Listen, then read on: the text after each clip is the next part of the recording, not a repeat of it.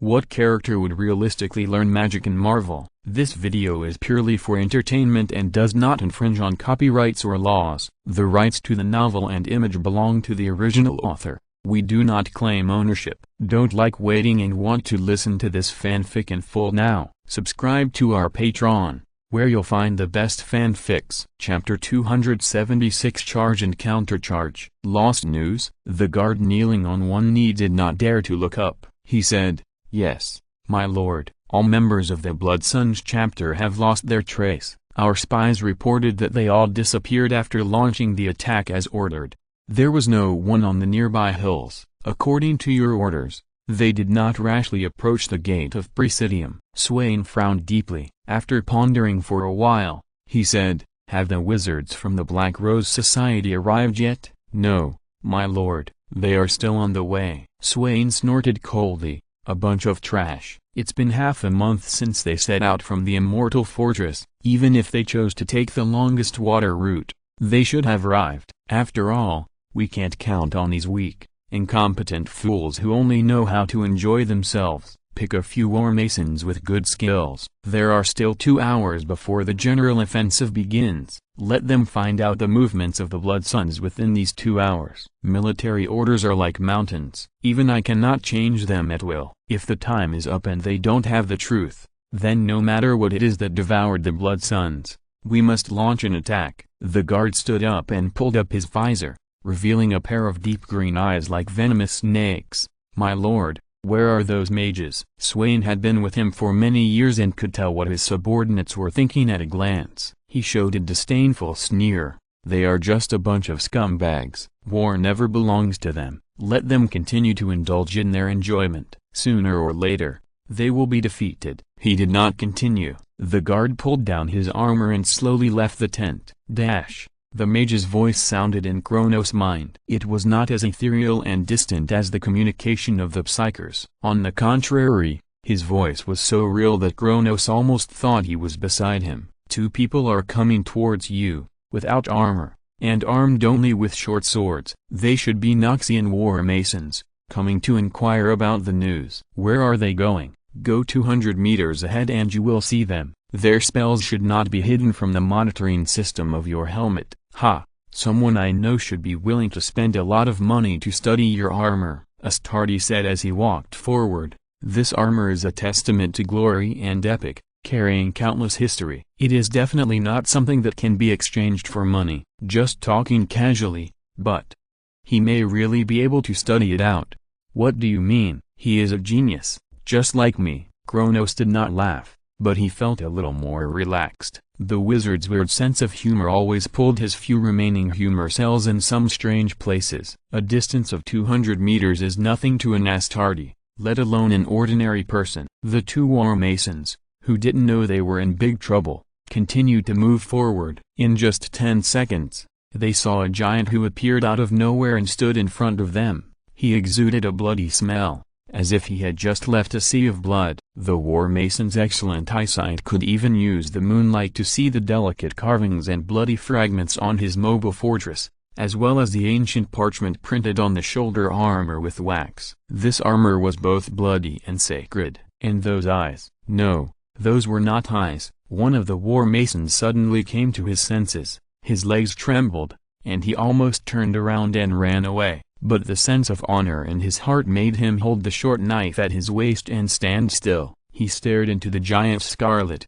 emotionless eyes and heard his companion screaming in fear. His companion threw down the knife in his hand and turned back. The giant was so fast that he couldn't even see clearly. He only caught a glimpse of a black shadow, and death passed by him. The war mason slowly turned his head and saw that his companion had disappeared. His lower body was lying on the ground and twitching. The war mason turned his head and swallowed his saliva. The giant's oppressive and emotionless voice came from above. "Your name?" "Croftsdale." For some reason, he spoke clearly and accurately at this time. It was completely different from his usual slurred speech. "Very good." The giant nodded and threw out a blood-stained helmet. Crofts picked it up with trembling hands and found that it was printed with the emblem of the Blood Suns and a one-handed sword stuck in the corpse. He immediately understood something, and the giant continued to speak slowly. "Go back and tell your leader, They were all killed by me. It's meaningless to continue sending people to die. If he doesn't believe it, just come and try. Remember my name, Kronos Tiberius. You can go." After getting permission, Crofts ran back with the slightly deformed helmet in his arms. He ran to a place not far from where they were camped before he dared to look back. His lungs were burning and it was difficult to even breathe. The giant did not chase him. After realizing this, he was obviously relieved, but he still did not dare to relax until he entered the camp. Inside Swain's tent, "You mean, he said he killed all the members of the Blood Sons by himself?" "Absolutely true, sir." Swain stared at the deformed helmet on his desk that was still stained with blood. The simple lines that were once full of power had already been deformed and bent. Only the emblem on the top of the helmet could be seen. This was indeed the standard helmet of the Blood Sons. One person. He tapped his fingers on the table, and he seemed to be lost in thought. Not long after, Crofts, who was kneeling, heard him say, "Go out and have a good rest." After waiting for the stonemason to leave the tent, he clapped his hands. The guard walked in again, and Swain asked, "Is he telling the truth?" "He is not lying," the guard replied. "One man defeated them." "No, not defeated them. He killed all 432 fully armed dragon lizard cavalrymen." "What kind of force is this?" "I'm afraid General Sean would know better than this even if he were reborn," Swain said in awe. But in the next second, the respect for the strong that was unique to Noxians on his face disappeared, leaving only a bottomless calm. "What a pity, it's the enemy." Besides, Crofts did not lie, but that person may not be. He laughed and made a gesture. The guard nodded, and he knew that the attack was about to begin. The Noxian people's general attack order will not be cancelled or postponed, but it can be advanced. They are going to launch a general attack. Shenyan's voice sounded again in Kronos' mind, and Astartes stood quietly on the hill. Hearing this, he frowned. "Where are the civilians in the city?" "Why, do you think I'm sleeping?" the mage asked back. "It's clear now. Their elder council is not stupid. How can a few closed-door temple practitioners and martial arts gyms defeat the elite army of Noxus? They have already evacuated." "That's good." Kronos nodded and said nothing more. "I don't have hope for your plan, Kronos. We have to give it a try. Their lives should not be wasted under my sword." The conversation did not last long. Soon, the ground began to rumble. The first to arrive were the wolf cavalry. The wolves are much smaller than the dragon lizards, and their combat effectiveness is naturally not as good as those wild beasts that only a few elite can ride, but they are extremely numerous and easy to reproduce. And after several generations of improvement by Noxus, they have become quite adaptable to the battlefield environment. Ants bite elephants to death, and it's not just talk. The dark group gradually filled the horizon not far from Kronos. Torches were raised, and Astartes stood alone, his right hand on the chainsaw sword at his waist, breathing quietly. Astartes could see that behind the wolf riders, there were more troops coming at a leisurely pace. Not long after, a tall man walked out from the silent black army. He rode his horse and moved forward slowly. He stopped not far in front of Astartes, without even bringing any soldiers. Judging from his clothes, this man must be the commander of this army. His courage is commendable. "Unknown warrior, you said that you killed all the people in the Blood Sons chapter?" he shouted loudly. Kronos didn't need to raise his voice, he just nodded lightly, his voice resounding like thunder over the plain. "It's me." "How do you prove it?" "Why do you need to prove it? Just let your army charge at me. But I want to remind you that you are doomed to lose this war. Retreat now and save the lives of your soldiers, so that you can work for a higher goal." The man didn't answer the sentence. He continued, "Your armor, I'm sure I have never seen such forging technology. It looks like it was made by nature, without any cracks. And your body shape, you are not Ionian." "Yes, I am not." "Then why sacrifice for them? Why not join us, warrior? With your power, you can get anything you want in Noxus," he said sincerely, but Kronos just thought that this man was a madman. How could the enemy commander recruit enemy soldiers in battle? What's more, he had already given everything for a higher goal. "What I want, you can't give me." "Impossible," the man said decisively. "Noxus is the most powerful empire in the world. Whatever you want, we can give it to you, and we are not the kind of people who expand blindly. We are here to spread the ideas of Noxus to the whole world. We don't kill civilians,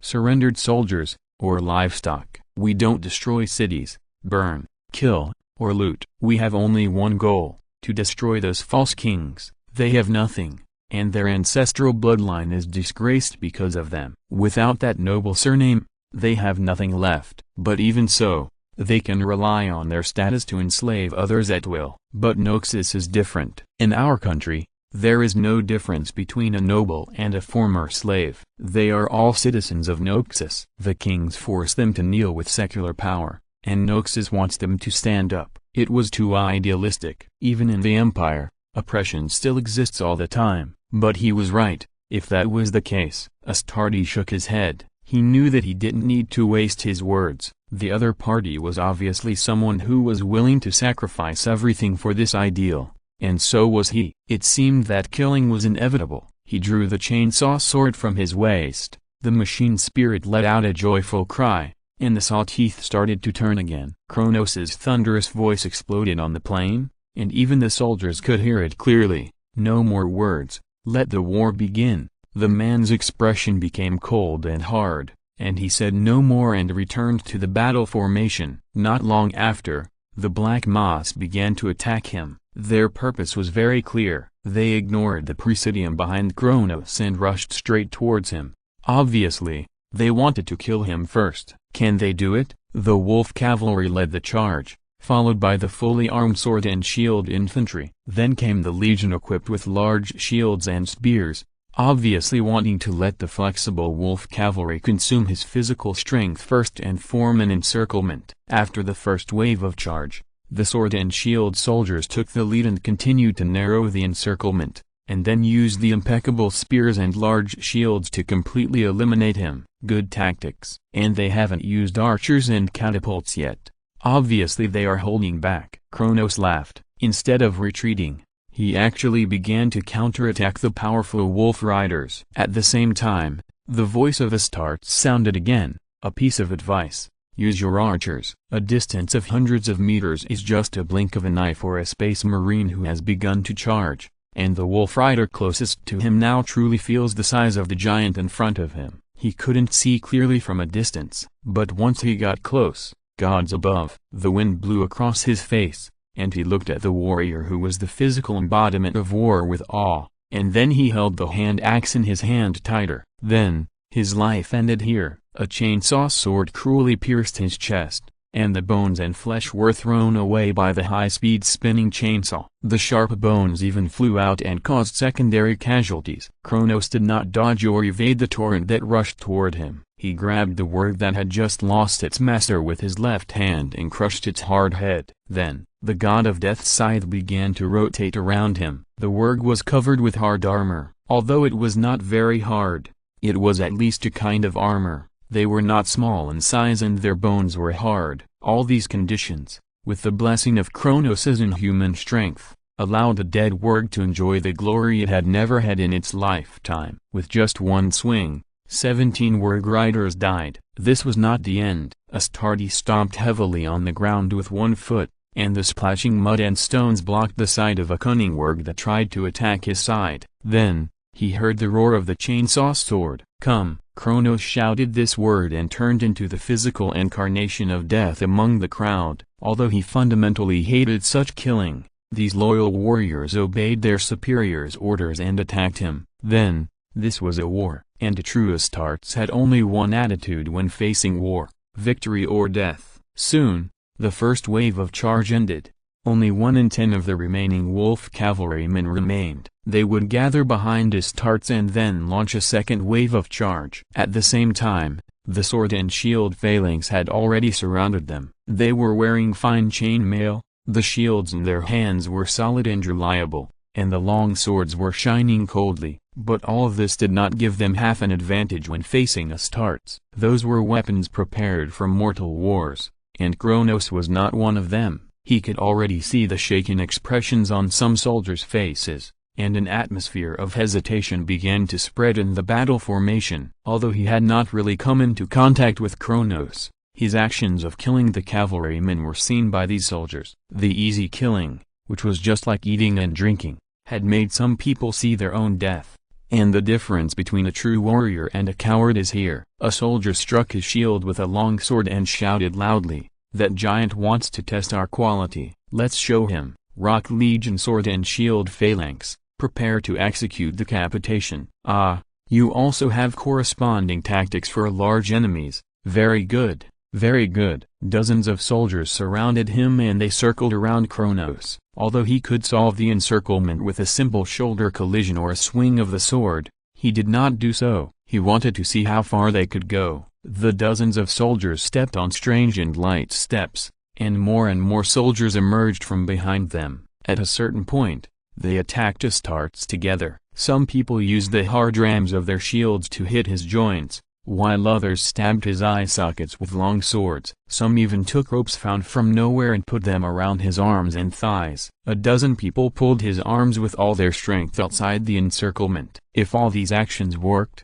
it would be obvious that Kronos' death was inevitable, but they would not succeed. The shield shattered on his armor, the sword broke, and the rope was easily broken by him. Kronos swung the chainsword in his right hand, and a simple and light swing took the lives of 5 people, and blood splattered. At the same time, he shouted, "Serious soldiers, you must fight me with the idea of winning or dying." He actually began to instruct these people on how to fight warriors like him while killing.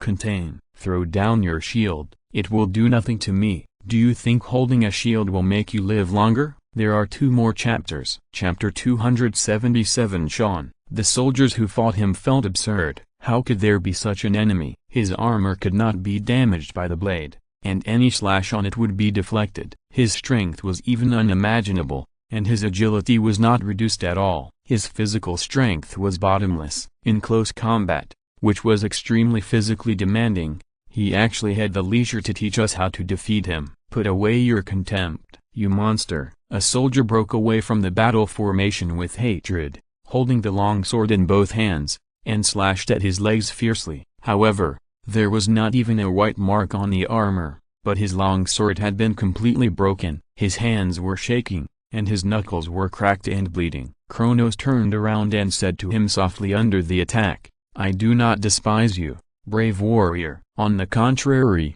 I admire your loyalty to duty and your courage to swing your sword at me. You are a qualified warrior with a noble and unyielding soul." But since we are enemies, the soldier first felt fear. Such a terrifying giant turned its head to face you, and there was no emotion in the 2 scarlet spots. His voice was also like that, with an inorganic coldness, but his words were full of affirmation, and unknowingly, his trembling body calmed down. Who are you?" "The one who wants to kill you." Kronos swung the blade and took away the life, and silently wished in his heart, even begged the emperor to look here and take away these respectable souls. Let them stand beside the Lord of mankind. On the hills not far away, Swain felt a surge of blood in his veins. He was no longer young, but his desire for battle had never diminished. In this sense, he was an outlier among the Noxian nobles. Yes, Jericho Swain is a noble. He is a noble among nobles. He was born into a family of Noxus's founding fathers,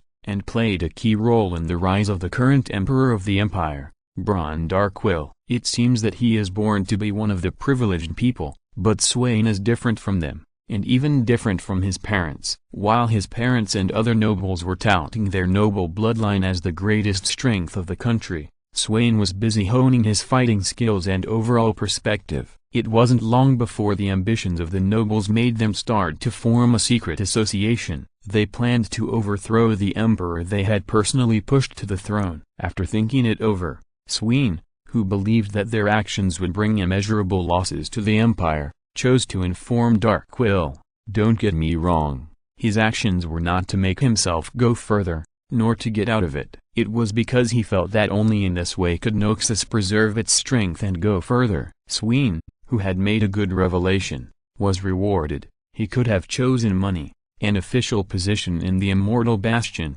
the capital of Noxus, or a title, but he chose to hone himself in the army. He had been in the army for nearly 20 years, and had fought nearly 100 wars, big and small. Swain understood one thing deeply: Noxus was not strong because of the noble blood that his parents advocated, but because of unity. Noxus can unite everyone, fishermen, woodcutters, farmers, merchants, soldiers, nobles. Your identity is meaningless, what you can do for the empire is meaningful. And to do this, it is necessary to kill all those false kings. The soldier who had been following him closely noticed his emotions and quickly stopped him. My lord, you must never go into battle and kill the enemy as before. That person is definitely not an ordinary person. I know, I just don't want to. Lanter, how great it would be if he was a Noxian. Swain's excitement did not last long, and he quickly forced himself to calm down. He asked, how long will it take for our dear general to arrive at the battlefield? Facing such an enemy, sending more soldiers up would only lead to their deaths. My lord, his cage is on its way. Very good. Swain nodded and said nothing more. The soldier driving the carriage was sweating all over his face. The behemoth behind him was constantly making inarticulate roars, which were nothing more than short words such as blood, death, and battle. Perhaps it should be called it. Cyan. He was locked in a cage made of fine steel. Although the cage was reinforced with magic, it could not withstand such a fierce impact from Cyan. The horses of this carriage were two dragon lizards. They ran at full speed to carry Cyan's huge body. In fact, there were many complaints about the resurrection of Cyan in Noxus. Many people were furious about it and thought it was a blasphemy against the glory of this hero. But the current Emperor Darkwill was unmoved. His staff, the Black Rose Society, brought the general back from death with special blood magic, and he gained more violent power than when he was alive. But everything has a price, and the price that Cyan was forced to pay was his sanity. As long as he walked out of the cage, he would not distinguish between friend and foe. Whether it was the enemy or the friendly army, he would be killed together. The huge axe in his hand was merciless and cut them all in half. Because of this incident, Noxus almost broke out a demonstration against the mage, but it was quickly suppressed. Who is Cyan? He has superior martial arts, but no strategy. But there is no need for strategy. His martial arts and huge body are enough to destroy anything that stands in his way. He is a hero of Noxus, a figure who died more than 100 years ago. When he died, Noxus held a state funeral, and he was buried under a monument built specifically for him in the Immortal Bastion. His story is familiar even to the children of Noxus. Over 100 years ago, when Noxus was not as vast as it is today, in a place called Valbus, Cyan, with his undying rage, faced the Empire's greatest enemy, Demesa. Both sides suffered countless casualties, but Cyan's determination and his military strength were superior to the Demesans. He drove straight into the Demesan lines and searched for their leader, King Jarvan I. Although his own warband kept pace with him, the Demesans were too numerous to resist, and his confidants fell one after another, until he was the only one left. Cyan fought his way out. He fought alone, and was hit by more than 10 swords and even more than 20 crossbow arrows. Finally, he broke through the Demesan defenses and came to Jarvan I. The battle was extremely bloody, and in the end, Jarvan I won. Cyan's physical strength had long been exhausted, and the Demesa king's long sword pierced Cyan's chest. His great axe fell to the ground, but Cyan refused to die. He summoned his last bit of strength, tore off the crown from the king's head with one hand, and grabbed his throat with the other. Jarvan's guards stabbed him with their weapons, but he didn't relax his grip at all. Only when Jarvan died did Cyan let death take him away. You may think this is a legend, but even the Demesans who hate Cyan to the core will not say that this is a fabrication. They will admit it and then curse Cyan as a monster. This is also their only advantage in the eyes of Noxians, honesty. But after he was brought back from death by the blood magic of those mages, he lost his mind. When he was alive, Cyan never killed his soldiers. All his violence was reserved for the enemy. He even treated his subordinates like family. Those damn mages. The soldier shuddered, and his thoughts were interrupted by Cyan's roar.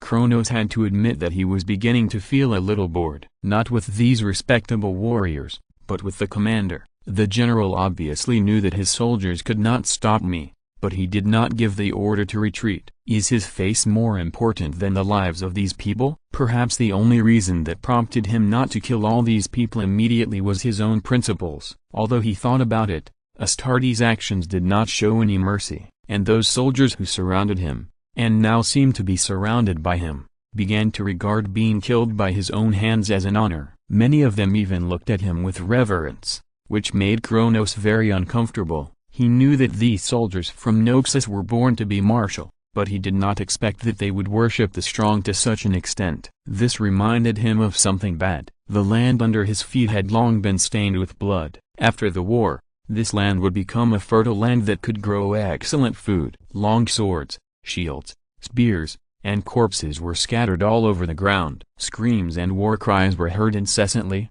but Kronos suddenly stopped his actions, turned his head, and stared at the general. The man's face was abnormally flushed, and his right hand was firmly pressed on the sword at his waist, as if he was trying to suppress something. Noticing Kronos's gaze, he grinned and bowed his head on his horse. "Your respect is worthless to me, coward. Either come up and fight me, or withdraw your soldiers and send an opponent who can truly match me." Before Kronos could say this, his eyes were attracted by a huge monster. The thing was even taller than him, locked in a cage and transported by a carriage driven by 2 dragon lizards. The battle formation was pulled apart to make room for it. The huge monster in the cage roared. Its skin was colorless and full of sutures. There was a huge furnace on his waist, which looked extremely terrifying. Just looking at him, Kronos couldn't help but smile. Finally, a worthy opponent. He stomped his feet hard, making it difficult for the surrounding soldiers to stand, and then turned off the chainsaw sword. He said, "Go back, soldiers. I admit you, but it is foolish to continue to die in the face of an unbeatable opponent. Your lives should be left in a more useful place, not wasted here to win my approval." The soldiers actually began to obey his orders and slowly retreated. The sword and shield phalanx and the spear phalanx supported each other and quickly went away. The wolf cavalry, who were only a dozen or so, looked at him with hatred and respect, and passed by him. Kronos nodded. In the era of cold weapons, it is great to have such a fighting spirit. Even if the casualties reached an exaggerated level, you will not retreat. "Emperor, please let the war group find my location quickly." He waited there. On the other hand, Swain did not blame the retreating soldiers. In fact, he had wanted to give such an order a long time ago. But as a commander, he had to consider the victory of the war. If they want to have a chance of winning, they must use human lives to delay until the arrival of Syan. Thinking of this, his disgust for the mages deepened. Damn the idiots, if they hadn't been late, those teleport spells could have been used. Instead of sending my soldiers to die. With a simple gesture, the soldiers dispersed in a line, and a magic key was handed to him. 20 people carried Syan's cage off the giant carriage and faced the warrior. He was unusually quiet at this moment. Swain's heart flashed a little uneasy, but war would not give him so much time to think. Yes, this is a war. A pair of them. He broke the key, and the magic on the cage quickly lost its effect. Syan seemed to sense something and pushed open the door and walked out. The violent and irrational beast spoke human words in the form of an undead. "Bring my great axe." 5 people quickly carried his axe over, full of respect and willingness to die, because Syan usually killed anyone who approached him as soon as he got the axe. But today, he didn't. Instead, he carried the axe on his shoulder. Neither roared nor roared. He walked down the hill quietly. Jarvanai's crown was made into his chin. At this moment, the enemy's crown looked particularly hideous on his face. Kronos watched him approaching slowly, took off his helmet and threw it back. Facing such a warrior and such an opponent, he had to treat him with full etiquette. Kronos Tiberius, Ultramarines Legion, Emperor's Swords Chapter, Captain of the 1st Battle Company, I salute you. He made a sky eagle salute, then grasped the chainsword at his waist and activated it. The heavy footsteps were accompanied by the roar of the chainsword. The behemoth was even half a head taller than Kronos. He came to a few dozen meters in front of Kronos, and his bloodshot eyes seemed to have regained some rationality. He said incoherently, "Syan." The hand of SYNOPSIS. I remember. Swain, who was not far away, was shocked. Syan had lost his mind and soul, which was known to everyone in the Empire. But why? Why did he seem to have regained his rationality when facing this warrior?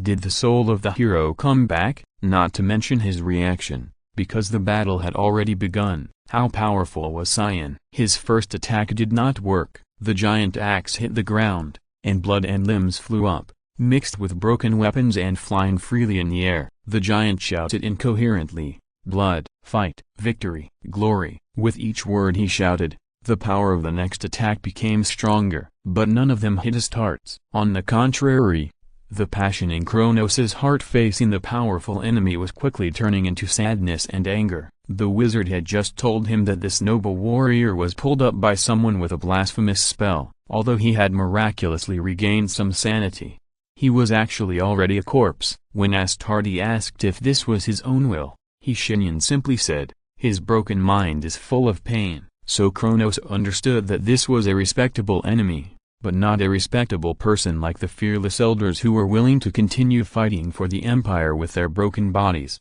He might be willing, but his country brought him back from death on its own. Unforgivable. Kronos finally swung his chainsaw sword. Sean's bones and skin were obviously reinforced by dark sorcery. The chainsaw sword chopped on his right arm but did not break it in two. Instead, it got stuck in the gap between the bones. But Syan felt no pain at all, and continued to shout, "Fight!" He swung his axe, and Kronos thrust his left hand upward, his 5 fingers precisely stuck on his axe blade, and then slowly exerted force to resist, making Syan unable to swing the axe. At the same time, he drew back the chainsword and dealt a second blow to Syan's right arm. This is the benefit of the chainsword, but in fact, few enemies can see this benefit. Syan is one of them. He felt no pain in his body, but the pain in his heart increased every moment. The giant trembled, swung his axe, and fought Astartes for his life, shouting,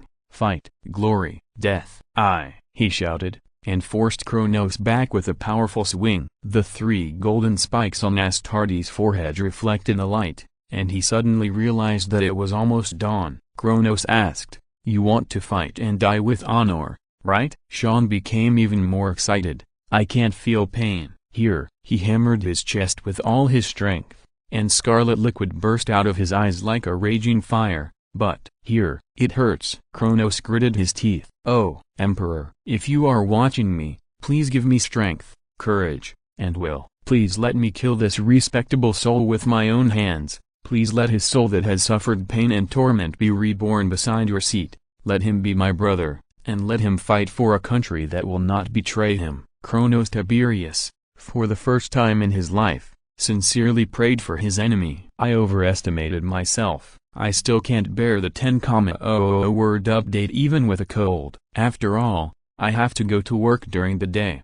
but the community will be closed tomorrow, so I can write at home during the day. I'm really sorry for not returning it tomorrow." Chapter 278 Cold Golden Sun. A qualified battle can make a warrior happy and even excited. A qualified battle requires a qualified opponent. For Kronos, Syan is a qualified opponent, but fighting him does not make Astartes feel happy. It is only torment. Kronos is extremely proficient in the art of killing, so he can see it. The behemoth in front of him is trying to replicate his operation when he is still alive every time he swings his axe. For example, now he raised his axe and chopped it on the ground. From the slight trembling of his arm, Kronos knew that he would change his moves. But he didn't, because he was already an undead creature. The damaged muscle tissue made it impossible for him to show his proud martial arts, leaving only pure violence. How sad is this for a warrior? Astartes took a step back and dodged his powerful swing again. This time,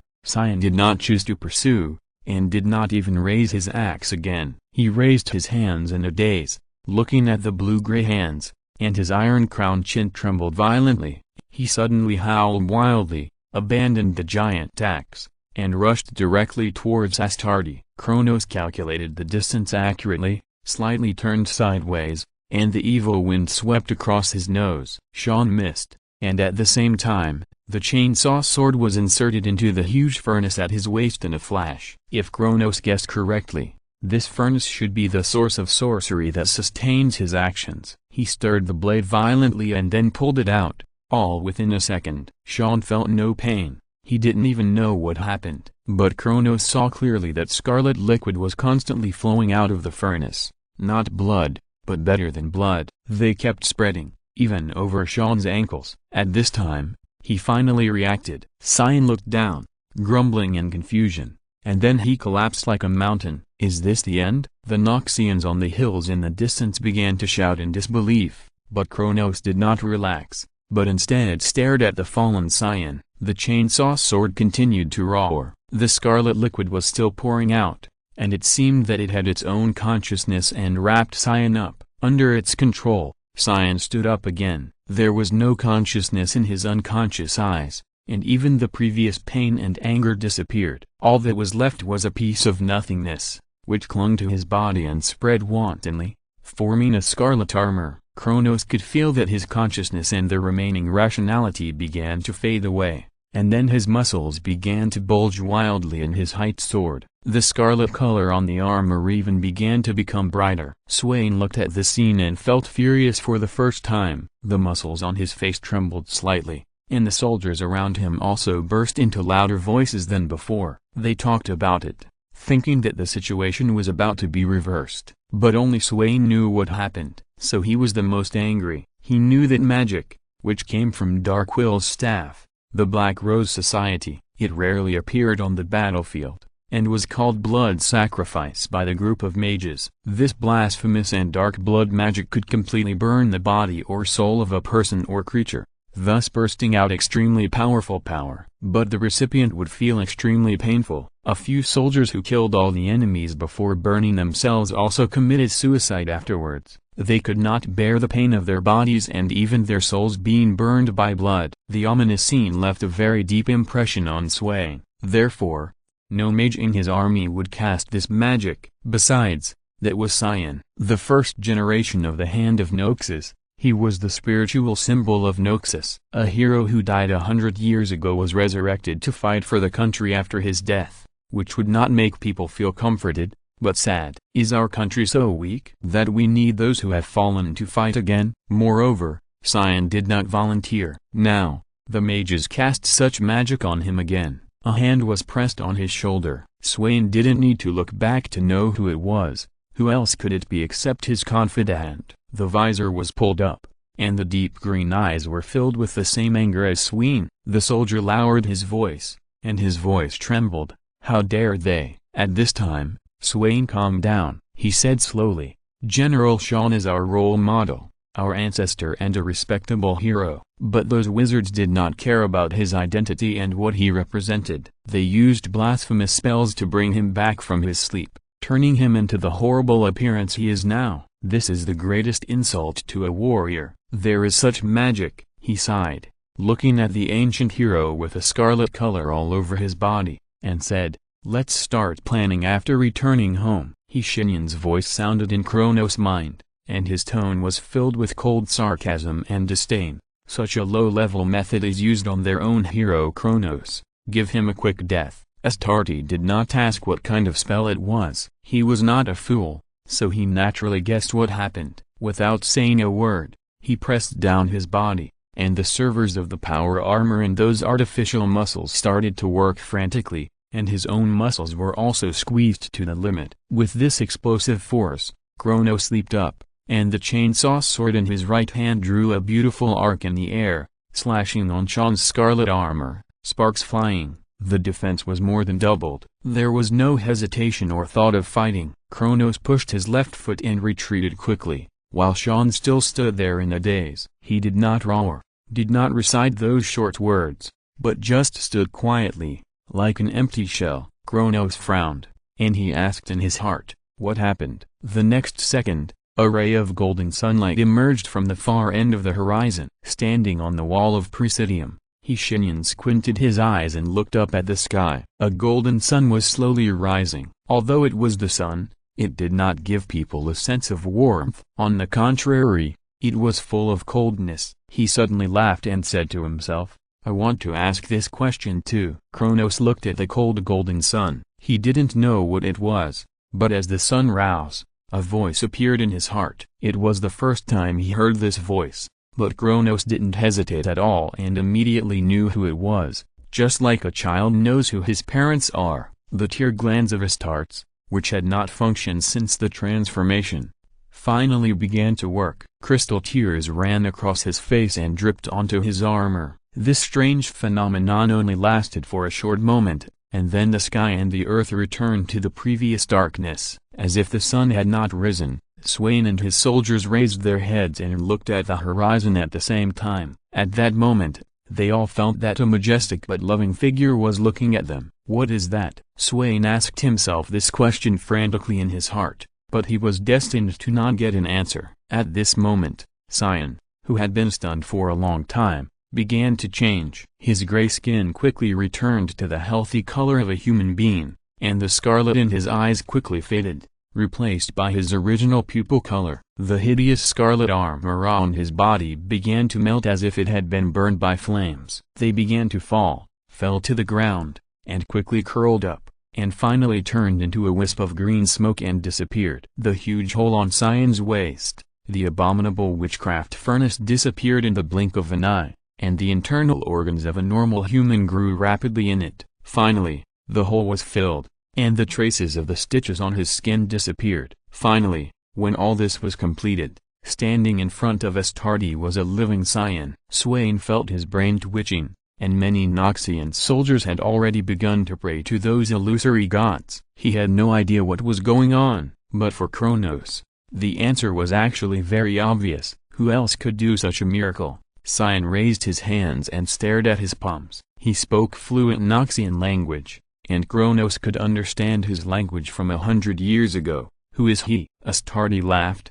"Did you see him?" "Yes, so warm and gentle, but I saw something else." He spoke with a slurred voice, because his chin was still an iron crown, and it was inevitable that there were some metal collision sounds when it opened and closed. Sean asked, "I saw some people who looked like you standing beside him, looking at me." "There were more ordinary people, many people. I saw soldiers, merchants, slaves, civilians. They all stood beside his throne. Oh, and he also spoke to me." Sean was almost talking in his sleep, and Kronos listened patiently. He asked, "What did he say?" Sean raised his head, walked to his axe, raised it with one hand, and smiled. "Let's talk after the fight." "Okay, let's talk after the fight." Kronos originally thought that even if Sean recovered, he would not be his opponent with his battle memory restored. He even felt that he was bullying Syan by wearing armor, but reality once again taught him a lesson. No matter who you face,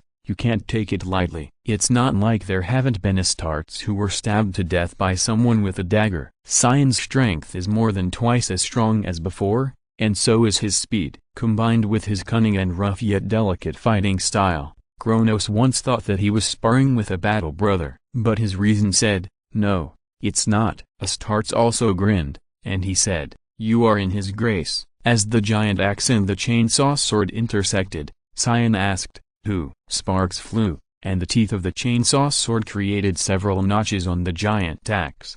But Syan didn't seem to care. Kronos said slowly, "Our father, the father of mankind, the emperor." Indeed, this is the only title that deserves him. As a Noxian who despised false monarchy the most, Syan nodded. He slammed down the axe, and with the advantage of the axe handle being longer than the chainsaw sword, he dragged Astarte into the quagmire of the fight, and the two began to wrestle. "Is he a god?" "Greater than that." "Where do you come from?" "Among the stars." "What about those who are like you? Are they your brothers?" "Yes. We are fighting a war." "I can't believe it." The two exchanged several moves in an instant, and then separated again. Sean asked, "What kind of war is it that requires warriors like you?" "It is a war that you will never believe if you don't see it with your own eyes," Kronos said with a complicated expression. Sean stood in place, frowned and looked at his axe full of gaps, and threw it aside casually. At this time,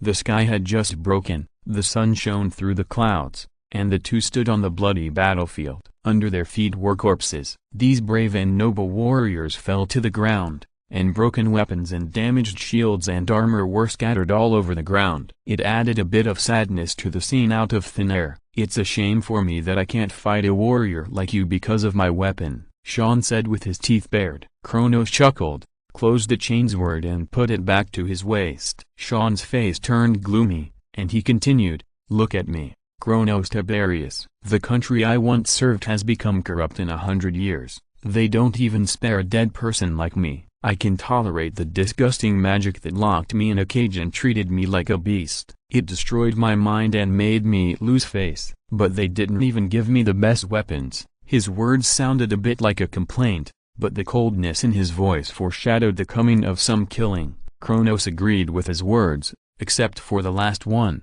but he didn't say it. The axe could collide with the chain's word so many times, which was already a magical weapon. Syan suddenly became uninterested. He looked at the scene around him and the dead soldiers. He asked, "Did they fight well?" "Very well." "Did anyone escape?" "All of them died facing me." "Then, it seems that they can still be saved." Syan smiled carefreely and said, "May all of them be sent to reincarnation by the bowstrings of the lamb spirits, rather than having their throats torn out by the wolf spirits." Then he raised his fists. "Are we not done yet?" he asked with a smile. Kronos shook his head and smiled as well. The roars of the two giants resounded on the battlefield again, and they fought barehanded. Syan's fists could not leave any marks on Kronos's armor, so he spent most of his time burying Kronos's fists, and specially chose to hit Astartes in the face when he was not attacking. Kronos was not so particular. Although this battle had changed from a life-and-death duel to a kind of sparring, he was also eager to win. Sean was stronger than him, but he was wearing armor, while Sean was not. He was even shirtless, so Kronos had been hitting him in the lower abdomen from the beginning until now. Bang! The cold metal of the power armor's hand armor collided with the flesh, and Sean actually endured dozens of such blows that could instantly turn a mortal into a pulp intact. He protected his head with both hands and looked for opportunities to attack in the intervals. I don't know whether Astarte did it intentionally or not, but his steps became a little messy. This did not escape Sean's eyes. He immediately swung a punch at Astarte's face. If this punch was real, even Kronos would be dizzy for a while. In such a battle, dizziness means defeat. Fortunately, although Kronos was not proficient in barehanded combat, he had also trained in such techniques, and hurriedly shook his head to avoid the blow. The two of them had more and more fun fighting, and Syan the Hill didn't know what to do at this time. Shenyan was not on the city wall, to be precise. Although he was in Valoran at this time, his soul was not there. He was in a strange space, chatting with a seemingly ordinary man. The other person had a broad face and calm features, but he was not handsome, even inconspicuous. He looked like just an ordinary person. But, is it really so? I thought your image would look more, well, full of divinity, Shenyan said. The man replied calmly, "Gods are of no use to humans, and religion is even more so.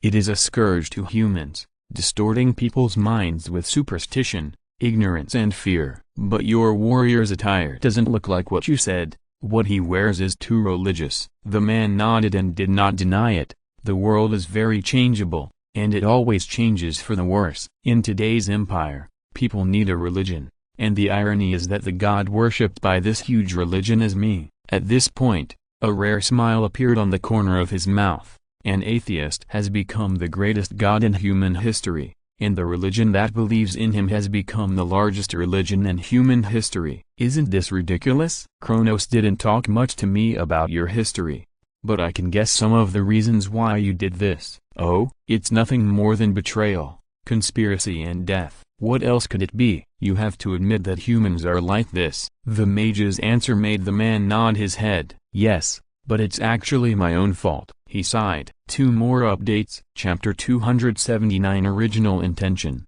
What do you mean? Shenyan was in a good mood, and he looked like he wanted to hear some big news, but the man glared at him. Hasn't anyone told you that it's very impolite to pry into someone's past that they don't want to talk about? He said. Shenyan answered him seriously, even hinting at sarcasm. We usually call this Black History. It seems you are a little behind the times. The man smiled and shook his head. The peaceful world always develops the fastest in entertainment. Such precious things don't exist in my world. So, are you really a god? I mean, the kind that knows everything? Do you think I am? The man asked back. If I were really omniscient and omnipotent, then, in my world, those abominations would have been wiped out long ago. Humankind can freely and happily develop civilization and technology without having to worry about any external enemies. Even if you are not, It's not much different. The wizard shook his head, and he began to speak with absolute rationality and from a wizard's perspective. You can cross countless worlds and come to me simply as a soul. You can even affect the natural laws of this planet, and your obsession with humans is very consistent with the concept of the gods. All gods have strange obsessions in some aspect, and you fit this. Not to mention the miracle you have bestowed. Forgive my name, however, I can't think of a better name for the time being. Miracles? The man laughed and asked, you call that a miracle? Shenyan asked back, isn't it? His soul had been taken away long ago, and even the remaining fragments were crushed by the low-level magic of the wizards of his own country, and even his body would be destroyed soon. What you did, although I can do it, it will never be so easy. The man raised a finger and said, first of all, I want to correct you. What I did was not easy. He raised the second finger calmly. Second, it was not a miracle. What really brought him back from death was his own will. If he refused, then I would not be able to bring him back. It was he who refused the peaceful sleep that was as sweet as honey to the dead, and was willing to wake up again. The pain in the soul is no less than dying 1,000 times. Maybe it is really as you said. Shenyan did not comment on this. He turned to mention another thing.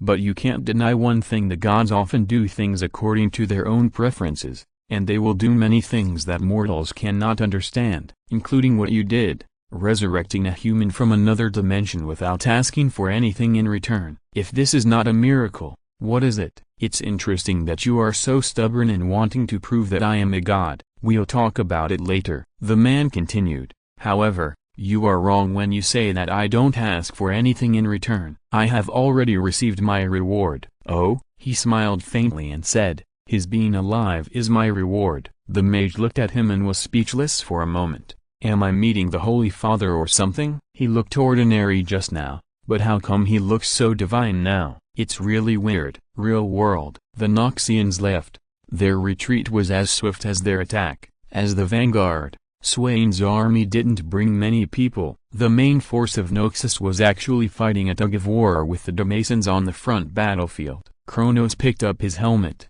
wiped the blood off it, and put it on again. His heart was peaceful at this time, and the depression he had felt because of being in another dimension was relieved a lot. At least, he didn't give up on himself. This incident greatly encouraged him. Astarte thought of another task he had given him, and felt more motivated. But it was not the time yet. He had to wait a little longer. Not long after, the mage walked out of a portal and came to him. With a stinky face, Kronos asked, why do you look like that? Shenyan looked at him, shook his head, and said, what mission did your emperor give you? Kronos didn't seem to have any idea of hiding it. He said directly, to end their meaningless infighting. That's all I know. Conquer the world, right? Can you do it alone? No. It's not about conquering the world. I just don't want them to continue to shed unnecessary blood. Besides, I have the help of another brother. You have a brother so soon? Yes, and you've seen him. That's Sean. He has received the grace of the Emperor and has become my brother. He really made a good calculation. He knew that the Emperor was not so kind and spent a lot of effort to come to another world just to save a human who had nothing to do with him. Sean didn't believe in him at all. Although the mage also knew that the Emperor himself probably didn't care whether he believed in him or not, as long as Sean was a human being, it was enough. But Shenyan himself was surprised at his own reaction. For some reason, he was not surprised by the Emperor's behavior, nor did he think there was anything wrong with his behavior. Human life should not be wasted on internal strife. Recalling that ordinary face, Shenyan suddenly laughed. Kronos asked in confusion, why are you laughing? He has indeed become my brother. No, Kronos, I'm not laughing at you. Shenyan shook his head and interrupted him. I'm laughing at myself. He opened his right hand, on which lay a small glass bottle, with a rotating prismatic golden fragment inside. Looking at the bottle, the mage raised his head again and said to Kronos, he is indeed the Emperor of humanity. He does not ask for anything in return, nor does he ask you to believe in him. As long as you are human, he is willing to help you. Swain was sitting in the same tent with Cyan, but compared to Cyan's height, the tent actually seemed a little short. But the two people sitting in the tent at this time did not care about this. Has the Empire become like this? Syan held the intelligence in his hand and said, if your intelligence is true, then the current emperor is really an out-and-out idiot. Perhaps he cannot be blamed, sir. Although he has lost his ambition, a mortal cannot resist the evil spells from the Pale Lady. Pale Lady. Syan tapped his fingers on the table, and he muttered the name thoughtfully. In the early days of the founding of the Synopsis Empire, this name began to circulate among a few upper-class nobles. This mysterious Pale Lady is the leader of the Black Rose Society, and this mysterious society has been secretly absorbing all kinds of dignitaries to join them for hundreds of years. What are they going to do? Syan doesn't know, but Syan knows what they can do. Damn it, did she give the order to resurrect me? I can be sure of this, sir. Swain nodded in affirmation. Not only that, she is causing a large loss of military strength for the Empire. We should not have been so anxious to expand outward. Our main elite forces are fighting a tug-of-war with the Demesa people on the front battlefield, but she is manipulating the puppet emperor and issuing dozens of stupid orders. Tell me about it. Expansion. Endless expansion. Many of our soldiers are often sent to participate in the next war just after the end of the last war, although they don't care about it, and even think it is part of the glory. It means nothing to the Empire. Sean snorted coldly. Damn wizard, playing with witchcraft and conspiracy. Noxus is definitely not a toy in her hands. He asked, when can we return to the Empire? If we go by water, it will take 7 days to let you in. Swain turned his head and looked at the three mages in black robes, with only their chins exposed, and it was impossible to even tell whether they were men or women. He asked lightly, hello, Chief Swain. The leading mage bowed to him, his voice soft and slow, with a kind of fascinating charm. I apologize for our lateness. No need, the war is over. We failed. The main responsibility lies with me, and I will confess my guilt to His Majesty the Emperor myself, Swain said stiffly. The leading mage turned to Syan and said with reverence, you are alive. This is really before he could finish. Syan grabbed his head and slowly applied pressure. The giant's expression was gloomy and terrifying. What spell are you trying to cast on me? The remaining two mages immediately stretched out their hands, and energy gathered in their palms. Swain's face emerged with a fierce look. His hand had been on the dagger at his waist since the three people came in, and now he threw it out. It hit one of them in the chest, and blood stained the black cloth red. He fell to the ground and soon lost his breath. Swain did not give the remaining one a chance to breathe. He immediately pounced on him and broke his neck. Answer the question. What spell were you trying to cast on me just now? Syan said in a low voice. Woo woo woo. The mage screamed in horror. Syan loosened his fingers slightly to let him breathe. The mage immediately spoke a lot of words like a bamboo tube pouring beans. I apologize,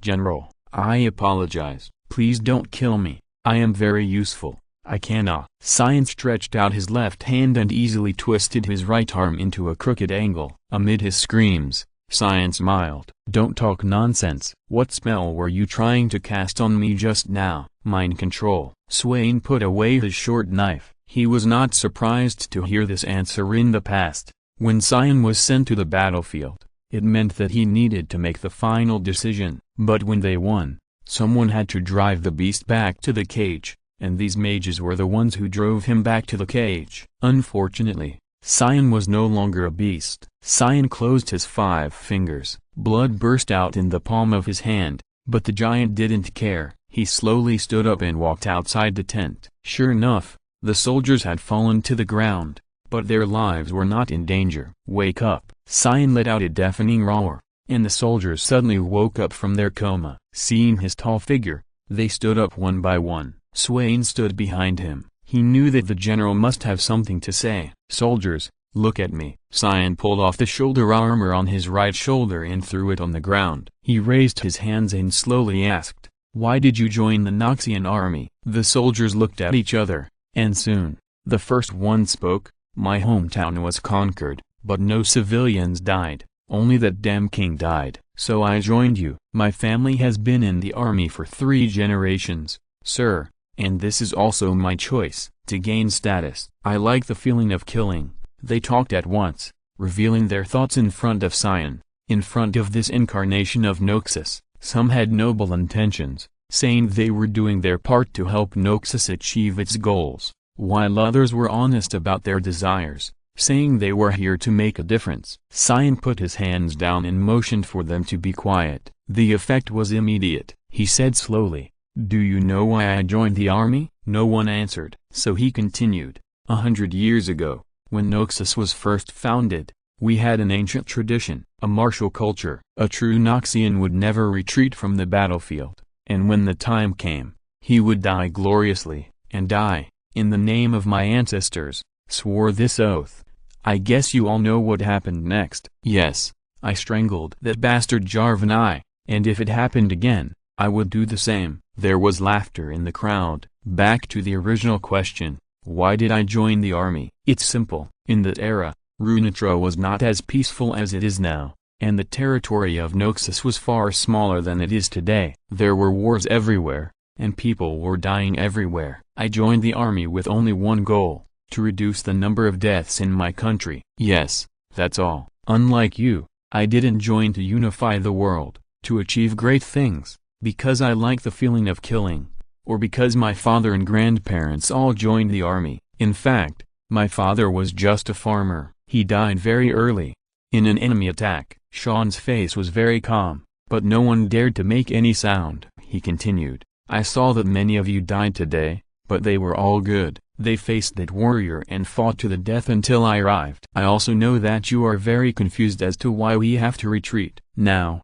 let me tell you why. Because they didn't have to die. Sean waved his hands angrily. Don't tell me this is a glorious death. Yes, it is indeed an honor to be killed by him. But he didn't want to do it at first, and you didn't have to die at all. There is no point in dying at his hands. Do you know who sent you here to die? Do you know who opened my grave, pulled my broken body out of the coffin, and brought me back from death with blasphemous witchcraft? Do you know who made me lose my mind, turn me into a beast who can't distinguish between friend and foe, and even locked me in a cage? Sean didn't continue speaking. The soldiers had already surrounded him, forming a huge sea of people standing in front of him. He stared at them, full of sorrow. Even I was calculated by them, and even treated as an object, a beast, let alone you. This is definitely not the original intention of Noxus. He never said who did this, but turned back to the tent. Swain stretched out his hand to calm the soldiers who had suddenly burst into a very loud discussion. He stood where Cyan had stood before and said,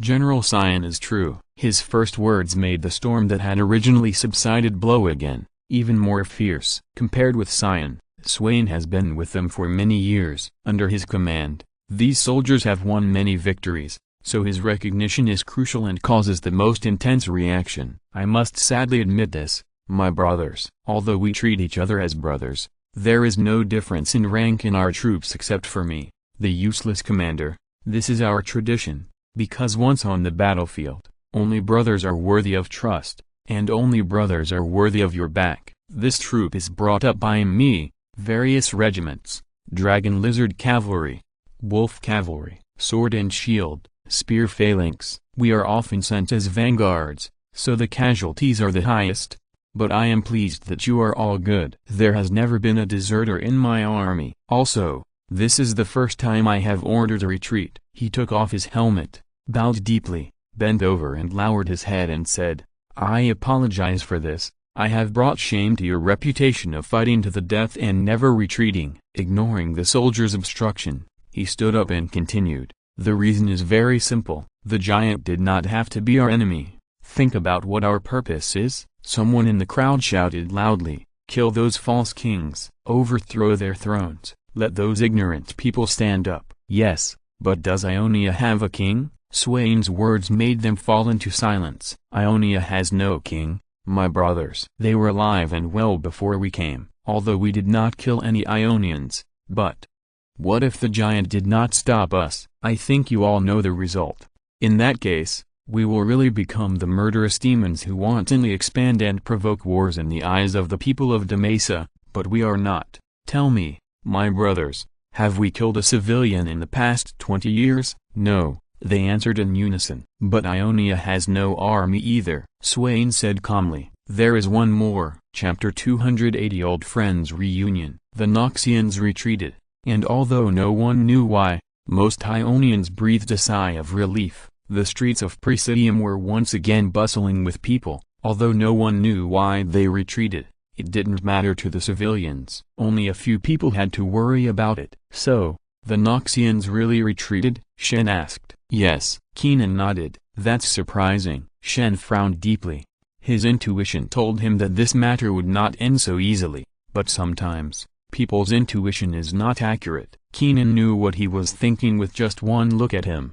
Don't think too much, Shen. They retreated across the board, without leaving any hidden hands behind. I personally went to the spirit realm to confirm the authenticity of this matter, he concluded. It's a strange thing, but we have other things to do.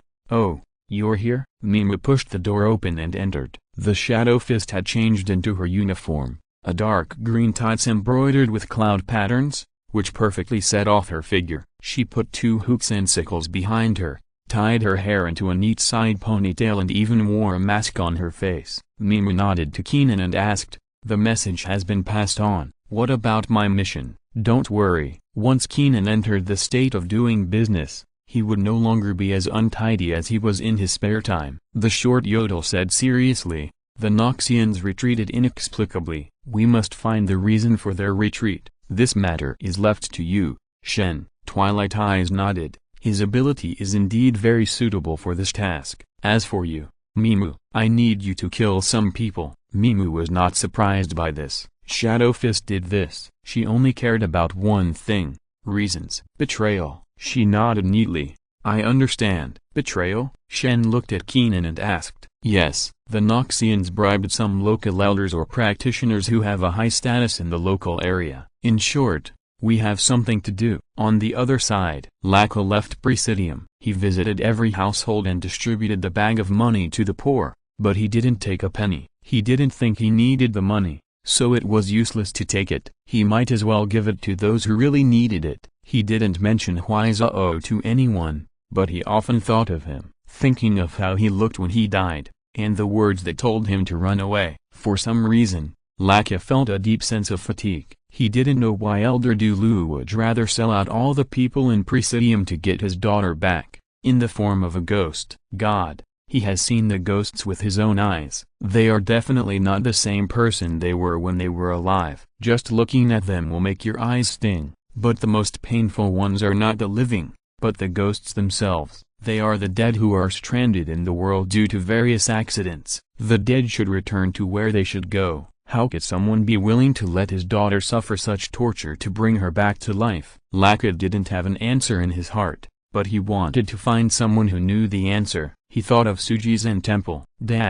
The most intuitive benefit of being a cross-world mage is that you can't travel back and forth between many worlds without the need for passports or anything like that. The world barriers that serve as your immigration inspectors are also useless under the ability of cross-world mages. A flash of white light passed by, and he returned to Kaer Morhen. This feeling of traveling through the world is so unforgettable no matter how many times you come here. Standing in the courtyard of Kaer Morhen, he noticed the crooked dummy in the corner of the wall, which looked like it had not been used for a long time. But there were not many weeds, and it looked like it had just been cleaned up not long ago. He pushed open the door and walked in. The hall was quiet, and no one lit a candle. Standing in the hall, he looked up at the ceiling, suddenly shook his head and chuckled, then found a secluded corner to sit down, and cast a spell to reduce his presence. Not long after, a white-haired man with a naked upper body staggered in from the side door. He looked like he had just woken up,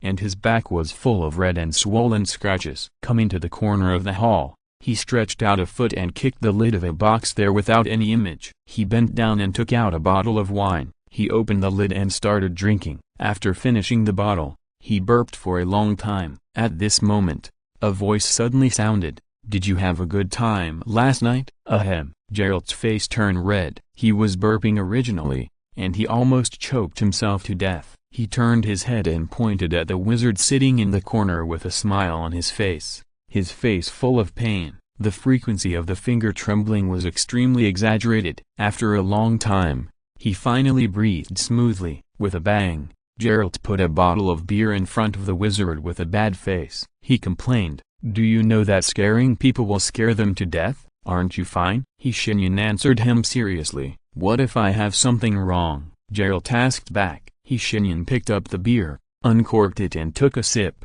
"If there is something, we'll talk later. Besides, why are you playing so wild when Vesemir is not at home?" Speaking of this, Geralt's face became a little unnatural. "I beg you, don't tell Vesemir about this." Now it was the wizard's turn to be surprised.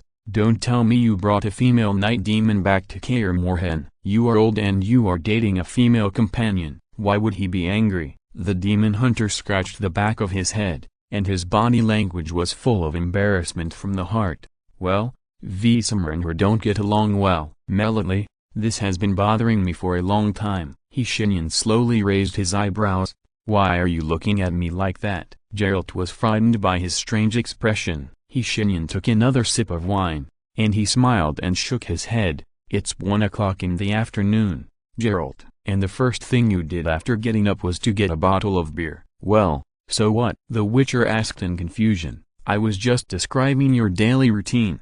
Think about what Vesemir would say about this, and then think about why Vesemir would not get along with her." Geralt frowned at first, and then nodded thoughtfully. The wizard then asked, "Mind telling me about this lady? I want to know which lady is so lucky to get your favor." The Witcher glared at him. "Don't think I can't hear your sarcasm, wizard." He leaned back in his chair, his expression becoming a little dazed. That was the expression a man in love should have, but it was a little abnormal to appear on the face of a man who was already in his 50s and spent most of his money on brothels. "Her, damn it, how can I describe her?" Geralt opened his mouth for a long time but nothing came out. He had no way to describe what he thought of her. He could only gesture with his hands and feet. "Anyway, you definitely won't understand. She's very good, very good." Shenyan looked at him quietly, took a sip of wine, and asked out of the blue, "So will you marry her?" Geralt was stunned. 1 second, 2 seconds. Finally,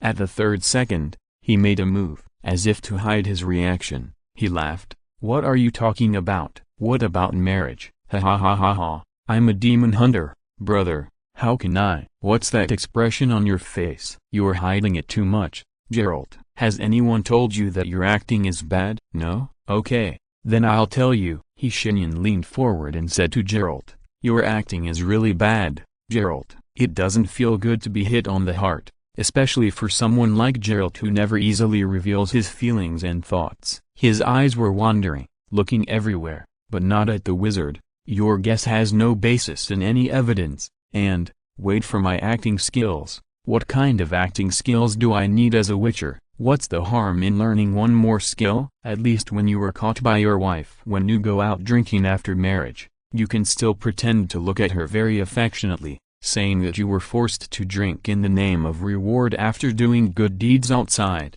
and you definitely didn't go to the tavern to stare at the waitress's chest and thighs. First, I never look at them. Second, I never lie to women." Looking at Geralt's expression of "I am the best man in the world," the wizard just found it funny. He shook his head and said, "I don't know whether you look at it or not, but if she asks you if you have been to a brothel, how will you answer?" Geralt froze again. Shenyan laughed out loud with satisfaction. He finished his beer in one gulp and asked, "So, what does she do?" "Like you, she's a wizard, or as they say, a sorceress." "Damn, I really don't know what the difference is between the two." "Well, there is actually a difference. When it comes to this kind of topic, Shenyan always becomes a teacher." He was about to tell the demon hunter the difference between the two when he was interrupted by Geralt. The demon hunter said, "No, no, don't explain. I really don't want to know such details. Anyway,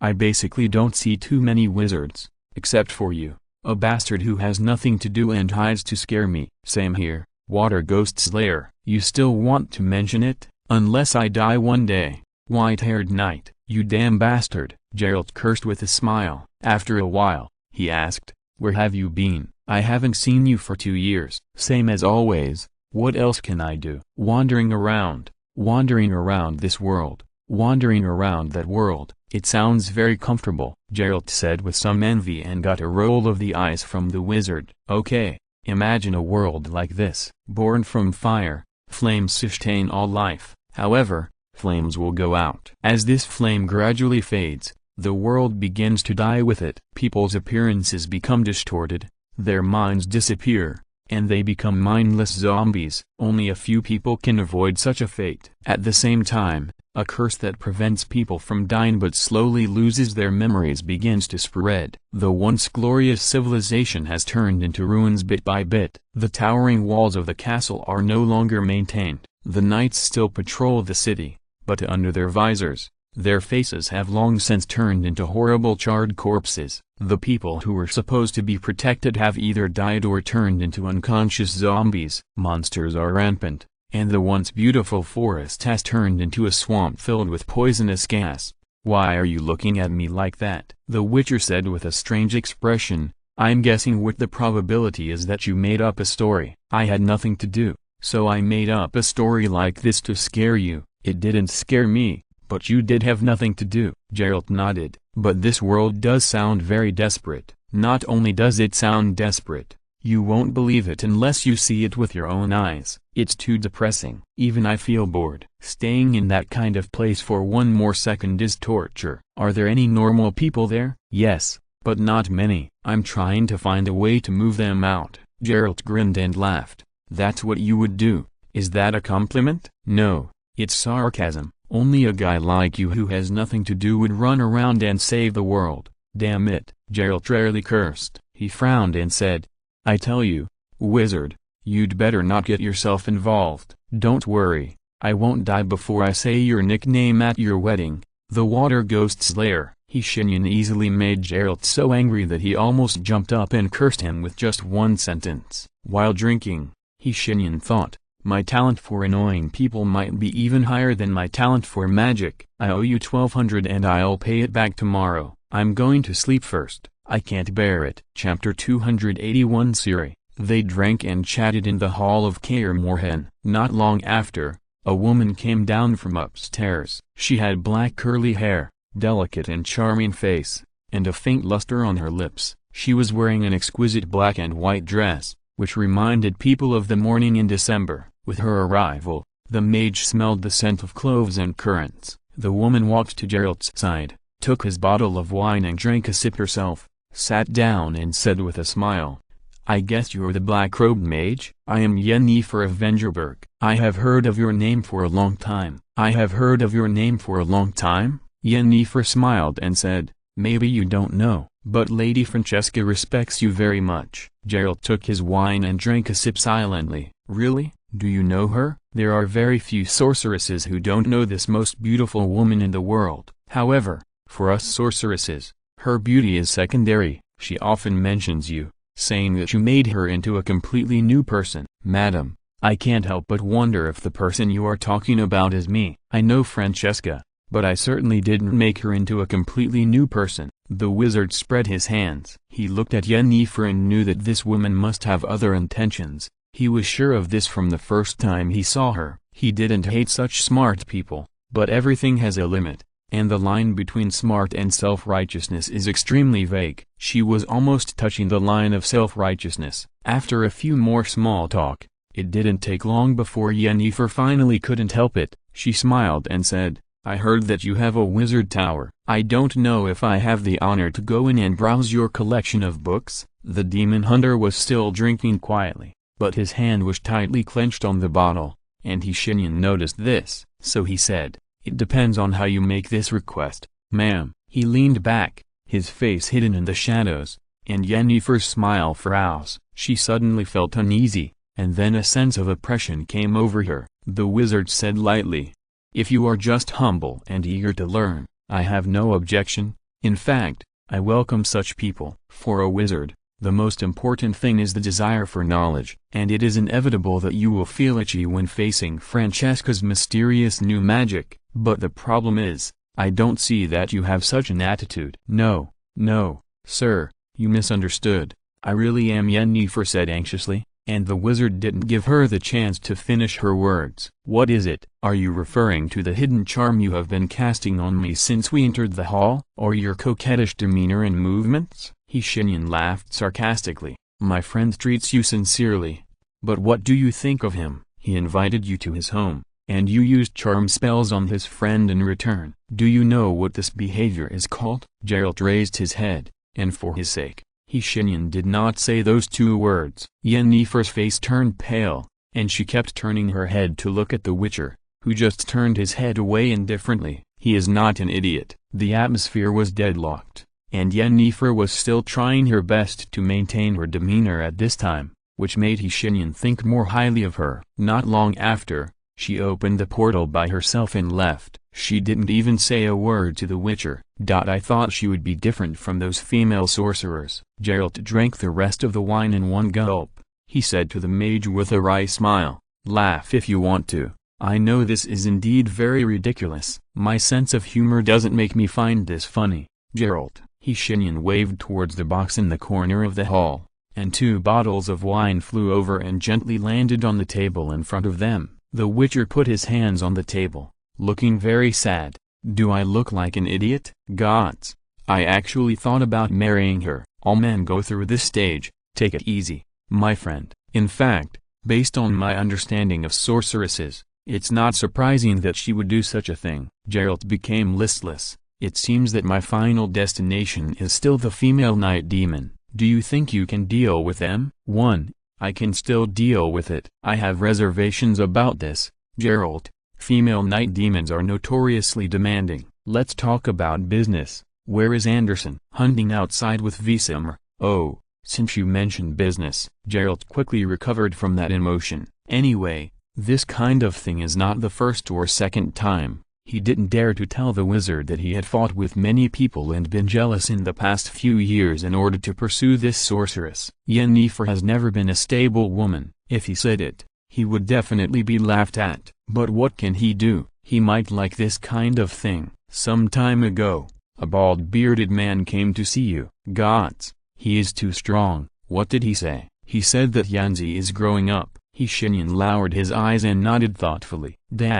The royal palace of Sintra welcomed a special guest today. Not many people knew about his arrival, but Callanth took it very seriously and even entertained him with the highest standard of banquets. It was a banquet for only 2 people. The table was filled with 50 dishes of various sizes, and more than 10 bottles of rarest of East wine were placed beside the table. Callanth did not let any servants serve at the table. She poured a glass of East for the mage herself. "What about Donnie and Pavetta? Are they in a good relationship?" The mage picked up a piece of juicy beef in front of him and took a bite. The chef's skills were good. Callanth sat in the main seat. After a few years, her face had not changed much, but her temperament had become much kinder. The lioness of Sintra smiled and said, "I'm a little jealous of their relationship.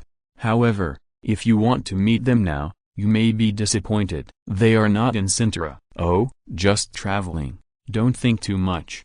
Donnie is really romantic. He took her on a trip without telling her who she is. The 2 of them sent me a letter in Tisan not long ago. "I want to travel, too." Nodding, the wizard said, "Not bad, not bad. However, you should know why I'm here." Callanth's expression became a little hesitant. "Cyrilla is still very young. Can you wait a few more years?" "It's really surprising that you would show such a loving side. You didn't have this attitude towards your daughter at the beginning. However, I'm afraid you think too much of me, Callanth. I just want to see her, and I don't have any special hobbies for young children. I'm not a priest." "Father?" "No, nothing. Forget it." "Where can I find her?" Callanth breathed a sigh of relief, and she said, "Now, she should be in my back garden." "In the back garden, your highness." A maid hurriedly walked through the corridor of the garden, holding up her skirt. The ivory-white corridor was covered by various flowers. The fragrance and beautiful scenery could not soothe the maid's anxious mood. She shouted loudly for the princess,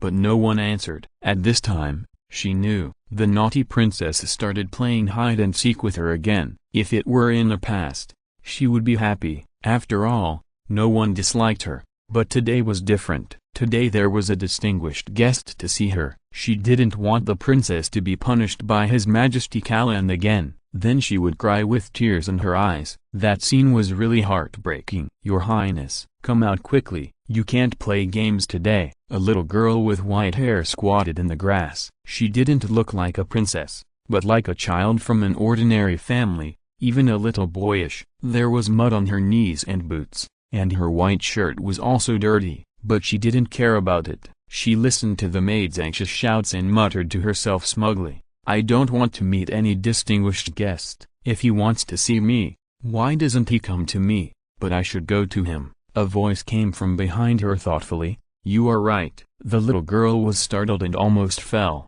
She turned her head and saw a handsome man in a black robe squatting behind her and looking at her. She didn't even hear the man's footsteps. Her face turned pale and she thought of the ghost stories she had heard. You, are you a ghost?" The man raised his eyebrows and didn't say anything, but pointed to his feet. She looked in the direction and was relieved when she found his shadow. She complained, "Who are you? I was scared to death. How did you suddenly get behind me? Do you know magic? By the way, how did you get here? Are you the chivalrous thief in the legend? Are you here to steal my grandmother's treasure? She is a stingy old woman and doesn't have much treasure. But I can take you around the palace. How about it, as long as you tell me my name when you go out to spread the treasure?" The child's ideas are wild and she began to talk about some ridiculous things. Shenyan laughed dumbly and asked, "Then may I ask, what is your name?" "The person who asks this question should tell me his name first," she said confidently. "Okay, my name is Shenyan." He what?" She tried to pronounce it and almost bit her tongue. Obviously, Dongfang's name was too difficult for a child like her. Shenyan snapped his fingers, and a flame bloomed at his fingertips. The girl stared at the flame and almost forgot to breathe. She looked at the flames in amazement and heard the man say, "It doesn't matter if you can't read it. Just call me a wizard. How about that? Are you really a wizard?" She almost jumped up from the ground, and then quickly grabbed his hand and walked out of the bushes. As the two walked through the corridor, Shenyan asked, "You haven't told me your name yet." "Oh, don't care about that. My friends call me Zili. Just call me Zili," she said nonchalantly, and even patted her chest, looking like a tomboy. "So, Zili, where are we going? You are a wizard, right?" "Yes." "You are my friend, right?" "It seems like we have met for less than 10 minutes, Zili." "Hey, why do you care so much? Anyway, I like you very much. You are different from others. Don't ask me how you are different. I don't know, but I want to be friends with you. You can't refuse, understand?" "What if I refuse?" The girl stopped. She obviously didn't expect this answer. She pondered for a while, then said to the wizard, "If you refuse, then we are not friends." She is really a child. After saying that, she looked at the wizard anxiously. "Will you refuse?" Shenyan laughed again. "No, I won't." "Great." She cheered again and pulled the wizard forward again. "You haven't told me where we are going yet. I want you to do me a favor. There is a pony in the stable, and she always won't let me ride it." "So, you want me to punish it?" "What? No. Why do that? She's just a horse." Siri was shocked. She said, "I just want you to cast a spell so that I can understand what she is saying. I think, maybe I can ask her why she doesn't want me to ride it." Innocent but kind. Not long after, they arrived at the stable. Along the way, they met many maids and guards, but no one complained about their behavior of running wildly in the corridor. They even pretended not to see the two of them. In front of the stable, she looked back at the wizard with an expression that said, "You must have done it." She asked, "Do you know such a spell?" Shenyan spread his hands innocently. "What spell?" "Don't play dumb. This is too powerful. You can make them invisible to us. If I learn this spell, can't I sneak out to play anytime?" She became excited again. The children's short-lived enthusiasm was very obvious in her. Shenyan pointed to the stable and interrupted her. "Are you talking about that horse?" The horse was very small and looked like a pony specially bred for children to ride. It was white and very beautiful, but it was turning around in its compartment, looking very uneasy. "Yes, that's her. She's very beautiful, right?" "Yes." "So, you know that magic, right? The kind that allows me to talk to animals?" At this point, she remembered to ask about this matter. Shenyan nodded and snapped his fingers again. That's it? That's all?" "Yes." You can understand what she said. But Siri began to gesture again. She said anxiously, "But that's not what the book says." "The book says that such a spell should be. What should it be like?" "I don't know, but it's definitely not like this." Shenyan pretended to be enlightened. He nodded. "Oh, I understand." The next second, dots of blue starlight appeared out of thin air. They surrounded the girl, and formed an exquisite bracelet on her wrist, all blue. There were starlights flowing in it, and as Siri raised her wrist, the starlights also moved with it, looking extremely beautiful. "Wow!" Shenyan patted her head and said, "Go." Siri, who originally hated others touching her head the most, didn't say a word at this time. She looked at the bracelet, then at the wizard, and then ran to the stable. Not long after, she rode on the horse. Kratos was fishing, which surprised Shenyan. He was obviously an old hand, with several different baits in the bag beside him. There were still 3 fish in the wooden barrel at his feet. Shenyan slowly came to him and asked, "You can actually fish?" "Why do you think I can't?" Kratos asked back. "It's just a little unexpected. After all, I don't think you have the leisure to do this." "Really? I think you will probably jump down and freeze all the fish with an axe, and then carry them all home." Shaking his head, Kratos decided to ignore this guy. But Shenyan didn't let go of his idea. He continued, "How have you been recently?" "Does it matter how I'm doing? I should at least care about the physical condition of my client, not dead," Kratos said indifferently. He shook his wrist and a fish flew up. Kratos skillfully removed the hook, put the fish into the bucket, hung a crustacean worm, and continued fishing. "You are too cold, Laoku." The bald man's face twitched. He turned his head slowly, his neck stiff. "What did you call me?" "That's right, show some reaction. Otherwise I will feel like I'm talking to a tree." "Are you also so expressionless when talking to others?" Kratos turned his head and said in a muffled voice, "I don't need you to tell me what to do." After a while, he asked, "Have you seen that girl?" "Yes, I have." Shenyan nodded calmly. "Innocent and kind." "She doesn't look like a princess who grew up in a palace at all." Kratos snorted coldly. "That child has the potential to become a warrior, but it's a pity that her parents don't take care of her often." "How do you even know this?" "Wait, what do you mean by having the potential to become a warrior?" "She is my unexpected child. How can she not learn magic?" Hearing this, Kratos raised his eyebrows in surprise, and he said, "Are you going to teach her magic?" The wizard asked back, "What else?" "No, nothing. I thought you would treat her as a consumable and throw her away after use." Kratos' attitude softened a little, and he no longer showed that stinky face to the wizard. Shenyan smiled helplessly. "So in your heart, I am such a person. All mages are the same." "You are not much better," Kratos said indifferently. There will be another 6K update in the evening. Chapter 282 Assassination. Killing is almost instinctive for Mimu. She became a Shadow Fist when she was young. The skills accumulated by her ancestors did not disappear in her generation,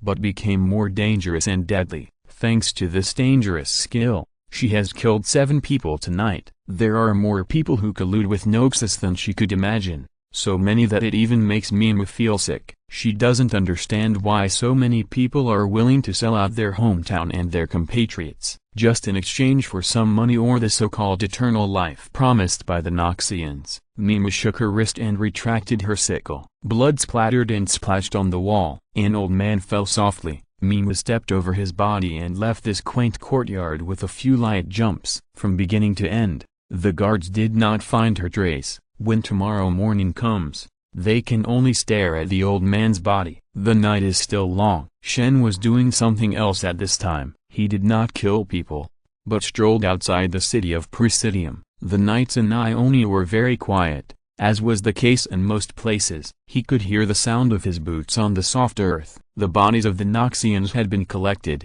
and the people in the city felt that even invaders could not leave them exposed in the wilderness. However, They simply dragged the bodies to the mass grave and buried them hastily. Shen understood this idea. It was an ancient Ionian tradition to give the dead a place to rest. Only burial can make people feel at ease. For the living, not the dead. Just like funerals are for the living. Do the dead really need this? No, they don't need anything, because they are already dead. He squatted down, touched the ground with his fingers, and then put it under his nose and kissed it. The traces of blood on the soil had not yet faded, but surprisingly, he didn't smell a strong smell of blood. Instead, the smell of soil dominated. In addition, in his spiritual vision, the ground was full of pure white flowers after the purification ceremony. Someone performed a full set of salvation and purification rituals on the Noxians. Shen stood up and made a note of this. However,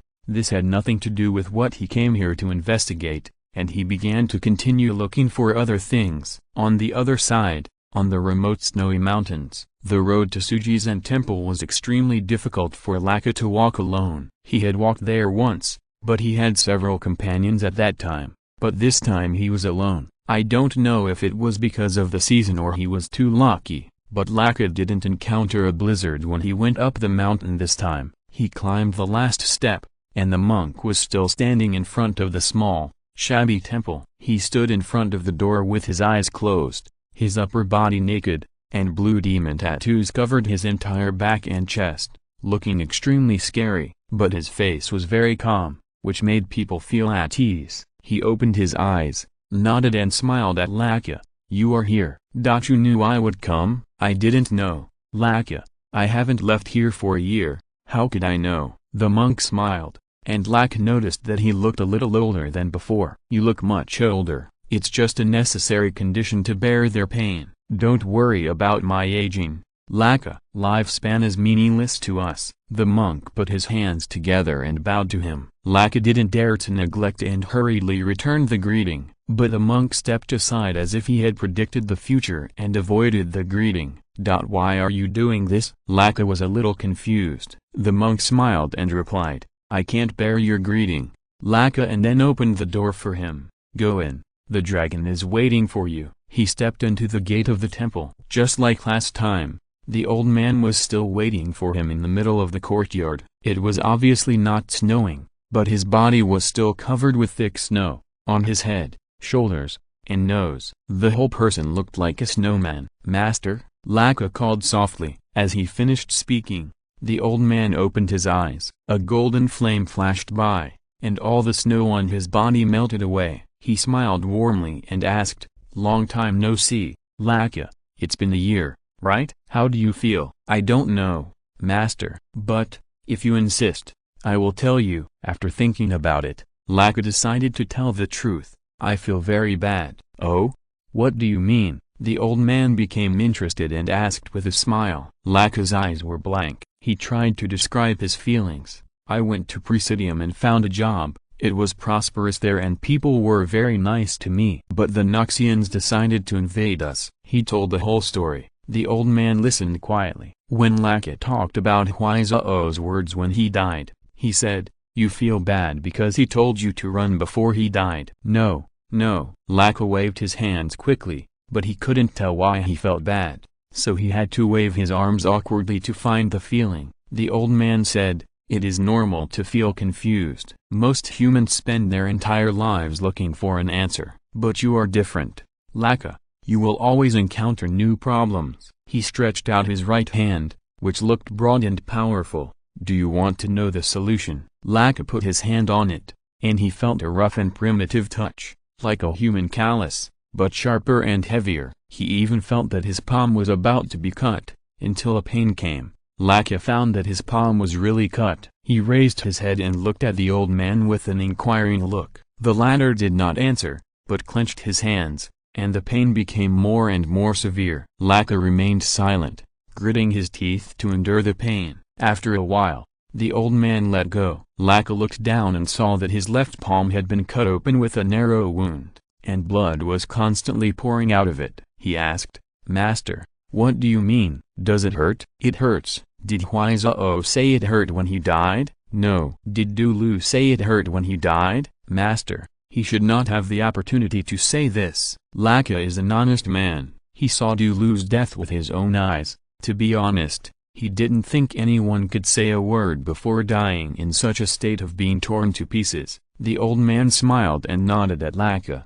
You are very stubborn, which is good. But, he stretched out his hand again. Come. After shaking hands again, it was only a blink of an eye that Laka found himself in another world. This place is very strange. Quiet and noisy coexist. Night and day coexist. He saw dozens of soldiers in tattered armor walking past him, with unfriendly faces. But in the next second, these soldiers turned into farmers in linen clothes. They looked like they had just finished farming, carrying hoes, talking and laughing on their way home. Laka kept watching them completely leave before he dared to move his steps. The old man disappeared, and he only asked Laka to wander around here. To be honest, Laka felt that the scenery here was indeed very beautiful, but this was not a place suitable for strolling, right? After walking a short distance, the light around him became dimmer, and Laka stopped cautiously. A pale and slender arm stretched out from the darkness in front of him,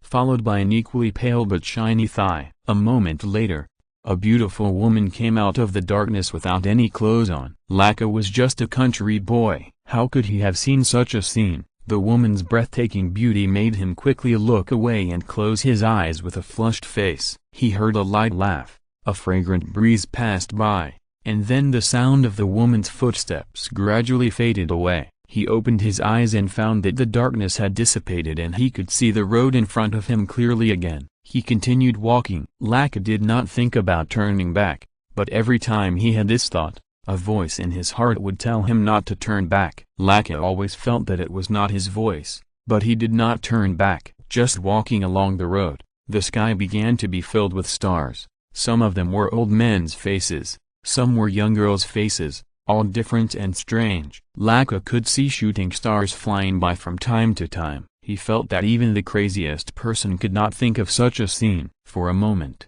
he felt that he was crazy. It was not until he saw the figure of the old man that he breathed a sigh of relief. After walking to his side in 2 or 3 steps, Laka asked with some complaints, "Master, where is this?" The old man smiled and turned around. He looked very comfortable, as if he had returned home. "This is the spirit world. You call this place the spiritual realm, but it doesn't matter what you call it. There is no specific name here, and there are no specific creatures. Everything here behaves differently. For example, you, Laka, look at yourself." Laka looked at him blankly. The old man waved his hand with a smile, and a mirror appeared in front of him. Laka saw that the man in the mirror was blindfolded with a red cloth. It was indeed his face, but he looked more than twice as old. At the same time, his body was more than twice as strong. Is this me?" "It's you, but it's not you either." The old man waved his arm, and the man in the mirror turned into a man covered in gold. He sat cross-legged in the air,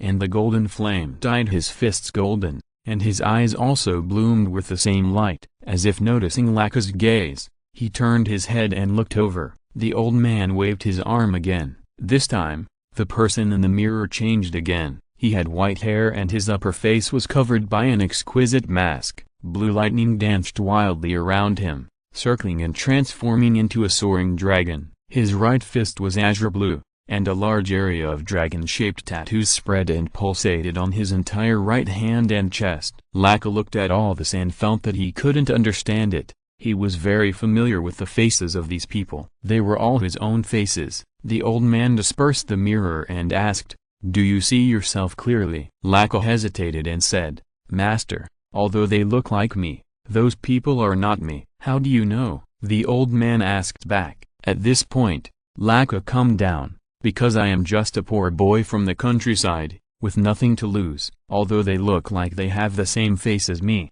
but..." As he spoke, he actually laughed. "I don't think I can be so powerful." "Master, useless?" "No, you are not useless." The old man smiled and then led him to continue walking forward. The deeper they went, the more abnormal the scenery became. Even the road they stepped on felt as soft as cotton. The old man led the way and said, "In the past, many people have seen this mirror, but no one said what you said. Laka. They just looked at themselves in the mirror and became addicted to it little by little. They stopped in front of a towering tree. Laka looked up. The tree was so tall that its branches almost covered the entire sky. The stars, the sun, and the moon were all around it. Just looking at it made Laka feel an indescribable sense of sacredness. He felt so insignificant. The old man said slowly, "Now, tell me your problem." For someone of Sean's size, it is very difficult to take the transportation used by ordinary people. For example, now they are going to take the water route back to Noxus, but Sean cannot enter the prepared rooms on the ship. These rooms are too small for his size. Even the lower cabin cannot accommodate him. Swain had no choice but to come to him for advice, but Cyan showed that he didn't care about this matter at all.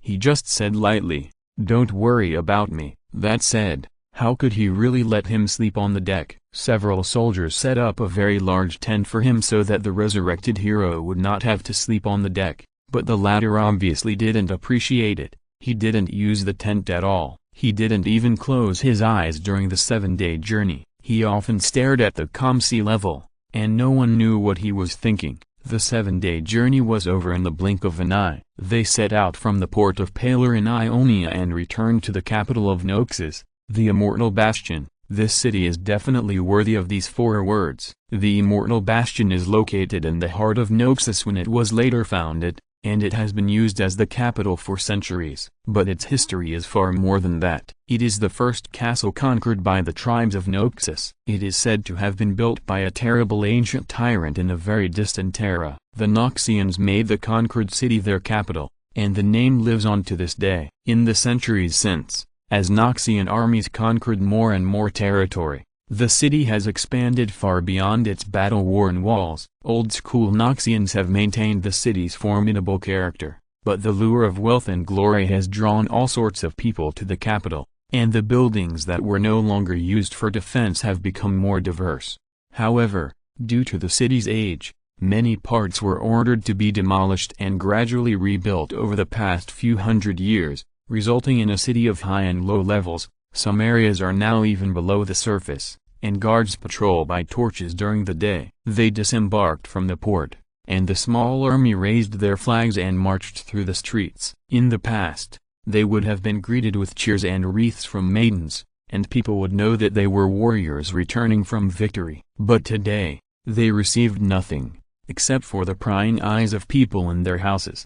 There was no one on the street. Swain frowned and said to Sean beside him, "General, I'm afraid that woman has already known about you." Humphrey. Sean snorted coldly. He said, "She is just an old bastard who plays with conspiracy and witchcraft. There is no need to be afraid." But here, I almost don't recognize this place. His eyes swept over the houses around him. In the city of Noxus, even the simplest buildings are built like fortresses. It's not just the Immortal Fortress, but any other city under their jurisdiction is like this. Anyone who wants to capture an Noxian city must pay the price of blood. Black and red are the keynotes of this city. Sean slowly smiled. Thanks to his ferocious iron chin, the smile did not look gentle. On the contrary, it was more like a monster choosing someone to eat. "You did a good job. It seems that the spirit of Noxus has not been completely lost by you." He lowered his head and asked, "Where should we find that damn woman? I can't wait to crush her head." Compared with his irritability, Swain was much calmer. He also understood Cyan's emotions very well. After all, the treatment he received was completely inconsistent with his status. Moreover, this general was famous for his violent temper when he was alive. "General, we must first settle the soldiers. They are too tired. After that, as usual, I will go to the palace to report the battle situation to Darkwill." He called Darkwill by his name, and didn't even bother to add the prefix "Your Majesty." "Where's your confidant?" Cyan asked again. "I sent him to do another thing, General." "Oh?" Swain laughed. He looked more gloomy when he returned to the Immortal Bastion than when he was outside, and he was completely different from those who returned to their hometown. They walked slowly on the street, not like returning home, but marching. Cyan heard Swain's whisper, like a crow waiting for its prey to die, "The Empire must be put in order." "What do you think, General?" The giant looked down at him and said nothing. He just raised his head and continued to move forward. But at this moment, something strange happened. A sharp, gleaming blade was thrown out of the darkness by someone, aiming for Swain's head. Cyan reached out his hand, and the dagger, which was obviously marked with magic, pierced his skin without even leaving a white spot. He easily stopped it. Swain's army stopped, and countless eyes looked back at him, waiting for his order, but Swain said nothing. He just raised his chin and gestured to continue moving forward. "Mind showing me the dagger, General?" Cyan spread out his hand. Out of caution, Swain did not touch the dagger directly. He carefully observed the beautifully shaped killing weapon until he caught a glimpse of a small mark at the end of the handle, and then he breathed a sigh of relief. "You are the first person I have ever seen who was relieved after recognizing the identity of the assassin." Cyan's low voice sounded above his head. "It would be more beneficial for us to know the identity of the assassin, General." "Who is it?" "One of General Du Cacau's daughters, the sharpest blade in the Empire, the most deadly assassin, Catalina Du Cacau." "You can recognize so many with just one dagger?" "I have seen this dagger too many times, General," Swain said slowly. "Most of the people she killed were my colleagues or superiors. In the end, they were proven to deserve to be killed. Either they were corrupt or they were in collusion with the enemy. However, a few of them died just because they said a few words about Darkquill." "The Emperor's lackey?" "General Du Cacau is indeed Darkquill's confidant, and his daughter ... Excuse me, General, she could have been an excellent battlefield assassin and killed local commanders for us, but that old bastard only used her to stir up trouble in politics." Sean coldly spat out two words: "incompetent." These two words to the Noxians were no different from directly scolding the Ionians' mothers. "Do you think she's gone?" "She won't give up until she completes her mission." "But we're almost at the barracks." "There are dozens of barracks of various sizes in the Immortal Bastion, and Swain's troops have their own barracks, but at this time, even if the entire army is stationed, it seems empty, with too many casualties." If Cyan wasn't here, Swain would have spent years recruiting and training his men before heading off to battle, but there was no need to do that now. They were already on the battlefield. Chapter 283 Branches of Trees. Standing in his room, Swain was changing his clothes. Even if he no longer regarded Darkquill as the Emperor of the Empire, he had to change into a decent outfit to meet the Emperor. He frowned and put on the tight black and red clothes, and then put on a pure black coat. But he was thinking about something else. The streets with closed doors and windows could keep everyone indoors during the day, but there were no guards patrolling and no one stopped them. He returned to the barracks smoothly, but was assassinated in front of the door. All kinds of questions swirled in his mind, and the most incomprehensible thing was the dagger. He knew Katarina's ability and had seen it. How could she alert the enemy in the daytime just to throw a dagger with her family emblem? Things might be more complicated than he imagined. He buttoned his collar and picked up a comb to comb his hair back neatly. The man in the mirror had a gloomy face. The downward curve of his mouth and the fine wrinkles at the corners of his eyes revealed his ruthlessness in every detail, except for his eyes, which were full of fatigue. He was very different from the young man 20 years ago. He clenched his fist unconsciously. How many 20 years did he have left in his life? Could he really see the day when Noxus realized its long-cherished wish? The bark of the old tree was very rough,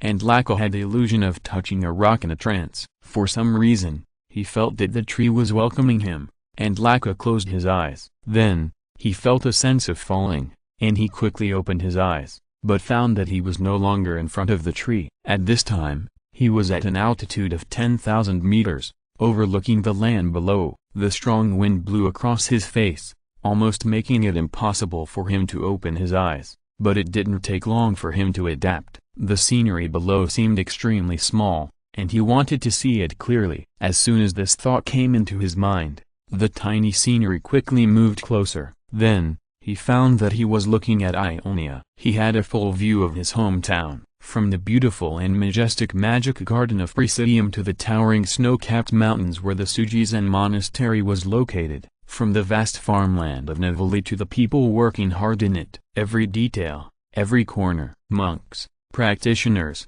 martial artists, the salvation ceremony, the beggars on the street, the women giving birth. He was almost fascinated by it. After all, not everyone has the opportunity to observe their hometown from such a perspective. And Ionia is famous for its magnificent scenery. Korra did not forget why he came here. Master, I just want an answer. Why does the tree show me these things? He asked blankly. The old man did not answer him, and soon the scene changed. The magic garden of Presidium was burned to ashes, and countless practitioners or martial artists in the dojo who spontaneously tried to defend their homes were easily killed by the Noxians wearing black armor. This land that had been peaceful for thousands of years was dragged into the frenzy of war in an instant. Not only the resistance but also countless civilians died. The Noxians, who were furious, even used poison gas. The most ridiculous thing was that when the poison gas began to spread on the land of Ionia,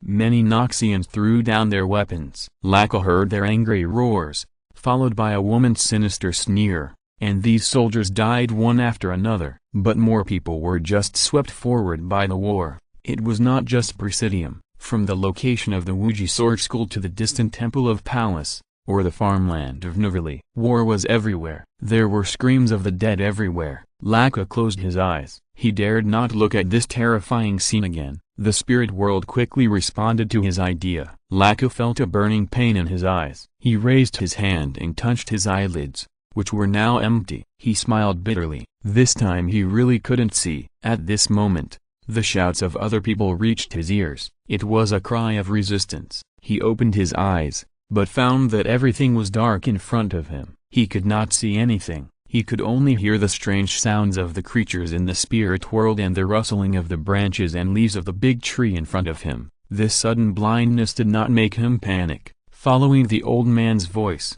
he closed his eyes again. This time, he saw everything clearly. The invasion of the void, what the mage did, the blue-armored giant outside the city, the general named Sween, and what was happening in their country. At this moment, the old man's voice came. You should come back, Laka. The next second, he felt that he had returned to the original place, but he still did not open his eyes. The huge old tree in front of him swayed slowly. It was obviously a tree, but at this time it stretched its body like some kind of cat, and the light from the spirit world swayed around it strangely and uneasily. Although he was standing with his back to the old man, he inexplicably saw the figure of the old man standing behind him. It was a ball of golden flame, burning vigorously. Laka turned around with his eyes closed, and the old man's voice sounded in his ears. What did you see? A lot of things. The young man was silent for a long time before he said this. He reached out and touched his eyes.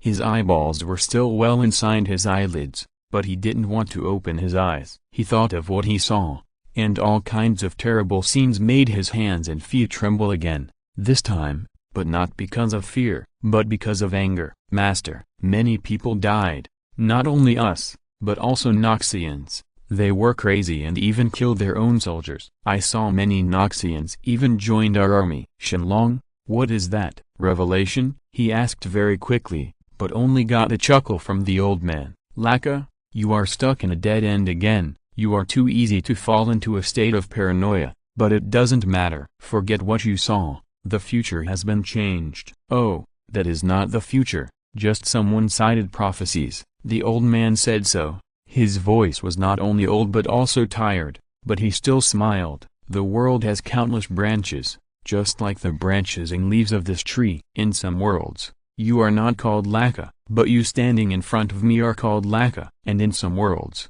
the wizard you saw never appeared at all. Laka just listened blankly. He didn't understand what the old man was saying, but just wanted to do something to ease his mood at the moment. I kowtowed and apologized. I was stuck today. I wrote and deleted from 2 p.m. to now, and finally this much. I will make up for it tomorrow and sort it out. If you're listening to this novel on a channel other than Fanfic World, it means they downloaded and uploaded it without effort. We cordially invite you to visit our channel, Mundo Fanfic Novelist. There you'll find the original version of this story and you can explore many other novels of various genres. We're waiting for you to immerse yourself in a world of incredible novels. Chapter 284 Slaanesh. A woman's voice sounded in Swain's room. You're really not panicking at all, Swain looked at the red-haired woman with a narrow scar on her left eye in the mirror and said lightly, "You're not an idiot, and neither am I. Katerina Dukokau is not an assassin who will casually strike on the street." Katerina nodded frankly, "You're right. My goal is indeed not your life. Just say it if you have something to say." Darkwill is probably crazy. This did not surprise Swain too much. He had actually expected it. The last time he saw that man, Darkwill, who was famous for his bravery and fighting skills when he was young, has become a fat man with a big belly. His belly is 15 minutes earlier than him. The same is true for those once strong arms. Now I'm afraid they can only hold a wine glass. Tell me about it. Swain lowered his head and began to hang medals on the left side of his chest. The Immortal Bastion has been under full martial law since a week ago. Even the rats they raise underground have not been spared and are forbidden to go out. People are forced to stay at home and food is rationed. 3 days ago, even the soldiers patrolling the streets were cancelled. Even the soldiers patrolling the palace have been reduced to 3 people. As she spoke, her eyes began to reveal unspeakable fear. Swain saw her expression and was startled. What could scare a well-trained senior assassin like this? You know, Katerina has been trained as an assassin since she was a child, and this matter is even an open secret among the top officials of the empire. Katerina whispered, "So I went to talk to my father. Although I was no longer loyal to him, I still needed to get information from him about some things, but when I returned home, all I saw was a moving skeleton." Can you imagine that scene? Lord Swain's skin and flesh had all disappeared. Under his clothes were empty bones, and only his face was covered with a thin layer of skin, but he had no eyeballs. "I only saw 2 faint blue lights." Undead magic? Swain frowned. "No, that's not right." Although Dukokau was the lackey of that useless Darkwill, he was not an idiot. There was no reason for him to voluntarily become a skeleton. What's more, if he joined the Black Rose Society, they would have a much better way to give people a long life. Thinking of this,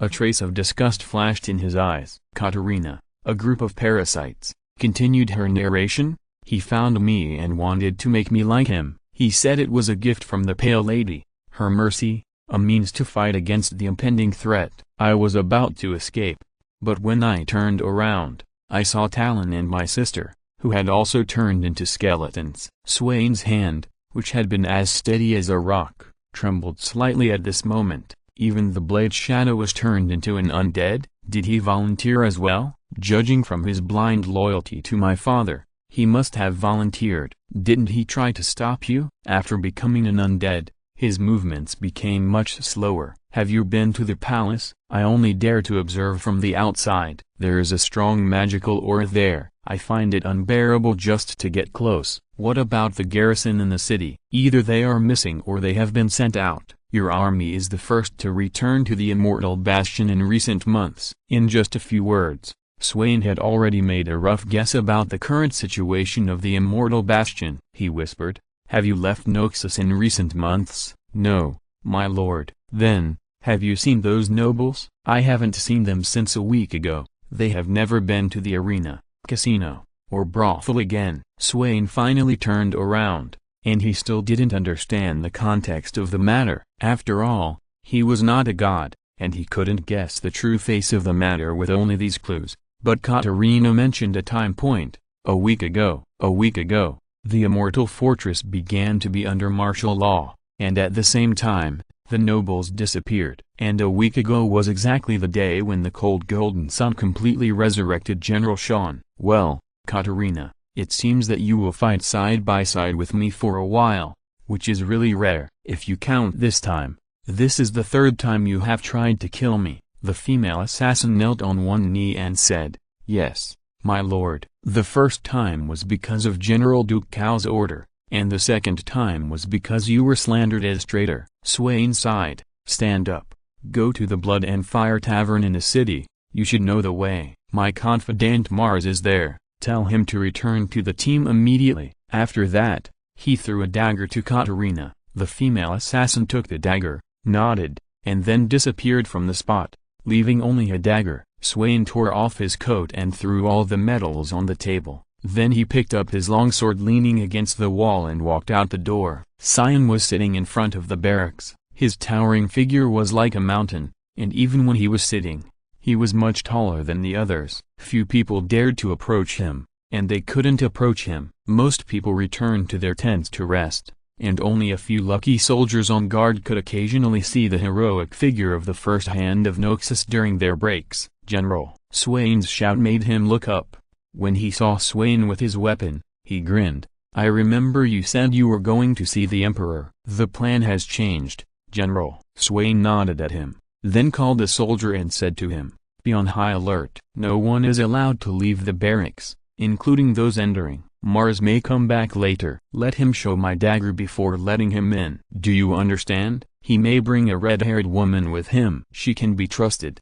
But you must also be more careful." "Understood, sir." The soldier did not ask why. He quickly passed the order down. From the open space in the middle of the barracks to the resting tents, rustling sounds soon sounded, mixed with the sounds of wearing weapons and stringing crossbows. Before long, the secret sentries filled the entire barracks. After doing all this, Swain walked towards Syan. The giant did not move. He sat lazily on the ground, tapping his hideous steel chin with his thick fingers. This crown of Jarvanai was originally made of gold, but after being washed away by time and baptized by witchcraft, it has long turned into pure black steel. "How is it?" Syan asked. Swain gloomily told him the intelligence and his guess. Syan nodded thoughtfully and then asked, "How credible is that woman's words?" "At least 8 points, General. Since she refused to serve her father again, she has been a true Noxian." Hearing this, Syan stood up. "Some people are like this. They don't need to make any big moves, nor do they need to deliberately make a fierce look to intimidate others. Just simply moving their bodies can make people feel extremely oppressive." He moved his shoulders and grinned. "So, we are going to kill people now? It's hard to say whether they are still human, General." Syan sneered and said no more. "Shame. It is a shame to survive in this form." Vladimir thought so. He was now in the form of a pool of blood among the dead, not attracting any attention. For him, this matter was almost unbearable, but he had to endure it. He heard a hoarse and malicious voice hovering in the hall full of dead people. "How long will it take us?" "Soon, just a little bit, and my lord will come." Another voice with the same malice replied. If Vladimir still had a face, he would frown deeply and express the purest contempt and insult to the owners of the two voices with the demeanor of a noble, but his current form was even lower than them. No, they. As the two creatures gradually went away, the blood began to boil. With a gurgling sound, Vladimir stood up. This ancient blood magic from the Darkin was refined in his hands. Now, he can't transform himself between humans and blood at will. In the days when the Shurima dynasty collapsed and the Darkin rose, this ability helped him a lot, and even helped him survive to this day. Yes, Vladimir, also known as the Blood Prince, the Scarlet Reaper. Few people know his true identity. He is one of the oldest mysteries in Noxus. He founded the Black Rose Society with the Pale Lady. He played with countless mortal heroes, nobles,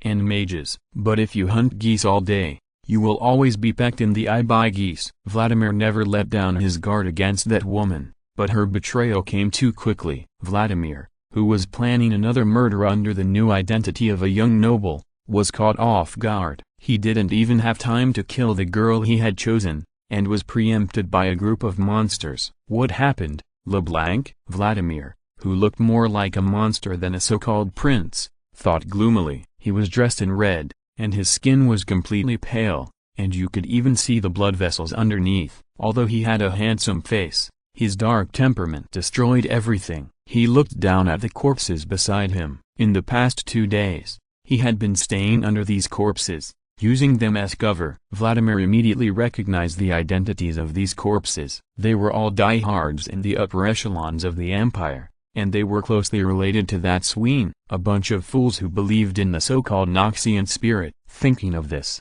he curled his lips in mockery.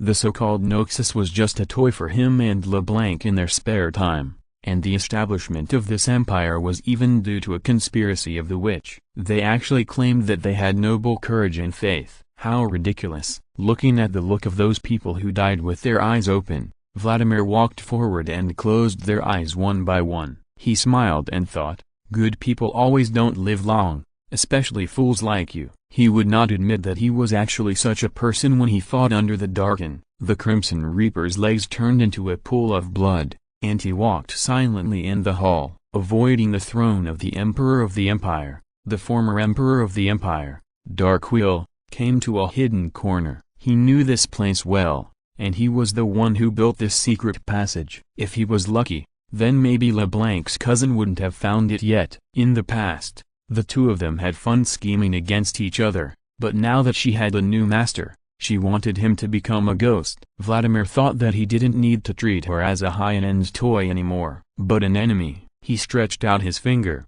groped on the bricks, and stopped at a place that was no different from other places. His unique blood magic turned his finger into a sharp blood needle, which pierced into the gap between the bricks. Then it covered the front wall, and a slight turning sound was heard. The magic he left behind was not lifted. Vladimir breathed a sigh of relief, and the wall twisted into an arch little by little, and returned to its original state after he entered. He walked in this secret passage that had not been used for at least 300 years, and the rotten air did not make him feel uncomfortable at all. After all, he no longer needed oxygen. He had to leave here. This secret passage leads directly to the outside of the palace. As long as he leaves the Immortal Fortress, he will still be able to reverse the situation. However, a question always lingers in his mind. The reason why Noxus was established is because LeBlanc intends to use this Immortal Fortress as a seal and suppression point. As the capital of Noxus, few Noxians know that deep underground in the Immortal Fortress, there is a huge secret. It is so big that LeBlanc needs to continuously strengthen magic for thousands of years. Isn't she afraid that the tyrant will come back by doing this? Despite all the doubts, Vladimir's speed is not slow at all. He quickly passed through this dark corridor, but because the palace is too big, it will take him a while to leave safely. Vladimir didn't plan to see what the cousin was doing. Since he saw her new form, he had completely forgotten about this matter. Otherwise, why do you think he turned into a pool of blood and hid among the corpses for 2 days? Recalling her posture, Vladimir actually felt a surge of sexual desire. Damn, it's really a ghost. She has turned into a purple monster, but why do I find her attractive? Syan still didn't wear armor. If he didn't ask those craftsmen, he couldn't find a set of armor that could fit him in the entire empire. Even Darius's lieutenant, Captain Farron, was the same, although he was also famous for his extraordinary physique. But it was still too difficult to compare with Syan. He held a huge axe in each hand that a normal person would need both hands to hold, and even so, he didn't even think the axe was big enough. Swain was much more normal in comparison. He was wearing black leather armor and a long sword hanging on his waist. Syan's footsteps were very heavy, but neither of them thought about hiding their whereabouts. After all, they were going to kill people. What kind of person is this Stukak you are talking about? Syan asked. Swain pondered for a while. They turned a corner and were not far from Duke's house. Cold and ruthless, he married his wife because he was attracted by her magical power. He has 2 daughters. The eldest daughter, Katerina, showed a talent for magic since she was a child. She could have become a mage, but he only trained her as a tool. The second daughter has no magical talent, so he used her as a tool for political marriage in the future. And his most capable subordinate, one of the Empire's blade masters, Talon. This man was willing to be used as a tool by him. Is he loyal to the Empire? Sean asked again. It's hard to say. Sean snorted coldly. Not long after, a magnificent manor appeared in front of them. It was wrapped in a high black outer wall. Swain could see the fountains, sculptures and hedge mazes inside through the iron gate. It was obvious that it would cost a lot of money to build. As a lackey of an incompetent emperor, he is quite good at enjoying himself, Sean said coldly. Swain stood there and observed for a while. He said, I didn't see any servants, gardeners, maids. Even the horses in his stable are gone. The cold wind blew through the streets. The surroundings were so quiet that it was terrifying. A strange atmosphere began to spread. Syan raised the great axe in his right hand and chopped it down fiercely. With a loud noise, the solid iron door was instantly chopped into twisted scrap metal. Then, Syan kicked it with his foot. His huge force made the twisted scrap metal soar into the air with a terrible sound and speed, drawing an arc in the air and smashing on the oak door of the main house of Duke Cao's family. Smoke and dust filled the air. Since we are here to kill people, don't worry about so much, Swain. Besides, they may not be human, am I right, Ribs? Syan's first half of the sentence was originally very calm, but when he said the latter part, he had already grinned. A cloaked thing slowly appeared in front of them. Swain drew his sword. In addition to disgust, there was an indescribable complex emotion on his face. Look at yourself, Talon. The monster called Talon spoke slowly, and the cold wind blew across its empty ribs,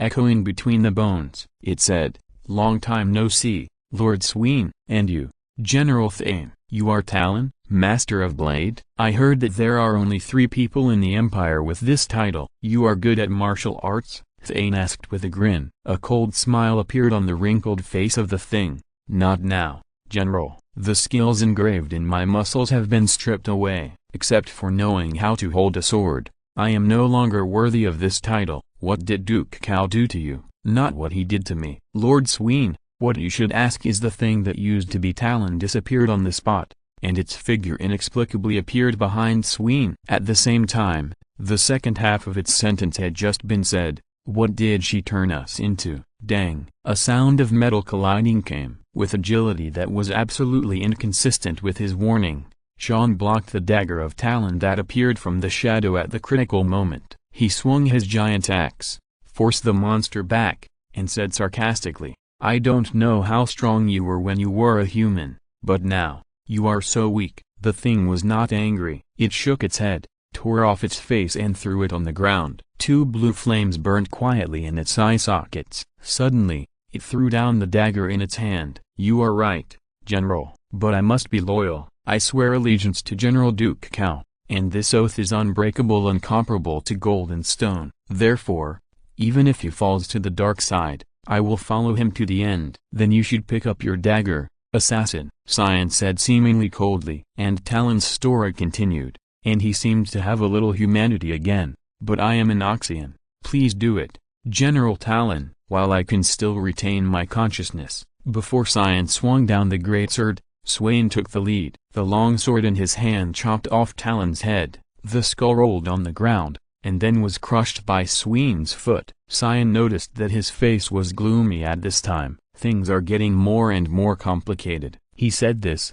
and Sean did not make any comment on it. He just smiled disdainfully. They came to the main house. Due to Sean's brute force bombardment, the main entrance of this magnificent building had become dilapidated, and the hall on the first floor and half of the reception room were in a mess. Instead of choosing to enter, Swain nodded to Sean, who grinned again, raised the giant axe in his hand and swung it. Such a scene was very shocking. A giant wielding a weapon, tirelessly destroying another equally huge building. Swain stood aside, his face expressionless, and no one knew what he was thinking. A moment later, Duke Cao's house collapsed completely. "It seems he is not in it." Looking at the ruins caused by his own hands, Sean, who was somewhat satisfied, glanced at the axe blade, and after noticing that they were still sharp, he said lightly, "If he is not here, there is only one place." Swain turned his head and stared at the towering palace not far away. For the first time,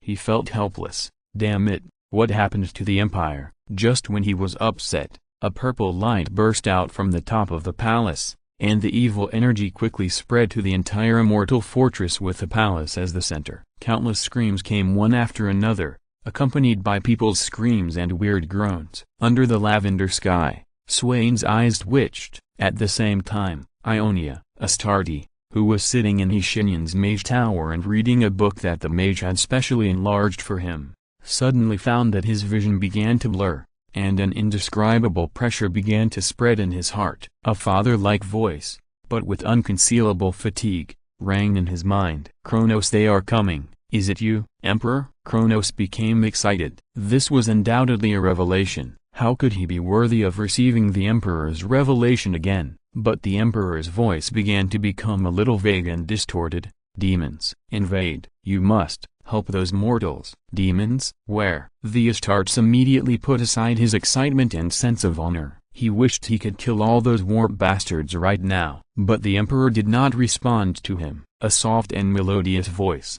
reminiscent of countless beautiful notes, replaced it and began to linger in his mind. His temples began to swell abnormally, and all kinds of illusions began to spread in his heart. The Astartes immediately began to silently recite prayers to the Emperor. Facing them, an Astartes is no different from a mortal. When facing them, they all have only one piece of armor and one weapon: loyalty to the Emperor. Kronos tried his best to block out her voice, but he just couldn't do it. He could still hear her voice, which was reminiscent of the pleasure of a woman on the bed, with incomparable temptation. "Look what I found. It seems that you are not sitting honestly in your position, my son." She let out another soul-stirring moan. Kronos clenched his teeth. He felt as if his brain was about to explode. A sticky feeling began to spread on his face, as if he was being licked by a slender forked purple tongue. He heard the voice continue, "And you, little thing, stay away from him." Kronos heard a roar, so deafening, but with undisguised fatigue and the majesty, and the voice moaned again with pleasure in the pain. "Ha! Keep going. I like you to do this to me, son. You are much more romantic than that red guy. Keep going." In the next moment, her voice changed. It became like thousands of human voices speaking together, mixed with countless obscene sounds, and Kronos tried his best not to hear the blasphemous words in the background.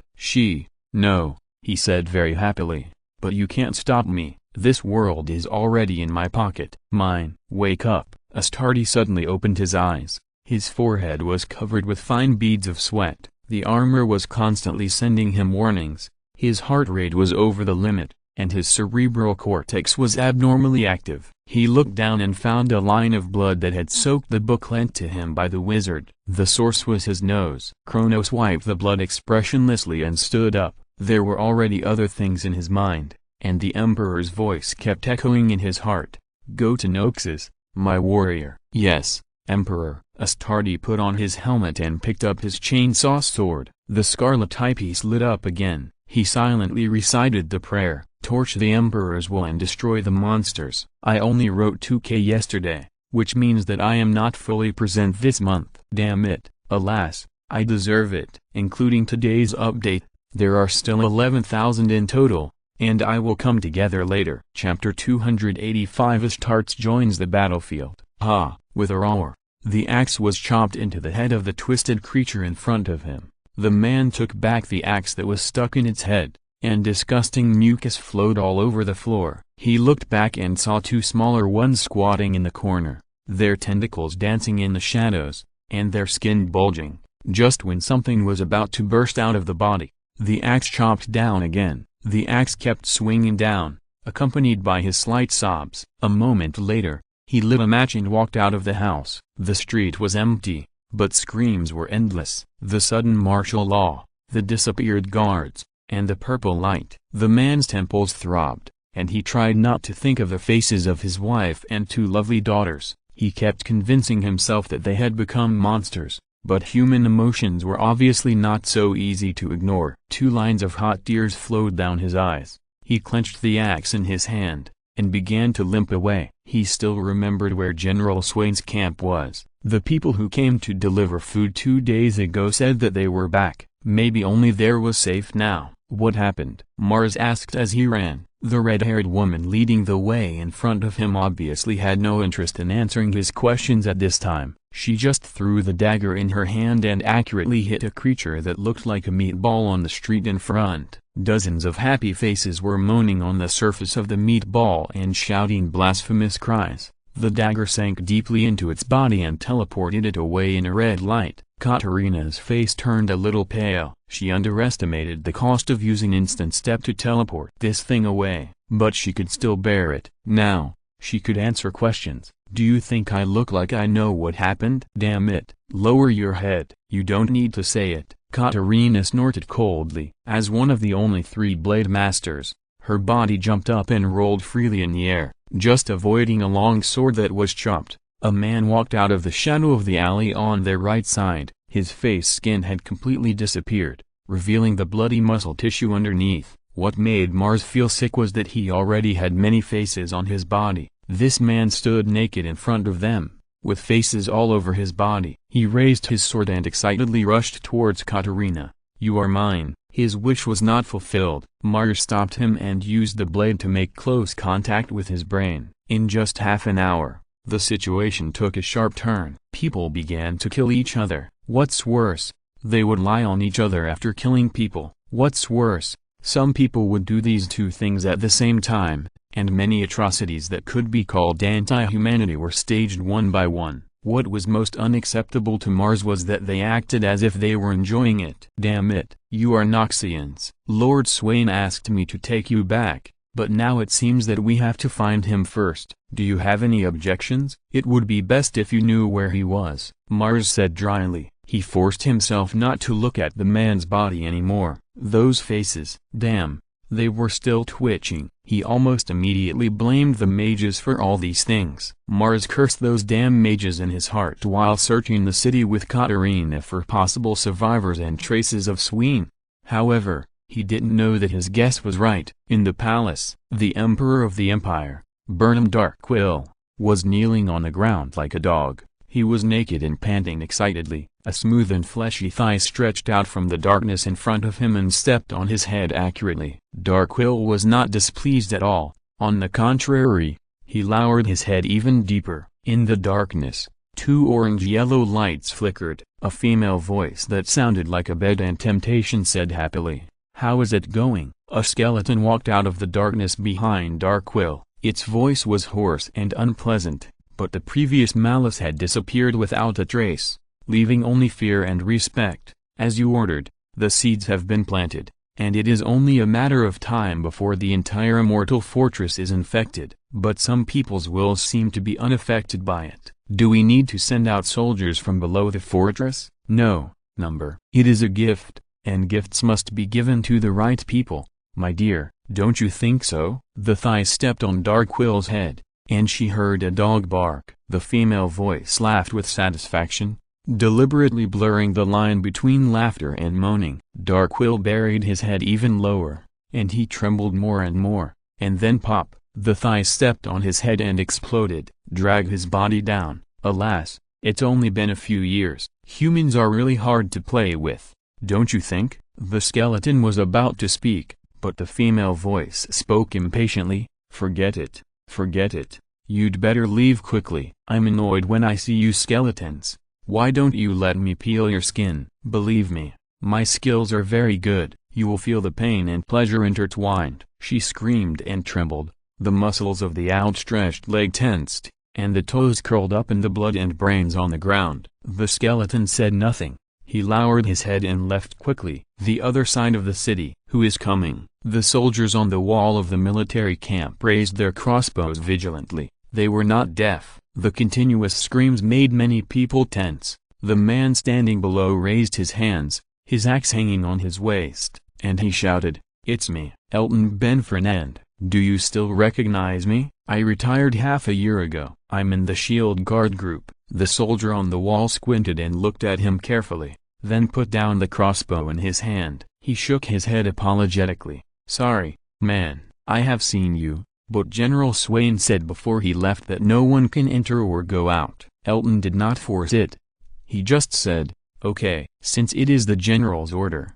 But can you throw me a shield and a long sword?" He showed a look that seemed to be crying and laughing. "I really don't want to use the axe anymore." Not long after, a shield and an axe were hung down by a rope. The soldier continued, "You can wait at the bottom of the wall. The general may be back soon. He remembers each of us. You have only retired for half a year, and he will not forget you." Elton looked down at his crooked right leg and said nothing. "The Swain they were talking about is not in good condition now. Very bad." As the purple light quickly spread across the city, Swain quickly found a cover. This was a soldier's instinct. He hid behind the fountain, and Cyan didn't move at all. He disdained to hide. The purple light swept over their bodies, and Cyan's body didn't even shake. He looked at the towering palace and sighed, but Swain shook his head. He felt an indescribable pleasure all over his body at that moment. He had never felt such a feeling before. For a moment, he really wanted to indulge in it.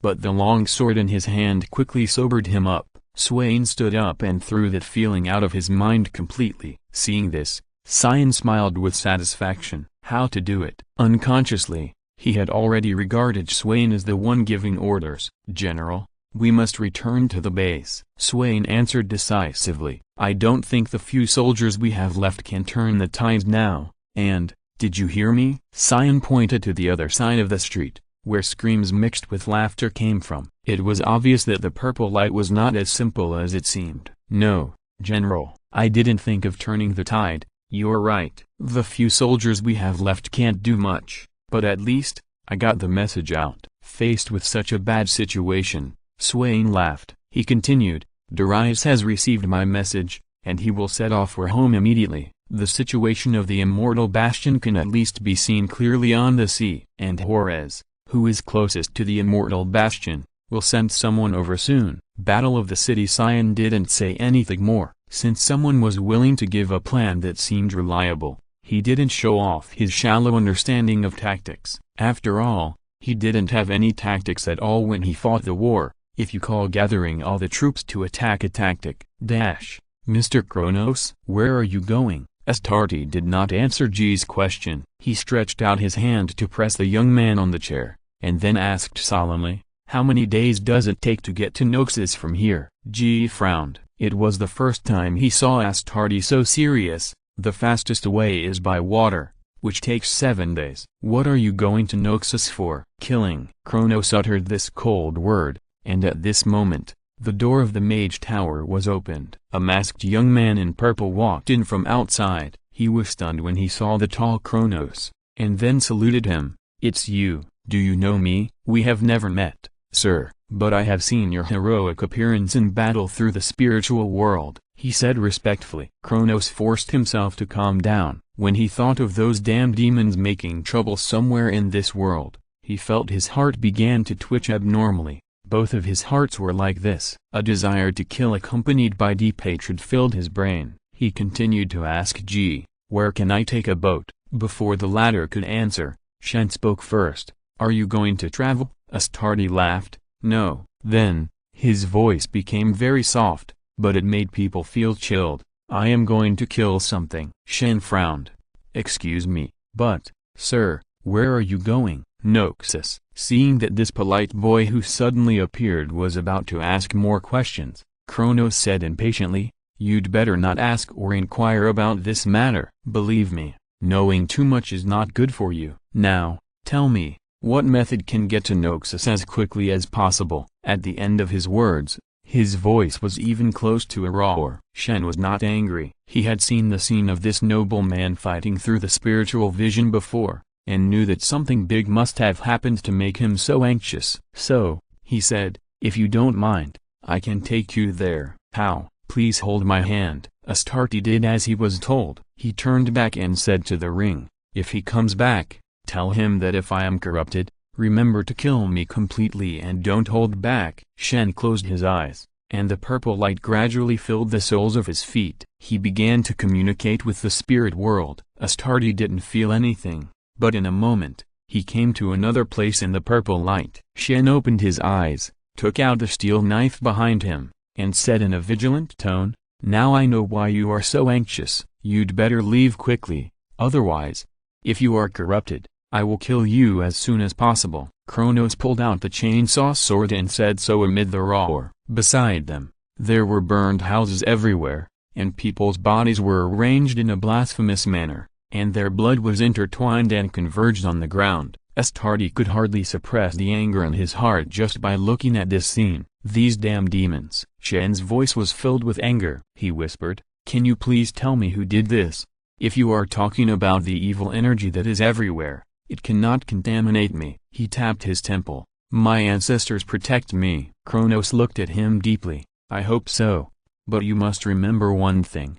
As long as you show a little abnormality, I will kill you immediately. Of course. Shen nodded. He had just looked at the surroundings and saw those who were infected by the evil energy. He could not accept the ugly appearance. But what made him even more unacceptable was another thing. Even if these people were Noxians, they should not be treated like this. Moreover, if these things spread out, He dared not think about it anymore. Astarte looked at him again, and then began to walk forward. His footsteps were heavy, with the sound of something running. It seemed that he just chose a random direction to walk, and from beginning to end, he did not say who did this. Shen followed him, and he suddenly realized that this might not be something a human could do. I owe 7,000, and my head is starting to hurt. I'll go to bed early tonight and take a rest, and pay it back tomorrow. It's so cool to be quarantined at home. Ha ha ha ha ha ha. Chapter 286 is coming. A man yelled, "Get up!" Nilai felt that the voice was familiar and scary, reminding him of the sound of swords colliding. His body subconsciously wanted to do what the man said, but he couldn't get up. The world was spinning, and his eyes were blurry. He felt his eyelids were very heavy,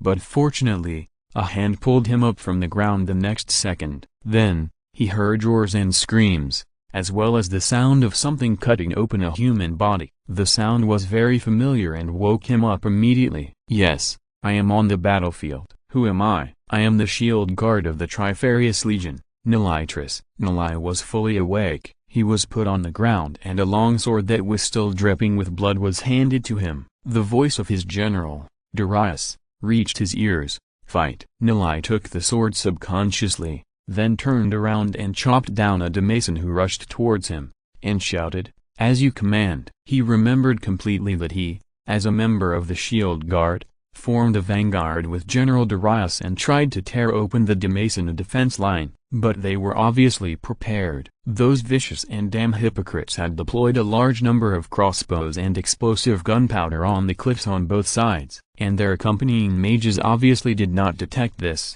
and the Shield Guard group's defense line was quickly torn open. They were in a bitter battle and the battlefield was divided. Nilai was lucky that he was with Darius, but it was also unfortunate, because every Noxian knew that Darius only appeared in the most dangerous place on the battlefield. Nilai panted and pulled his sword out of the Demason's neck. Somehow, he felt tired. Nilai looked down and found that an arrow had been inserted into his abdomen at some point, and he didn't notice it at all. But now is not the time to talk about that. He looked back and saw Darius was fighting 10 men at once. The great axe in his hand was already stained with blood, and he himself did not seem to mind letting the weapon drink a little more Demason blood. Nilai saw his general kill 3 Demasons with a simple horizontal slash. There was a flaw in their encirclement, and Nilai seized this flaw. He ran up in 2 steps and attacked a Demason from behind. The long sword pierced through the gap in his armor, and Nilai was very glad that not every Demason could wear their damn bright silver armor.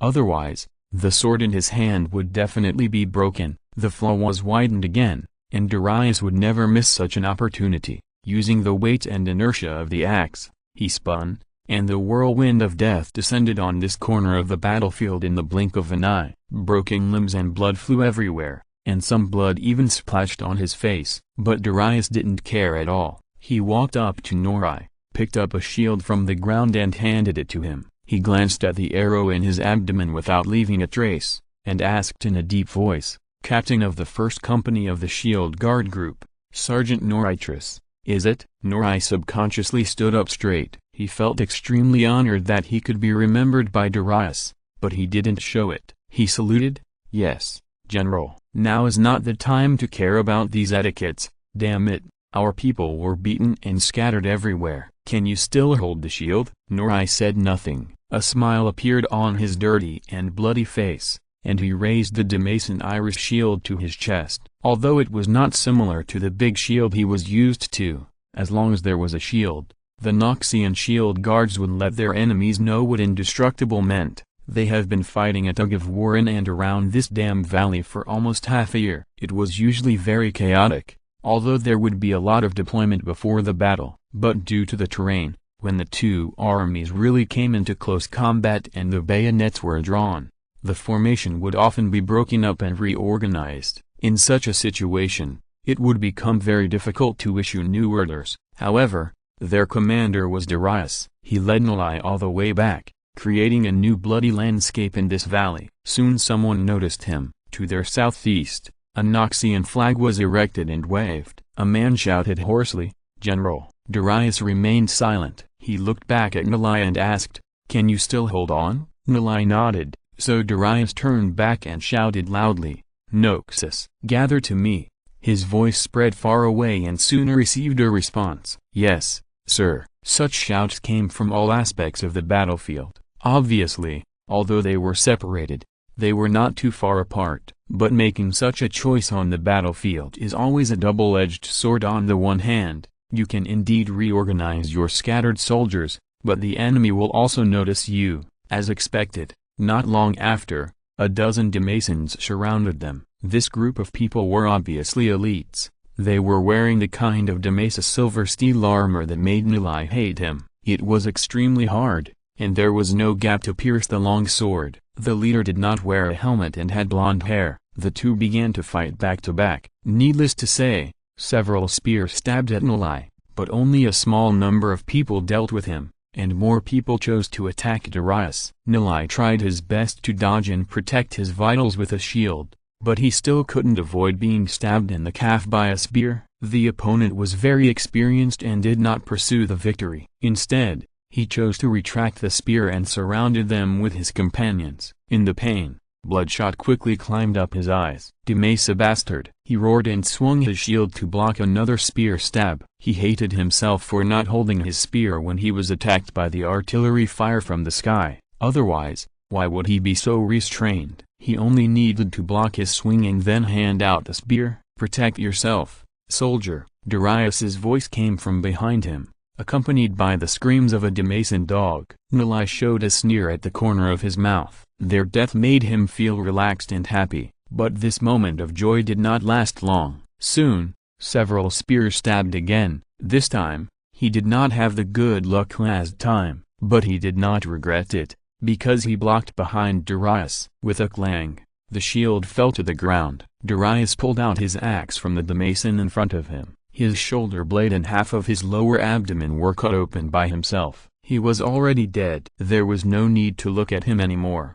and the remaining Damascens were afraid of his force and chose to slowly surround him. He did not look back, even though he knew that the soldier he rescued was dead. Darius knew that the only way to comfort his soul was to kill more Damascens. A few hours later, at dawn, Noxus had won this victory. Temporarily, the Damascens would soon organize another attack, and maybe bring their damn dragon knights. Thinking of this, Darius felt a headache. They had ferocious dragon dogs that could gain an advantage on the ground battlefield, and there were so many of them that they could basically establish an advantage for Noxus at the beginning of the battle. But when the Damascens put their few dragon knights into the battlefield, things became bleak. Noxus's anti-aircraft means were very rare, or even non-existent. Even though the number of dragon knights was rare as a high-level unit, Darius would rather choose to change his strategy if he had to pay 100-to-1 casualty ratio to kill one. He sat on a stone at the exit of the valley,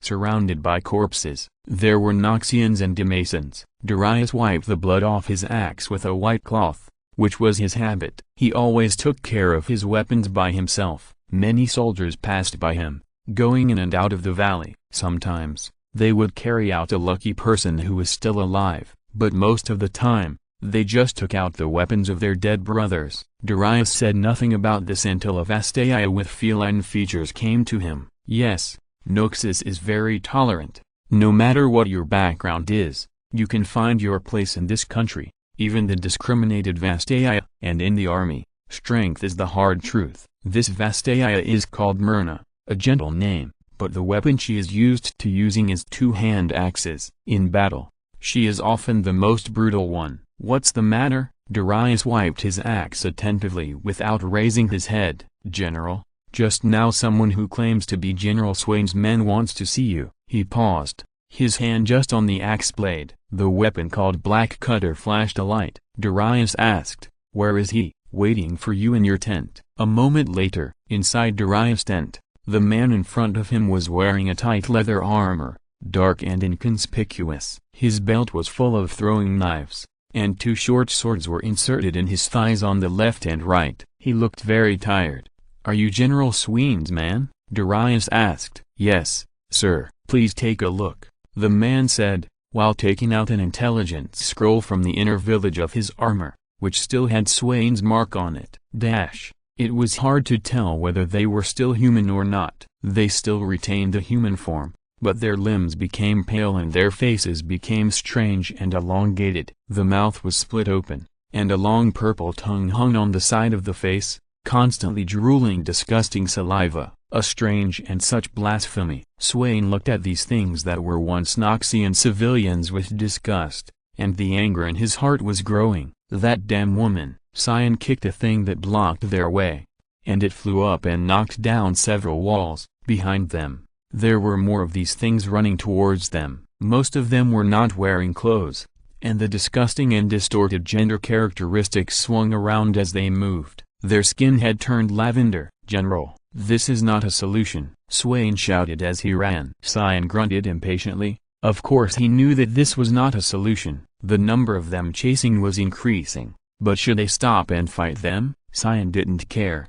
but Swain would definitely die. How far is it to the military camp? He asked dully. 2 more streets, Swain answered quickly, while carefully paying attention to the gravel under his feet. He had to make sure that he didn't trip over those things while running at the fastest speed. It would be ridiculous to die from a fall. They ran across 2 streets and saw the gate of the military camp in front of them. There were already a lot of corpses piled up under the wall, and the flames were slowly burning on them. Swain was very relieved about this. At least they knew to burn the corpses of these things that were profaning. Cyan stopped and said to Swain, "You go in first." He turned around, knocked the 2 axes against each other, and looked at the group of monsters that were coming, revealing a grim smile. The remaining 15,000 will be put away at night or in the early morning. It is recommended to get up tomorrow morning to see them together. Chapter 287, The Gaze of Khorne. Before entering the gate,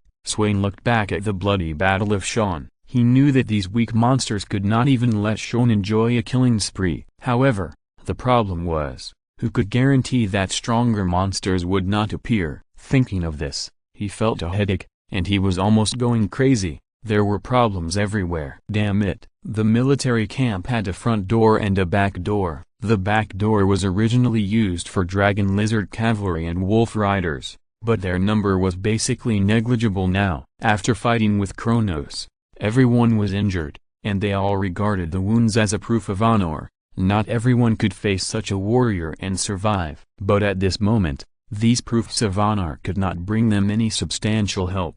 There were soldiers in groups of 3 or 2 running up the wall of the military camp, holding military crossbows or bows and arrows in their hands. Swain grabbed one and roared, "What's the situation?" The other party roared in response, because the screams and the roars of the monsters were too loud, and it was impossible to hear them otherwise. "General, we don't have enough arrows. Everything else is fine. They can't hurt us." "Good job." Swain patted his shoulder and let him go. He walked straight to his room. Now, most of the guards in the city are missing. Most of the elite troops of Noxus are caught in a tug-of-war with Demesa. Swain was keenly aware of one thing, which must be related to that cousin. He almost bit his teeth. What good did it do to Noxus to turn it into this state and make the citizens of the Empire into monsters? "General," someone called him, and Swain turned around and found that the person who called him was his confidant, Mars. He ran over quickly, his face full of anxiety. "General, the information can't be passed on." "What?" "When I arrived at the meeting point, I found that all the sentries and spies there were dead. There is no way to pass the message to General Darius in the city," he said almost desperately. A string in Swain's head broke, but, for some reason, he became calmer. "Some people seem to be born to do this kind of thing." He nodded and said to Mars in a calm tone, "Don't worry, pick a team of soldiers, and go to the port together. The journey is not far. If there are still ships that can sail, you pick one and inform General Darius of this news as quickly as possible." "Yes." Seeing Swain's calm demeanor, Mars also calmed down. He saluted, and then strode away. Swain stared at his back as he left, his expression at this time gloomy beyond words. "She even calculated this!" Katarina walked out of the darkness and asked, "My lord, what should we do?" Swain glanced at her and said,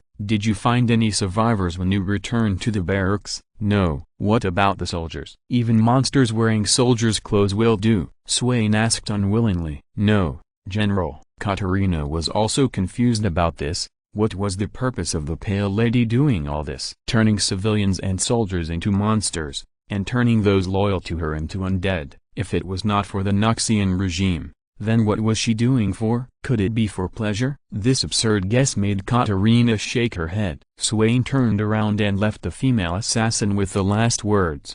Get ready for battle, Blade Master. We will fight an extremely difficult battle. There was no other way except waiting. On the other side, Sean only felt that these weak zombies that were killing more and more were disgusting. They were all civilians of the Immortal Bastion in their lifetime, but now they all looked disgusting and blasphemous. The twisted limbs, narrow mouths, and tongues like sharp teeth and blades made Sean feel more and more annoyed. What he couldn't stand the most was that even if he chopped and killed these things one by one with an axe, they would not feel fear. On the contrary, they would actually make pleasant moans, and some even trembled before dying and left some suspicious liquids. What a blasphemy! You! He roared and waved the two huge axes in his hands. Every swing could reduce the number of corpses. This meat grinder-like scene was really bloody and terrifying. All of them. Damn it. Ah! Sean jumped high like a madman and rushed into the pile of zombies. The two axes crossed and chopped down,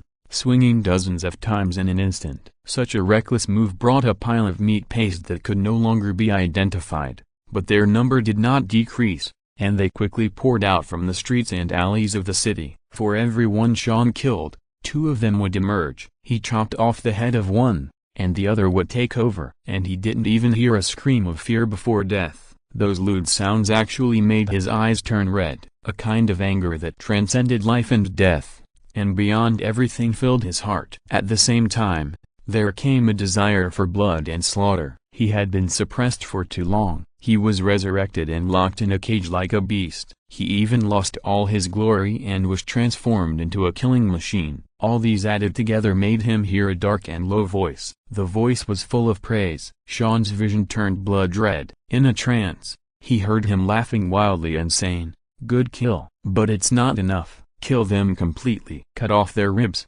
tear off their heads, and destroy everything in front of you." Amidst his wild laughter, Sean swung the axe in his hand more violently.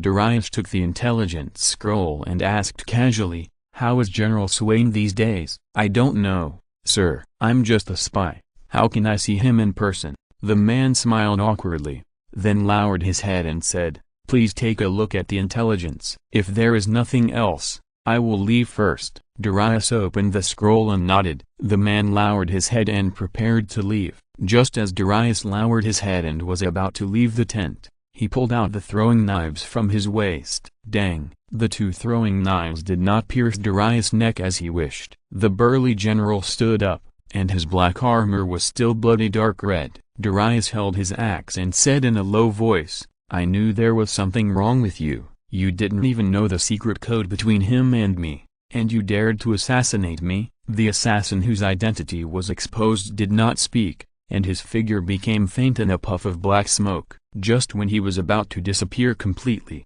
a cold hand grabbed his throat. Darius threw him to the ground and stepped on his head. "Who sent you?" Although the assassination attempt had failed, the assassin lying on the ground laughed. He said, "General Darius, your brother, wife, and son are all in the petals of the black rose." Darius loosened his foot, and the assassin's laughter became more rampant. Then, he received a heavy kick. Darius's steel boots kicked out a third of his teeth, and even his face was kicked into a dent. He said calmly, "My brother, wife, and son are all children of Noxus. They fight for Noxus and can die for Noxus. Besides, they are all excellent warriors. Rats like you who roll in the gutter can't hurt them." "We are indeed the great Noxian hands of rats," the assassin said vaguely, spitting out a mouthful of blood mixed with several teeth. "But it is not us who will deal with them." "Didn't your master, the Pale Lady, the slutty cousin who is available to everyone, tell you something?" Darius smiled instead of getting angry. He grinned and asked the assassin a question, and then swung the axe in his hand before he could answer. The curtain door of the tent was lifted, and several soldiers ran in with swords in their hands. Looking at Darius, they asked, "General, are you okay?" "It's okay. Drag him away. Tell everyone that tonight is the last rest time. Tomorrow morning, we will set off back to the immortal bastion." Darius turned around, and his red cloak fluttered behind him. He returned to the table and picked up the intelligence scroll, which had only one sentence on it. "The Black Rose Society salutes you." He threw the scroll on the table expressionlessly and walked out. The chainsaw sword roared and tore into pieces anything that dared to stand in front of Kronos. The corrupted female civilian only had a pair of eyes that could still be seen as human. Kronos cut her in half and then strode forward. Shen followed behind him, stepping over the broken limbs and arms. He said, "The number of them coming to stop us is beginning to decrease." Astartes raised his head and glanced at the gloomy sky. From the towering palace, a purple light beam that penetrated the sky and the earth was emitting a seductive light. "Don't take it lightly. The corrupted followers of that abomination must have their own insidious plans. They are the leaders of all enemies and the evil among the evil demons." His voice became low and terrifying after being processed by the helmet. Shen held a steel knife in his right hand. Ionia's exquisite weapons seemed a little powerless against these monsters. This one-handed weapon was very useful against humans, but against those monsters, he would need some more violent weapons. Shen glanced at the chainsaw sword in Kronos' hand without leaving a trace. He had to admit that it was really a deadly weapon. It could easily tear flesh and cut bones,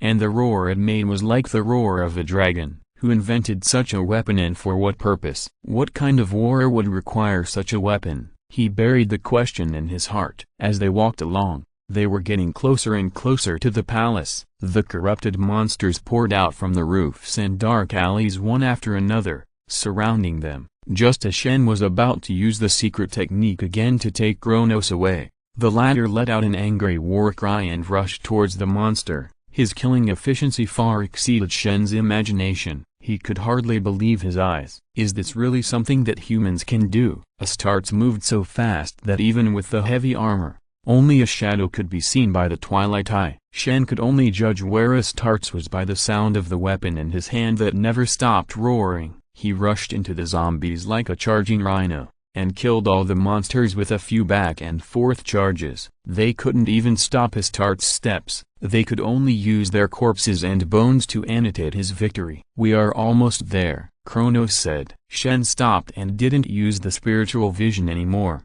but simply observed with his naked eyes. Not far ahead was the palace of the immortal bastion. This is an extremely magnificent building. Even the most picky critics can't find any fault with it. It is both exquisite and majestic. It has both the overall beauty of mathematics and the natural iron-blooded style of Noxians. The most important thing is it really is a fortress. Towering walls, moats, towers, observation holes on the walls. This fortress is almost impregnable. Shen couldn't think of any way to get in, and he didn't know why Kronos was so obsessed with entering the palace. In his mind, he should first find out if there are any surviving civilians. "Mr. Kronos, shouldn't we go see if there are any survivors first?" His question made Astartes shake his head, and he replied calmly, "No, there is no need." Kronos stretched out his hand and pointed at the towering palace. The purple and lewd light also dyed their faces a little purple. Astartes said indifferently, "Do you see that light? It is a symbol of corruption and depravity. When mortals face such power, they have no choice but to degenerate. If someone believes in him, maybe they can hold on for a while." But he didn't continue. Shen didn't know who Kronos was referring to, but this didn't stop him from thinking that Astartes' decision was inhumane. The young man said in disbelief, "Are we going to leave those civilians alone?" "There are no civilians anymore." Kronos turned his head, stared at the courageous young man, and said slowly, "In this city, there are only monsters and dying people. Do you understand? There are no civilians, no survivors, no reinforcements, and no retreat plan as you imagined." He drew out his chain sword, and the serrated blades, still stained with blood, began to spin again. Astartes walked forward calmly without saying another word. And Chapter 288 The Emperor is watching you. If someone looked down from the sky at this time, they would find that at this time and place, there was only one place in the immortal bastion, the capital of Noxus, where there was still the breath of life. It was just a small military camp, There were 17 similar buildings in the entire Immortal Bastion, but only this one was still resisting. "Hold your position," the captain roared as he walked on the wall, striking his shield with a blade in his hand to boost the morale of the soldiers. He roared, "Never retreat. Do you understand? We have no way to retreat." When Swain walked up to the wall, he heard such a sentence. He nodded to the captain approvingly, indicating that he should go to inspect the defense line elsewhere. Then, he spoke to the remaining wounded soldiers in a tone that could not be heard. "This is a war that is doomed to fail. We will definitely lose." Everyone looked at him eagerly, and even though they received such a devastating blow to morale, they did not speak rashly. Instead, they waited for his next words. After all,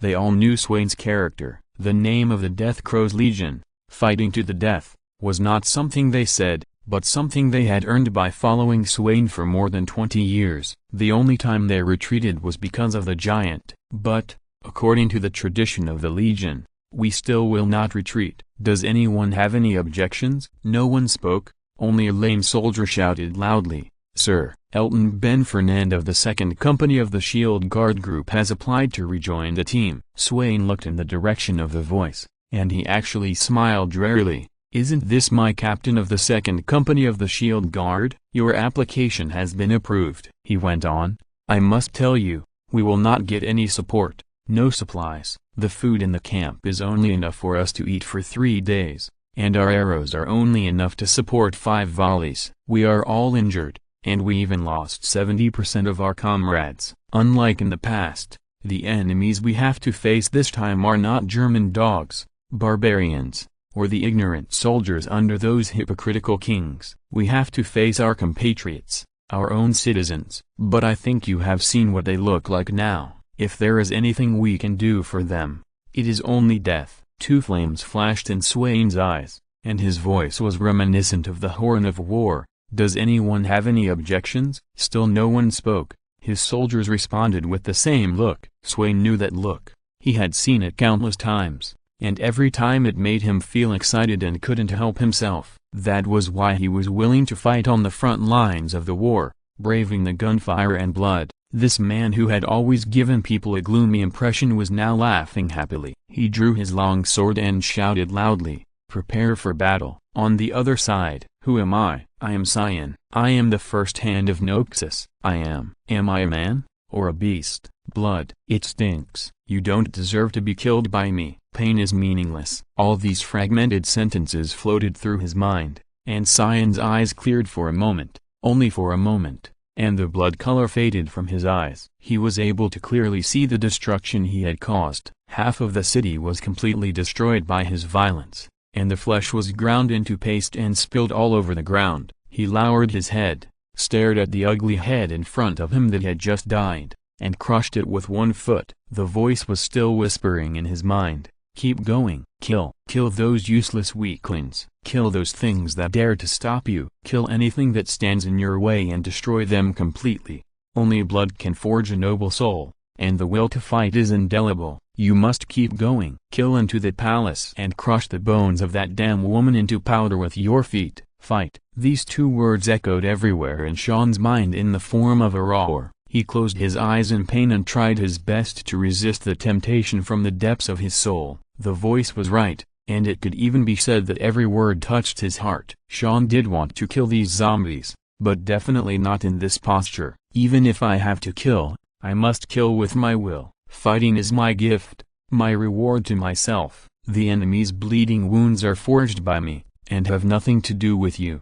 Get out of my mind." He knelt on the ground in pain, hammering the ground with both hands, and the huge force made the ground tremble. His roar resounded through the heavens and earth, and for a moment it overwhelmed the never-ending lute music. The voice stopped for a while, and then it circled in his mind with a more satisfied laugh. Yes, that's it. You will eventually come to my palace." He didn't finish his words, and with another angry snort, he let out an unwilling roar. Then, the pain in Sean's mind quickly faded, and he actually regained consciousness. Sean stood up panting, and the first thing he did after regaining consciousness was to find his 2 axes. Fortunately, his weapons were not too far away from him. They lay quietly in the ruins not far away, and the surface had become completely bloody. Sean walked over in silence, feeling a sense of fear and uneasiness. What would happen if I became like this in the barracks just now? The answer was obvious,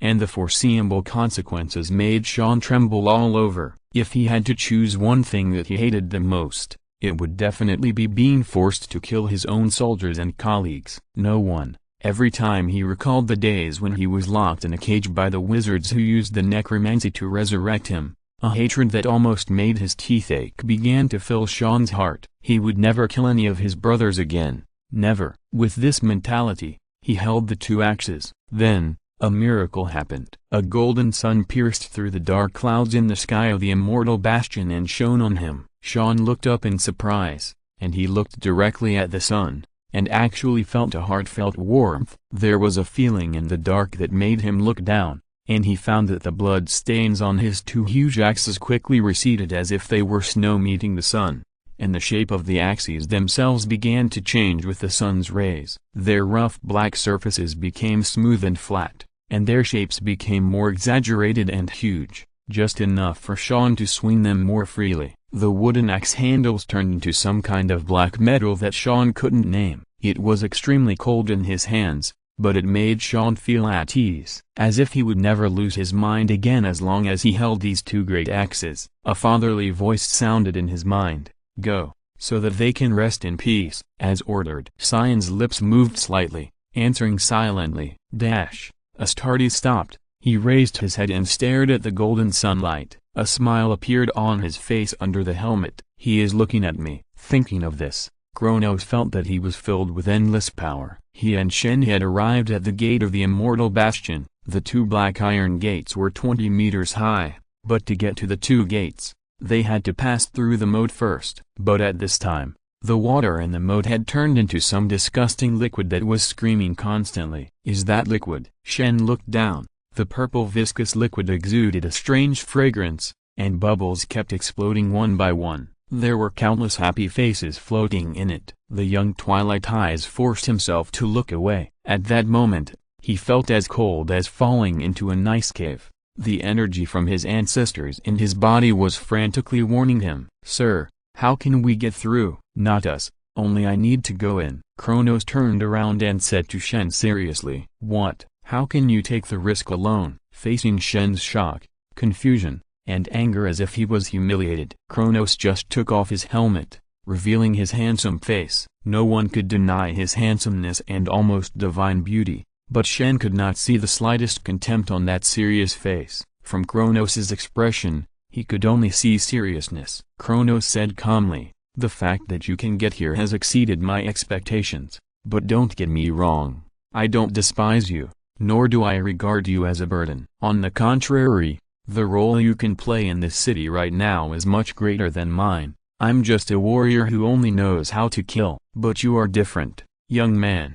You still have a long way to go, and you can do a lot for mankind. Your life should not end here. We have no way of knowing what is hidden in this fortress. It is obviously related to me that Shalash's minions can come here. I am partly responsible for the death of these people. You don't understand him. You don't know how evil he is, and how dangerous his minions are. Go back. This is not a battle you should face. This is my battle, Astartes' battle, and my duty. I am his angel of death. I will eradicate all enemies of mankind," he whispered. Then, Kronos threw the helmet in his hand to him and said lightly, "If the wizard comes back, give him my helmet. I left some things in it that he should know." Shen stood there in a daze. This was different from what he thought. Originally, he was ready to die in battle, although dying in a foreign land was somewhat against tradition. But Shen couldn't ignore the tragedy here. He didn't see any survivors along the way. More importantly,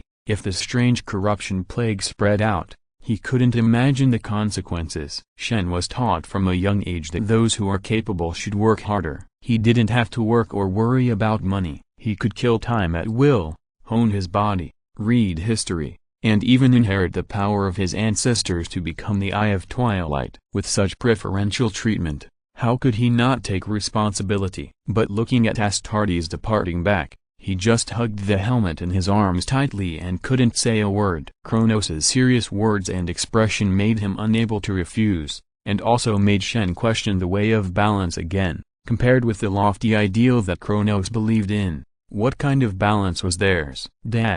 Shenyan was fishing with Kronos? It must be said that the bald man's fishing skills were as high as his proficiency in swinging an axe. If Shenyan didn't use magic to assist, he really couldn't compare to Kronos. But the two of them didn't have any fishing competitions. They were just killing time. "Have you seen your goddess recently?" Shenyan asked casually. The bald man glanced at him sideways, turned his head away indifferently, and didn't even answer. "Why are you so indifferent? I thought we were friends." "Oh, Kronos, you hurt my heart so much." Kronos still didn't speak. He shook the fishing rod slightly, and a big fat fish jumped out of the river. Kronos reached out and freed the fish from the hook. A blue light flashed in his hand, then he threw the fish back. "You are quite caring." Shenyan, who watched the whole process, nodded at him and said, "Shut up," as if he could no longer bear it. Kronos' face twitched. He took a deep breath and said the longest sentence he had said in such a long time.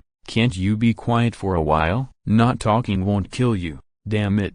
I just want to sit here and fish." "No one is stopping you from fishing." The wizard smiled and spread his hands and said. Kronos decided that no matter what this bastard said next, he would not speak again. Not long after, the wizard suddenly sighed. "You really don't want people to rest." He said so and stood up, said to Kronos, "You can fish quietly by yourself, my friend." "I am really born to work hard." He said this as if joking, but the expression on his face had become extremely serious, and at the same time, there was a deep murderous intent. Kronos only needed one look to understand that he was going to kill someone, or kill something else. In short, it was not a good thing. He stopped swinging the fishing rod and asked, "Do you need help?" Shenyan glanced at him, and as if changing his expression, his originally serious face became cheerful again. "So you still regard me as a friend, bald head. Get away." Kronos bit his back teeth and spat out these 3 words. And Chapter 289. Entering the tower. Swain stood on the wall of the military camp,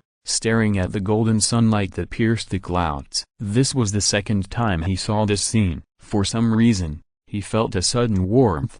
However, he shook his head and drove the feeling out of his mind. Before long, they still had a war to fight. Gripping the sword tightly, he shouted loudly, "Scout, report the situation." The scout holding the telescope in his hand leaned half of his body on the wall, wishing he could lean out to increase the length of the telescope in his hand. "Report. General Sean has killed them so badly that there is no trace of them at all." "Where is General Sean?" "I can't see the general. He went to the palace." "Keep on guard." After that, he hurriedly ran down the wall, found Katerina, and asked, "If I ask you to go out and find General Sean now, how sure are you?" The female assassin thought for a while before answering carefully, 50%. "Then stay here. Our situation is not so bad that we have to send you out to risk your life even with a 50% chance of success. In addition, Talon is dead." As a Noxian soldier, Katerina touched the scar on her left eye, and she actually smiled. "Thank you for telling me." The distance of the moat was not worth mentioning to Kronos. He just took a short running jump to cross the fortification. He placed his left hand on the pattern of the black iron gate, firmly grasping the thick edge, and then he raised his right hand and punched a hole in the solid palace gate. Not long after, he rolled in from the hole that was widened enough for him to enter. The palace was like a small city, with Noxian-style buildings everywhere. Kronos had to admit that he liked the Noxian architectural style, but now was not the time to admire their creations. He drew his chainsaw sword and walked forward cautiously. However, he was attacked after walking out for more than 10 meters. A gust of evil wind fell from the sky, and Astartes didn't even look back. The chainsaw sword in his hand stabbed straight into the sky, and a humanoid bird covered with that thing was split in half. Kronos glanced at the remains of the thing, and then strode over it. There was no extra emotion at all. He had killed too many demons whose existence was blasphemous. "The Emperor protects me." Before long, he came to the foot of the purple light column. Here was a spire that towered into the sky. If it weren't for the damn corruption, this would have been a very suitable place for a recruiting fortress. Astarte kicked open the door and walked in. The hall was very spacious, but it was hard to look at this time. The reason was simple. The paintings depicting the heroes of Noxus were now flashing with a strange pink and purple light, making the faces of the characters inside look obscene. The candles and the exquisite chandeliers on the ceiling were replaced with human heads. Astarte's excellent eyesight allowed him to find that the teeth and jaws of those heads had been pulled out, and the tongues were hanging under the heads, engraved with blasphemous marks. Kronos immediately realized that this was definitely an organized and premeditated summoning ceremony of the cultists. Continuing forward, the tattered carpets were replaced with human skin carpets from somewhere, some of which even had fresh blood on them. The skinner's craftsmanship was very good, and it was obvious that it had undergone a lot of practice. Kronos clenched the chainsaw sword in his hand expressionlessly. This long corridor seemed to have no end. The further he went, the more blasphemous the scene he saw became. Kronos even had to stop himself from looking upwards. The incomplete human bodies that were wantonly carved made his breathing heavier and heavier. He stopped in front of the throne,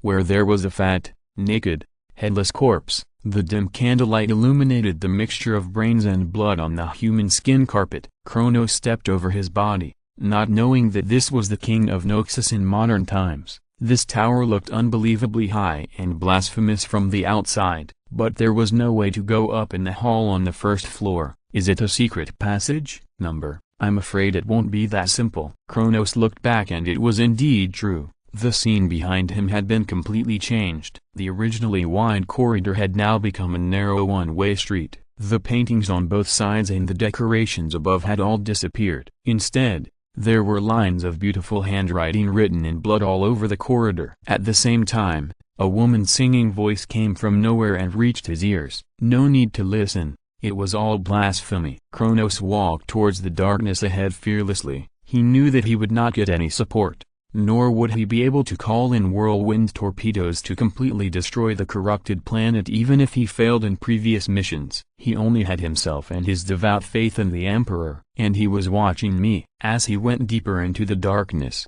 protrusions began to emerge on the wall. They seemed to be in the shape of human faces, with various expressions. The singing voice was getting closer and closer to him, and Kronos could feel a tingling pain in his mind more and more. This feeling had saved him countless times in the past, but he didn't know if it would work again this time. You're finally here, big guy. Two pink flames flashed, and a woman in a black tulle dress walked out of the darkness in front of him. She was tall, almost as tall as an Astarte. She had a very seductive figure and an extremely delicate face, but from the outside, she didn't have any trace of blasphemy. On the contrary, on that face, there was both purity and temptation, which could almost drive any man crazy. Except for Kronos, he activated the chainsaw sword unmoved. It only took him one step to cover a distance of more than 10 meters. With just one step, he came to the woman. Astarte swung the roaring and bloodthirsty chainsaw sword in his hand with absolute violence and speed,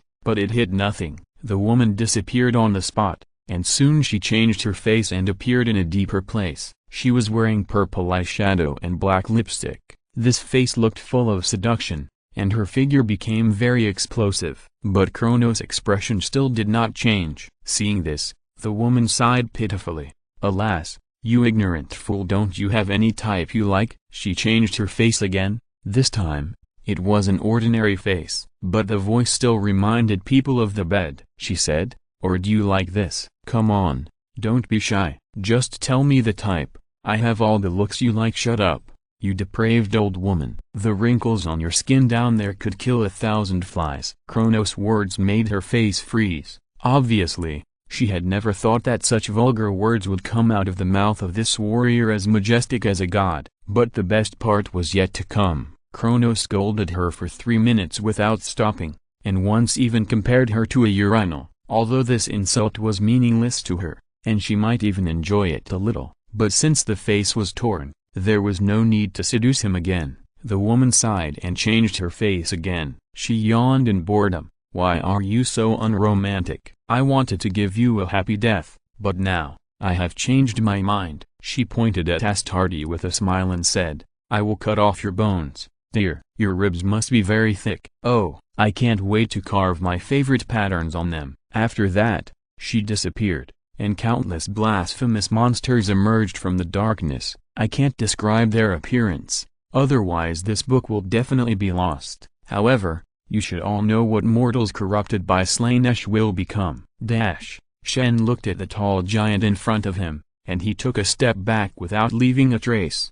He had observed this giant through the spirit world when he was still an Ionia before. At that time, he was still a fragmented soul full of pain and anger, but now he has been reborn as a complete person. At least, he has reason and did not attack Shen, just looked at him in confusion. "In Ionian? Why are you here?" Then, Syan noticed the helmet in his arms and smiled knowingly. "I see, it's him, right? Chronos Tiberius. Ah, what a noble name. He's here too, isn't he?" "Yes, but you." "I asked a stupid question." Shen looked down at the helmet in his arms and laughed at himself. Syan asked, "Where did he go?" "The palace." "Huh, I knew it." Syan chuckled, but given his size, this chuckle sounded like thunder in Shen's ears. He continued, "A warrior with lofty ideals like him would never allow the corruption here to continue to grow. It's sad that some of our kind have gone so far, but we are still killing each other." Such words coming out of his mouth really surprised Shen.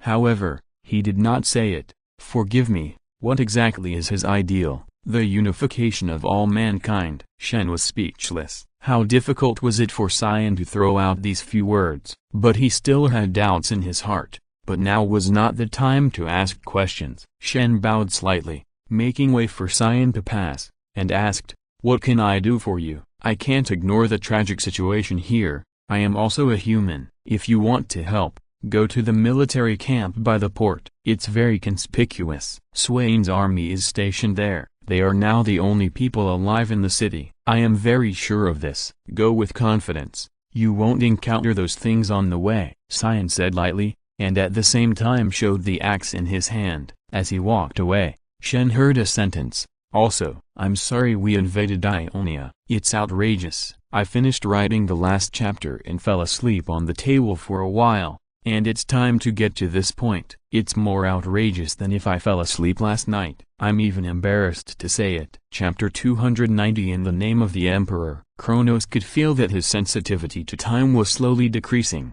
This place was obviously cast with a magic of corruption and depravity. In the past, Kronos would have the help of the librarians. They would use their psychic powers to help ordinary Astartes warriors, but now, he was alone. A tall bull-headed monster with sickly pink-purple skin was decapitated by him with a chainsaw sword. Kronos couldn't help but feel a little confused. Although these creatures were also corrupted and depraved, they were definitely not demons. Could they be creatures unique to this world? This question only appeared in his mind for a moment, and Kronos turned around and slashed, killing another equally tall monster. Killing was an instinct engraved in Kronos's bones. These things might be quite deadly to mortals, but to him, they were not even toys. "It's trying to hold me back. How long have I been here?" Kronos tried his best to think about this question in between killings, but he couldn't come up with an answer. From an hour to a day, a month, or even a year. Every answer is possible. The time here is obviously chaotic and disordered. He knew that if he continued like this, he would not be able to destroy the source of pollution here. And it was hard to say whether he could even see it. "I'm curious, how long can you hold on?" the thing whispered to him in the darkness. It even had the leisure to emphasize the word "how long" with an obscene hint. This shameless and degenerate thing, Kronos thought with disgust, and at the same time, with just one hand, he twisted off the head of a minotaur that tried to sneak attack him. Then he kicked it with a kick, kicking its still twitching headless body away to cause more casualties. He slightly turned sideways, and with simple perception, he knew that he was about to face an attack from behind, and dodged it at the same time. As he fought, he said, "Hold on until your tongue, which is full of disgusting corruption, is full of maggots and sores." It chuckled, "You are the first person who is not tempted by my beauty. Big man, where are you from? Don't try to lie to me. I personally trained this group of barbarians into the current Noxian Empire, but a warrior like you really makes me can't wait. I want to taste you so much." Kronos sneered disdainfully, "You are not qualified to know this. What's more, Even your damn master didn't tell you about this, right? It seems that you are not even worth using in its eyes. How sad. You know nothing about me, it said coldly, and because of its charming voice, even using such a tone did not sound unpleasant. You know nothing about me either, you pathetic monster. You don't know who I am, or what I represent. Let me tell you. Kronos roared as he chopped a monster in half alive. He glared at the darkness in front of him and said word by word, "In the name of the Emperor, you will die." Demon. Damn it. Where the hell did they come from? A soldier cursed and stabbed a monster that tried to climb the wall of the military camp with his spear. His words were heard by the squadron leader,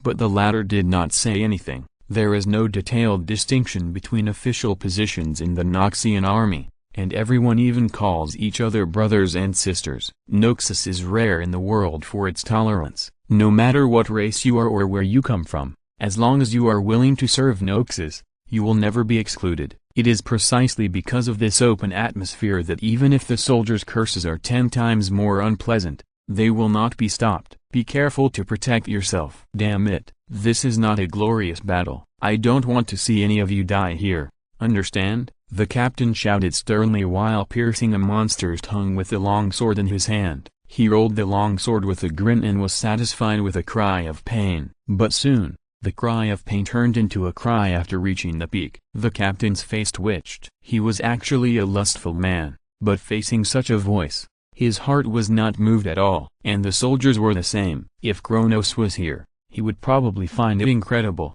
There are mortals who can face the temptation of Slaanesh without being corrupted. This is unbelievable. Among the 4 evil gods, Sinj specifically picks those ambitious people who think they are wise and those who are thirsty for knowledge. Khorne favors those warriors who are full of fighting and killing, and Nurgle's believers must be those sick people. While the evil gods choose their believers, the believers are also choosing the evil gods they believe in. But Slaanesh is different. Any creature may become its believer. It represents a kind of decadence that pursues extreme pleasure, and any living being will have more or less the need for pleasure, no matter what aspect. Art, love, indulgence, food. The corruption of Slaanesh created by this nature is more irresistible than anything else. But Swain's soldiers seemed to be fine, still fighting with them, ignoring the musk that exuded an alluring fragrance around them, just fighting and roaring. Damn, there are more and more of them. The captain heard another curse,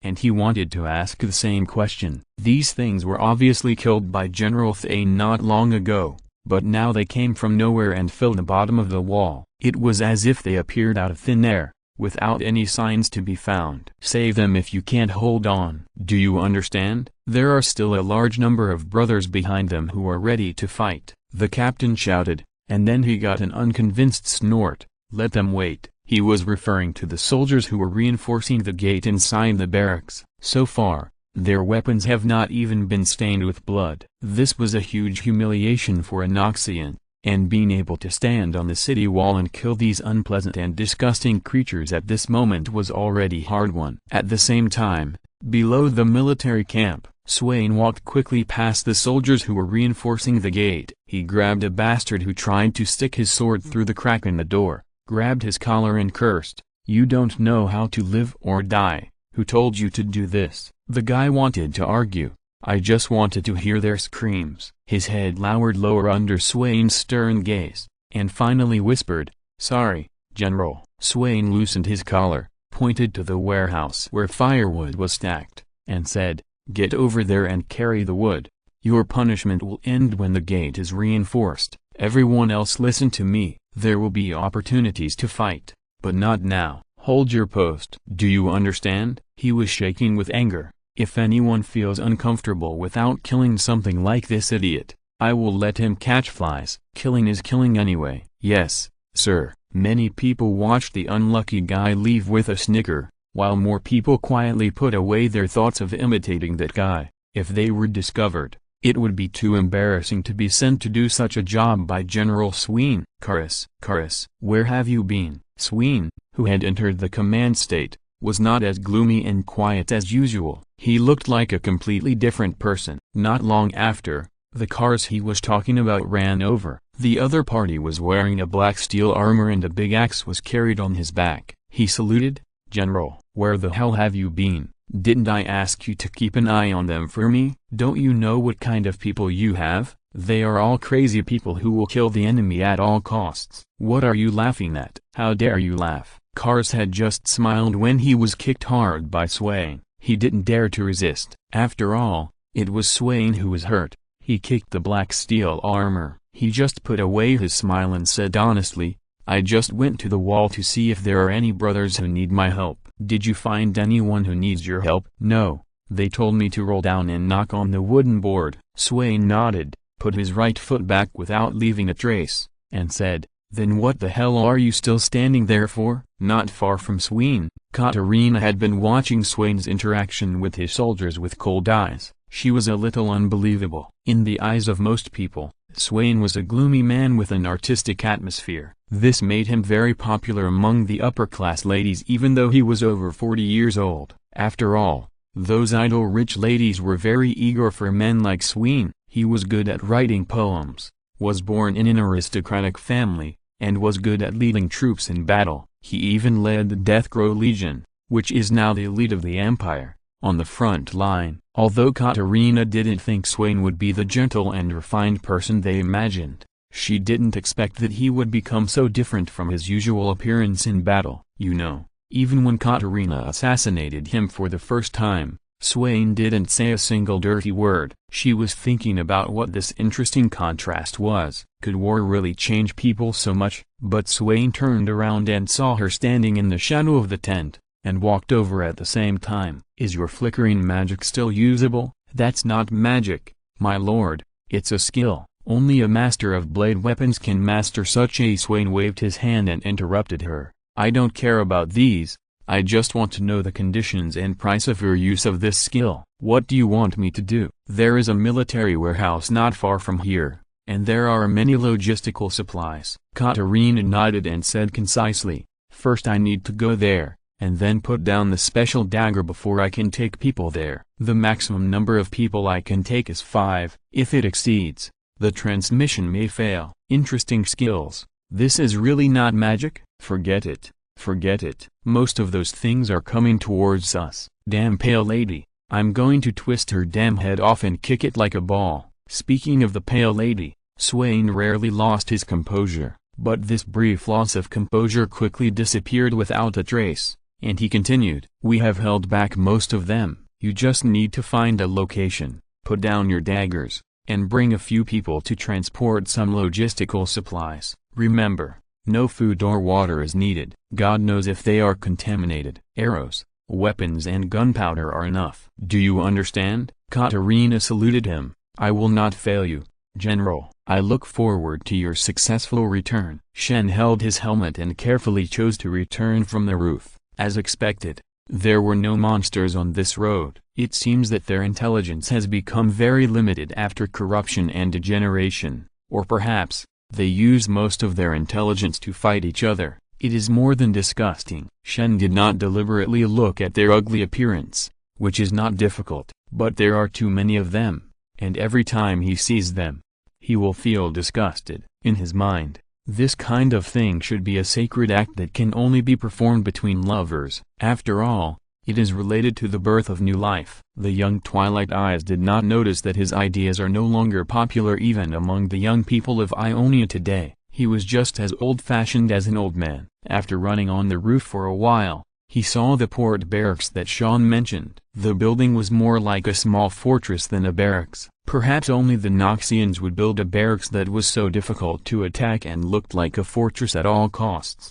But their architectural style can obviously play a very important role at certain times, such as now. The monsters built a ladder and tried to climb up the towering wall from below. Others kept hitting the gate, but the solid iron gate was not something they could break with their arms that had become thin and weak due to their enjoyment. The soldiers on the wall could easily pierce their heads with their spears or chop off their ugly heads with swords. Otherwise, they could just push them down with their shields, smashing them into pieces and turning them into meat sauce. Moreover, their corpses would soon be devoured by their fellows with the same pink and purple sick skin. Many of them did not even choose to climb up to attack the living, but squatted below and ate the bones of their fellows with greedy faces. What kind of blasphemy could make these civilians look like this? As he approached, Shen smelled the musky scent again. This smell seemed to be able to arouse certain desires innate to humans. All kinds of temptations in all aspects were like a beautiful woman whispering in his ear,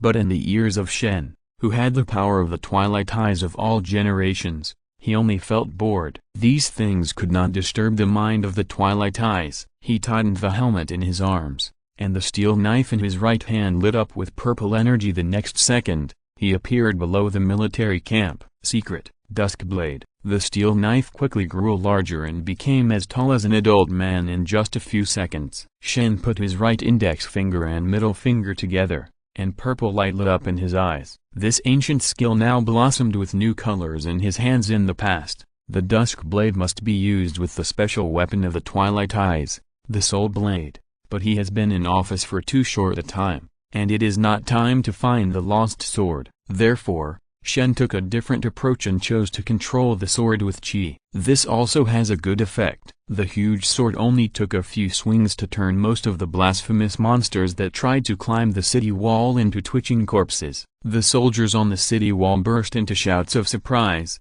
and one person shouted at him, "Brother, where did you jump out from?" Shen raised his head, glanced at him, and did not answer. Although he helped these Noxians, it was only because they were human. Facing these human enemies, although he knew his position, he did not really want to communicate with the Noxians. After all, they did try to invade his hometown. In a burst of purple light, Shen disappeared. Frowning and looking southwest, Shenyan felt countless souls screaming from the pink and purple light column that penetrated the sky and the earth, not because of pain or torture, but because of happiness. Those decadent sounds kept reaching his ears until the mage himself disconnected his perception and blocked their disgusting screams. What is this? So cool? Or is it so cool that I have to die? He couldn't help but ask such a question. There were footsteps on the stairs, and Ji ran up. He saw Shenyan and said anxiously, "Teacher, Mr. Kronos left." I know. Don't be so anxious. How is your homework?" Ji was stunned. He could see the beam of light, but he couldn't feel the details like a mage. Ionia's natural strong magic isolated its influence. Only a few people like Shenyan could know what happened there. But there are some people who can do this as well, but the reason why they can do it is not the same. Not bad. He swallowed the question in his mouth and answered with difficulty. "Oh, I remember. Wait until I come back. If you don't meet the standard, don't even think about going out for the next 6 months. Don't think I don't know that you go out every morning at 9 o'clock to chat with the girl in the flower shop." Ji blushed. Shenyan smiled and shook his head. He continued, "When did he leave?" "A day ago." "Did he say anything else?" "No. Shen took him there." The mage nodded and then opened a portal. "Remember your assessment. I'll be back soon." Ji watched the mage leave, and his heart, which had been wandering, was put down at this moment. Unconsciously, Shenyan's presence seemed to have become a kind of security guarantee. It seemed that as long as he was there, there was no need to worry about anything. He didn't know that his feelings were sometimes good and sometimes bad, and he just wanted to review again as soon as possible. He didn't want to stay at home for half a year. And, if you're listening to this novel on a channel other than Fanfic World, it means they downloaded and uploaded it without effort. We cordially invite you to visit our channel, Mundo Fanfic Novelist. There you'll find the original version of this story and you can explore many other novels of various genres. We're waiting for you to immerse yourself in a world of incredible novels. Chapter 291. The top warrior is captured. The mid-lane mage comes to rescue. Shenyan looked down at the immortal bastion, the capital of Noxus, from the sky. From his perspective, he saw far more than just burning ruins and corpses. There were also screaming souls. Pain and pleasure alternated on their faces, and they were sucked into the purple light column above the towering palace. They were transported to another world in the rotation. Shenyan stared at the light column, and he finally understood why even the Emperor could not let the humans of his world develop in peace. There are 3 other things of the same level as this thing. The mage shook his head. The civilians in the city died cleanly, not a single one was left. He no longer regarded those corrupted things as human beings. Shenyan only took a glance and concluded that this kind of corruption was incurable, unless a god came out of nowhere now. Rewind the time of this place, repair their bodies, and then dig out the souls that were taken away from the mouth of the evil god. Shenyan thought he didn't have such great ability, so what he did was very simple. He just snapped his fingers. The next second, countless golden lightning spears fell from the sky. Swain looked up at the sky. A lightning spear landed in front of the military camp,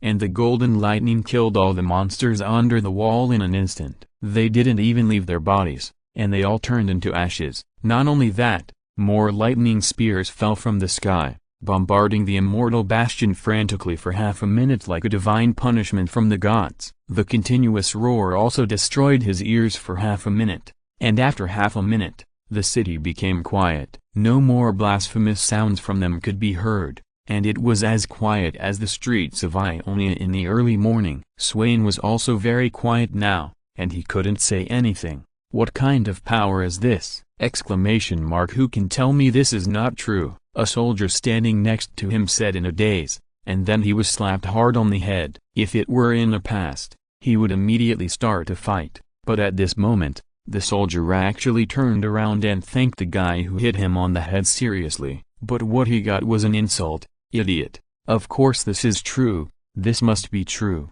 This must be true. How can you say it's not true? I don't want to continue fighting with these things." "You brainless idiot. Is your brain full of food for dung beetles?" So, the fight began. Swain didn't care about his subordinates' misbehavior. They should be released.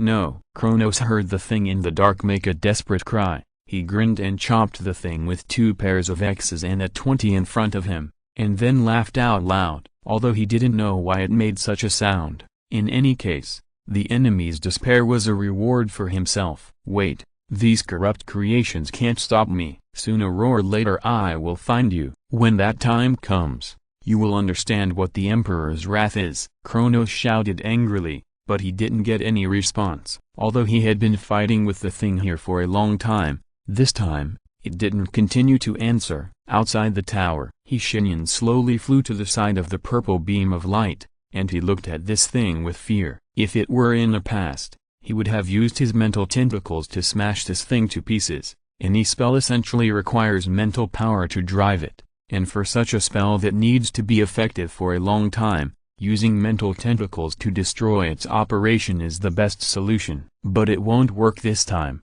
It definitely won't work this time. Shenyan can almost foresee the consequences of extending his tentacles in. Will he be corrupted? This is denied. But will he be affected? Yes. How will he be affected? The answer is obvious. He will immediately abandon this place and leave, running to the succubus massage shop in the White Tower, and then this book will be serialized on other websites. He was so cautious that he didn't even use the detection spell. He first put on a high-level mental protection on himself, and then let go and began to destroy this thing. At this moment, a female voice full of affectation, in his opinion, sounded from below him.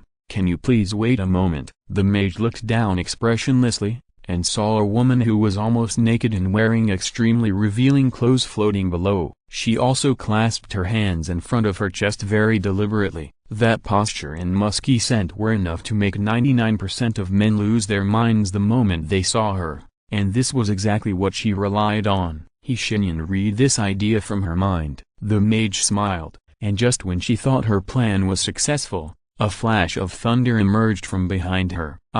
From the painful scream came not only pain, but also hysterical confusion and despair. How could it be? How could I not feel his grace? What did you do to me? What on earth did you do to me? What did Shenyan do? The answer is simple. He deprived the monster of the ability to feel pleasure. In other words, it can no longer feel happiness, any form. For the followers of Slaanesh, this is more painful than killing them. After all, the bliss achieved at the moment of death is just one of the countless enjoyments they pursue. The depth of the depravity of the woman in front of Shenyan was simply unimaginable to him. After he was prepared, he was not affected by looking through the woman's memory, but he was disgusted. Really disgusting. "Is this your name LeBlanc? You have so many aliases, so many that I can't count them all." Shenyan glanced at her and sent down another golden thunder. This thunder spear pierced her chest and fixed her on the tower. The golden electric current spread throughout her body,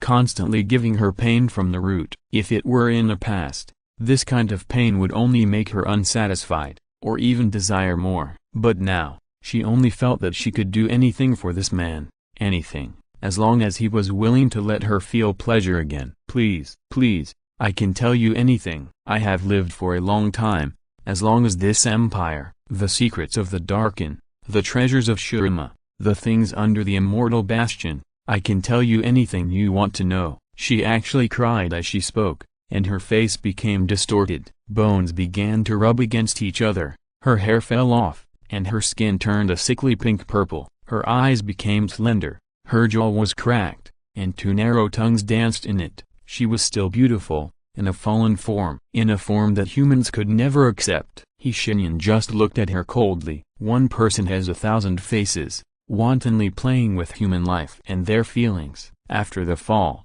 the first thing you think of is to use an empire and the lives of countless innocent creatures in this world as a gift to your master. I have to say that there seems to be no difference between you before and after the fall. In a word, my friend, you are really born to do this job. He laughed coldly. I don't need you to tell me anything. I have read all your memories. You are of no use to me. But I don't intend to let you go so soon. Shenyan clenched his right hand. The ugly creature was firmly imprisoned on the tower. It could not move at all. The wizard looked at it and said slowly, "Do you want to know what will happen next? Are you familiar with those artworks you made by yourself? You will experience everything they do, but the problem is that you can't get pleasure from the pain this time. In addition, the sky is high and the Emperor is far away here. Your master can't save you. However, I think even if he can, he won't. You can enjoy it here slowly, as a landmark building." Shenyan smiled maliciously and entered the interior of the tower.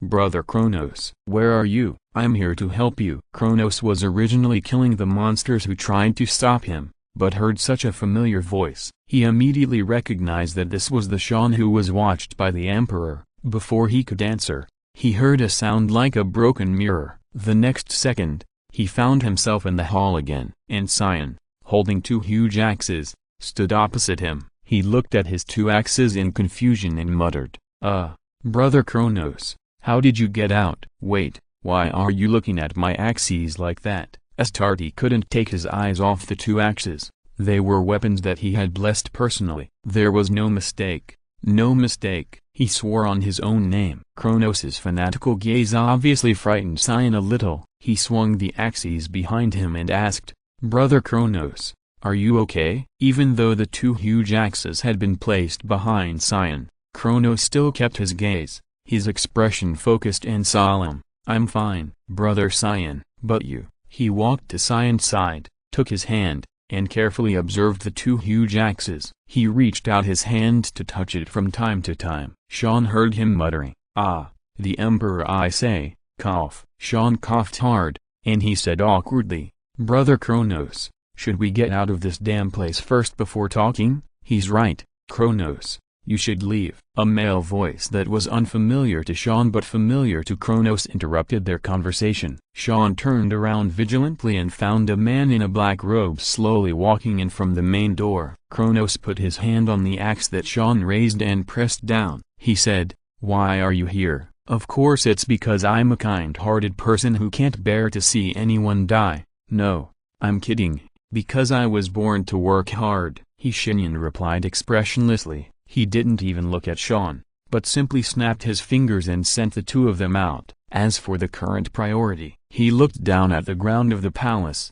where an ancient and evil consciousness was slowly reviving. O2K, due tomorrow. Chapter 292. On the Golden Throne. Modkaiser, an ancient tyrant, a courageous mortal, a respectable mortal. Yes, this is what the wizard said about him. He didn't hate ambitious people. Not to mention that Modkaiser said he would challenge death, and he did it. Just for this reason, he was qualified to get Shenyan's respect. But this insignificant respect was not enough for him to ignore Modkaiser's revival at this time. After all, there was an evil god from outside the domain watching him above his head. The wizard could feel his eyes full of interest in him, the disgusting eyes mixed with love, desire, appreciation and desire to destroy. In order not to be disturbed by his fiery eyes, Shenyan even had to close his perception a little. It's time to get down to business. The blasphemous scenes in the hall began to reorganize little by little. They were assimilated by pure magic power and turned into tiny molecules in the air little by little. Their existence could not be observed by the naked eye.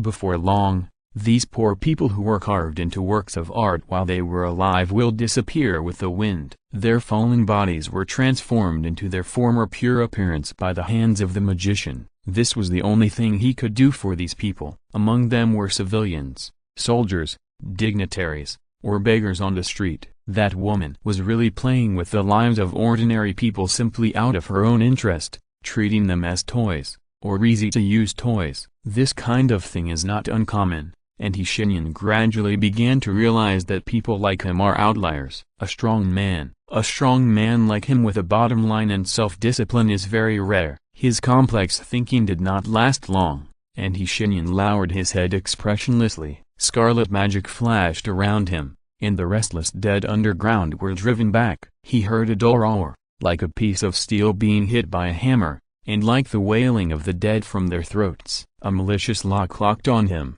and Shenyan smiled. "You look at me, then I look at you too." He threw a dozen mental shocks at the consciousness that locked onto him, and stopped only after he was sure that Mordekaiser was hit hard. As for now, it's time to deal with the invasion of Slaanesh. It's called an invasion, but it's better to say that it's LeBlanc's active call. Through her corrupt rituals and those mortals who served as sacrifices, Slaanesh was able to set his sights on this new place far away from tens of thousands of worlds. So, what should be done? While he was still thinking, a cold consciousness sent him a communication request. It was the Emperor. Shenyan sighed. "Well, what do you want to do?" "It's still that dark space." The man changed his clothes. He was now dressed like a farmer, wearing linen clothes, and even stained with dirt. "But this is a consciousness space. Where can he get the land?" Glancing at him, Shenyan asked calmly, "What's the matter?" "I'm here to remind you, or rather,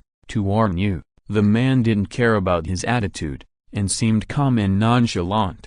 "I just want to tell you that his influence is not so easy to be cleared away. In some places in the world, corruption may have already begun. Plague, war, love, and those who pursue wisdom and power. You have to be careful, mage. I just want to know one thing, how to get this damn purple light column out of this place." The man smiled. "You don't have to worry about that."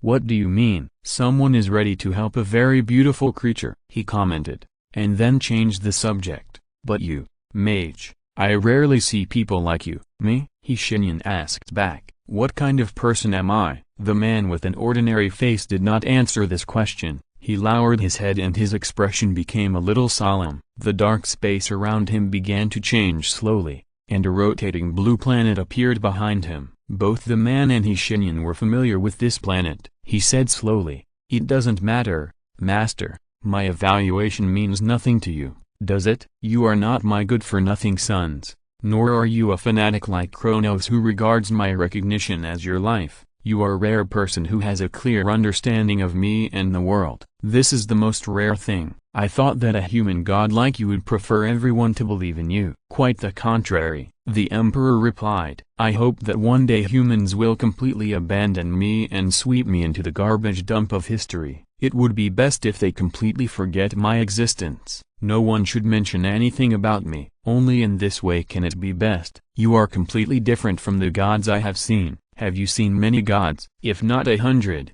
there must be 80. But most of them are indigenous gods, without the power you have. They spend their entire lives just enjoying the offerings of mortals with peace of mind, and turn a blind eye to the suffering they suffer. This is what I hate most." The Emperor nodded calmly and said, "Religion is useless to humans. But you seem to be using religion to control your empire now, Your Majesty." The wizard smiled mischievously, and the Emperor shook his head helplessly. Then he also laughed. "You're right, Master. This is exactly what I feel helpless about. The things I hate are now one of the solutions that can keep humanity alive, even if this is a slow poison that will lead to countless corruption, false cases, And fratricide. Religion? Ah, he sighed deeply. At this moment, he looked nothing like the emperor. He looked more like a middle-aged man who had no way to deal with his impoverished family. Shenyan looked around. He knew it was just an illusion, but he didn't want to break it. Countless beautiful planets were slowly rotating,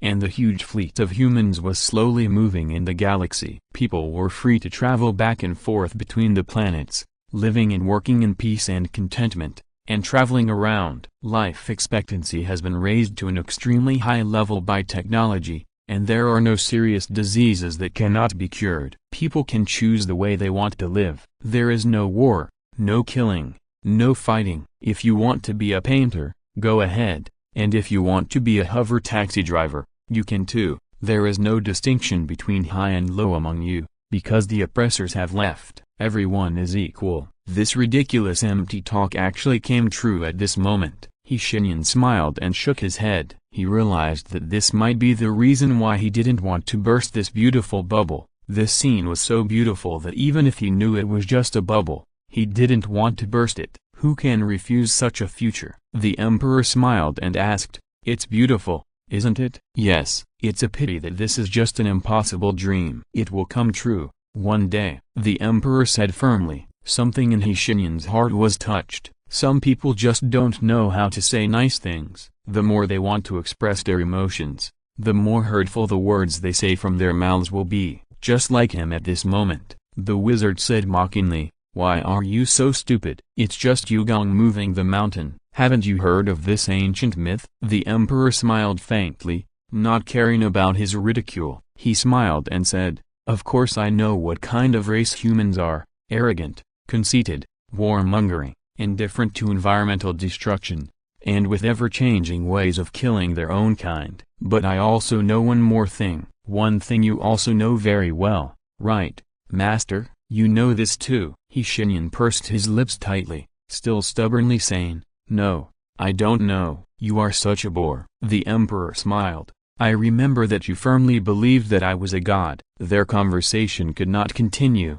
and the emperor continued, "It's a pleasure to chat with you, Master, but I have to leave first. They have discovered you, be careful." The emperor's last words disappeared without a trace as the galaxy around them shattered, and Shenyan stood in the hall of the immortal fortress. The blasphemous aura above his head had disappeared, and his face was calm. Only his hands were clenched tightly. Terra, also known as Earth, this common home planet of all humans, now has become a pathetic planet that is a complete hive world. In the emperor's palace, on the throne in this sacred palace, you can't see anything related to the word emperor. On the contrary, most people who are lucky enough to come here can only see a rotten corpse sitting on the throne. His face and body have become corrupted, and some of the muscle tissues that have long since rotted are even hanging between his bones. He sits on the throne, the golden throne. Countless unmutated skulls representing the purity of mankind are piled at his feet. The sentences that record his holy words were carefully nailed to his hands after being copied by the most devout nuns. The holy incense burned slowly, and the calming smell did not relieve his pain at all. After all, he was still alive. Countless iron pipes with a cold metallic luster were inserted from the throne behind him into his body, barely maintaining the life of this rotten corpse. Yes, although it is unbelievable, he is indeed still alive. In an unacceptable way, in a blasphemous way, in the most painful way. The sound of the instrument rang monotonously in the palace, and there was nothing else, until a certain moment, the corpse let out a painful groan from its throat. The next second, dozens of black shadows appeared from nowhere, came to his throne, knelt on one knee, and bowed their heads devoutly. But the corpse did not speak again. On his head that was no different from a skeleton, a tear flowed from the empty black eye sockets. "He is mourning," a voice said affirmatively. "Mourning for what?" No one answered. "Emperor," someone said devoutly, even hoping that he could share some of the pain with himself. But the corpse did not move at all, as if the tears were an illusion. After all, his tear glands had been removed long ago, so how could he shed tears? A few whispers sounded, and soon disappeared. The corpse did not move any more, and the black shadows disappeared. Amid the monotonous dripping sound of the instruments and the aroma of the slowly burning holy incense, the human emperor with a rotten, dilapidated and terrifying face sat on his golden throne, continuing to protect mankind in unspeakable pain. He was happy with this pain. Damn, I finished writing this chapter in the afternoon and forgot to post it. There are still 9k, so I will post it in 2 chapters later. Chapter 293. A fool. He is such a fool. Shenyan laughed at the stupidity of the emperor. He felt that it would be hard to find such a fool in the entire universe. No, in the entire endless sea of stars. He spent 40,000 years to let the human race spread throughout the galaxy. He knew their cruelty and ignorance, but he was still willing to continue to make selfless contributions to them,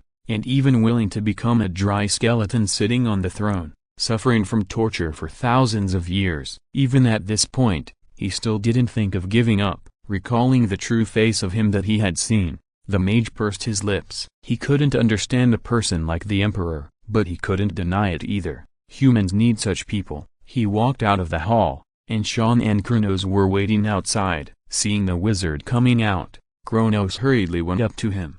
"Did you dispel the evil pollution?" "No, it wasn't me, my dear Kronos. Someone else did it." "No, someone else." Shenyan looked up at the dark sky and suddenly laughed. "I was chatting when it happened. Although it's embarrassing to say it, I didn't do anything." He spread his hands. Kronos asked in disbelief, "Who else can have the power to stop him except you?" "Who knows? But you seem to think too highly of me, Kronos." "I'm just a mortal, and I can only do a few tricks at most," the wizard replied, and then snapped his fingers. For example, the thick clouds in the sky quickly retreated and were dispelled in the blink of an eye, revealing the sun behind. The traces of pollution throughout the immortal fortress were also wiped away bit by bit as if by an invisible big hand. The collapsed buildings and broken bricks and stones were flying across the sky at a rapid speed, returning to their previous appearance. The majestic and fortress-like appearance. Sean stared at all this in amazement. It was not that he was ignorant. He had never seen such a scene. Can you imagine that the weather changes with the will of humans, and the collapsed buildings spontaneously restore their previous appearance? You call this a trick? Sean asked in astonishment. It is indeed just a trick, and it does not involve time travel or anything like that. It is just a simple repair. I am still unfamiliar with it, but there is too much magic power so the scene looks more spectacular, he answered seriously. Kronos, however, grasped the context of another matter. He frowned and asked, "Chat? Chat with whom?" The mage glanced at him lightly, and the deep emotions in his black eyes made Astarte's heart twitch suddenly. He heard the mage answer softly, "A great man." Is it him?" Kronos asked tremblingly. There were few things that could make a veteran Astartes lose his composure like this. The last time he felt this way was when he saw a statue of the emperor crying. Not long after that, their chapter suffered a devastating blow. Kronos then realized that the emperor was really watching all of them. His tears were because he could not tell us this. Kronos was so sure of it. Shenyan answered ambiguously, "Not the omniscient and omnipotent god you imagined, Kronos. I was chatting with a man, a frustrated man who failed in his career, that's all. Now hurry up and do your business. How do you pronounce your slogan?" "Oh, right." He chuckled and said, "For the emperor." Kronos and Thane looked at each other, their faces solemn, and answered in unison, "For the emperor." "Is the matter resolved?" Swain was not sure about this. He called off the fight just 2 minutes into the fight. But the two bastards had clearly been ruthless. Now one had a crooked nose and the other had a missing tooth. The beam of light had disappeared, but there was a question that still gnawed at his heart like a thorn in his flesh. It was a simple question: who was responsible for those golden lightning spears? Could it be the gods? No, the gods would not have the time to care about Noxus. Was it a mage? However, in Swain's impression, the Empire had never had such a powerful mage. Even if there was, why didn't he stop it the moment the disaster began? If this person was from outside, would he pose some threat to the Empire? His worries would last for a long time. Not long after, the dagger that Katerina had left in the barracks flashed for a moment, and the female assassin appeared out of thin air. She looked hesitant, and obviously saw the lightning spear and what happened afterwards. "My lord, what is going on?" Facing her question, Swain actually showed a rare sense of humor. "I guess those dark clouds made the sun feel uncomfortable. so he summoned thunder and lightning. Katerina wanted to roll her eyes, but she held back. My lord, I specially observed the city, and those monsters seem to have disappeared. Are we safe? Safe? Whether it is safe or not is meaningless. Swain did not answer. He slowly climbed the wall. This magnificent capital, the 1,000-year capital of the empire, has now become a ruin. Whether it is the residents, the emperor, or the nobles, they have all disappeared. Only flames and residues are left. He sighed deeply. The squadron leader came to his side, opened the mask, and revealed a bearded face. He spit a mouthful of saliva, bared his teeth and asked, "General, what should we do next?" Swain wanted to answer that he didn't know, but he couldn't do that. He was the backbone here. He had to show a decent attitude, even if there was no way for the time being. Give the order, take a break for now. The sentry intensity should be in accordance with wartime. 3 shifts. Observe for 2 days. If we are sure there are no enemies, we will go out to search for possible survivors. The squadron leader saluted, and he shouted vulgarly, "You all heard it, the 2 bastards who just fought. Roll over and stand guard. You 2 will be the first shift today." The 2 guys walked over dejectedly. Swain wanted to say a few more words, but what happened in the next second made everyone shut up. In the brick and stone torrent that blocked out the sky, no one could make a sound. For 5 minutes, there was a dead silence in the barracks. Even the soldiers who were famous for being noisy were as quiet as chickens at this time. After a long time, Swain heard a hoarse cough. It was his squadron leader. He said, "General, it seems that we don't need to stand guard anymore. Mount Targon. For many years, only the people of the Raker tribe survived here. Yes, survived, not lived. They took root here, but they did not have comfortable living conditions like other humans. They live a hard life, surviving hard on top of a world made entirely of stone, and they enjoy it. They even developed their own special belief, the cult of the Sunday. The people of this sect believe that the sun is sacred and that a great star spirit resides in it. He represents the sun and is the incarnation of the sun. When he returns, the world will be reborn. The people of Raker firmly believe this. No one knows whether this statement makes sense. But the existence of the star spirits has been confirmed many times. They are extraordinary celestial beings with unimaginable power. They are so noble that mortals are not even worthy of looking at them.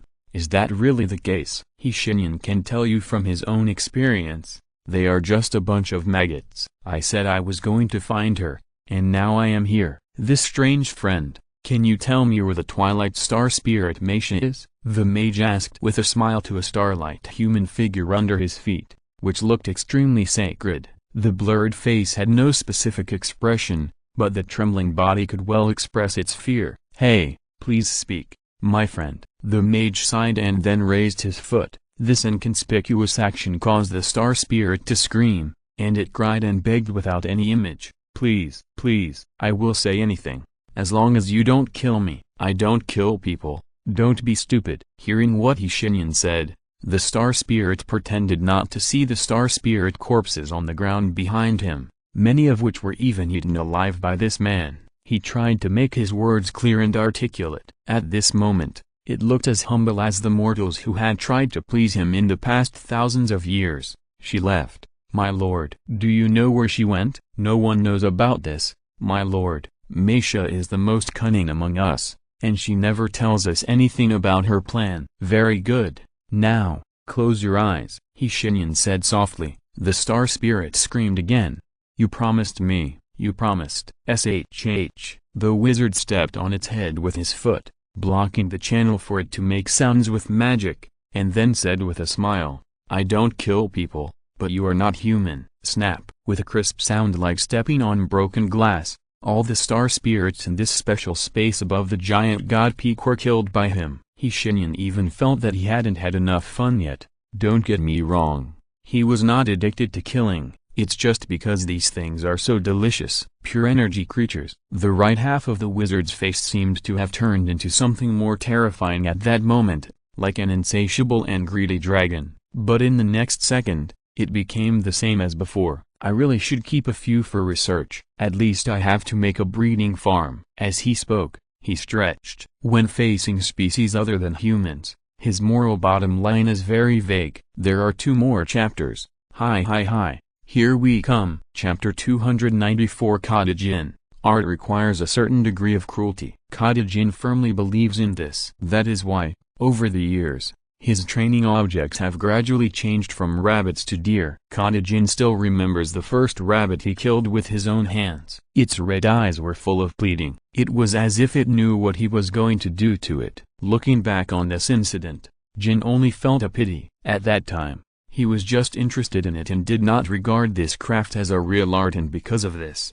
the rabbit did not become a perfect work of art. Countless nights in the middle of the night, Cottage Inn would confess to the rabbit, "Oh, dear rabbit, I'm sorry I didn't make you more beautiful." But now, his craft has reached a certain critical point. Just like a painter needs a better brush, a calligrapher needs better ink and paper. In the route that Cottage Inn planned for himself, he has reached the time when he only needs the finishing touch. At this moment, he needs better materials. For example, humans. He patiently observed every person who came to the troupe to buy tickets, regardless of gender or age. He searched hard for a carrier that could perfectly meet his needs. Today, when he was about to lose control of his creative impulse, he found it. The troupe toured to Presidium. The troupe leader regarded this as a great honor, but Jin was just the opposite. He thought that the people of Presidium were not suitable for his artistic carriers. Of course, he was proven wrong. The object he chose was the daughter of a flower shop owner. She looked very simple.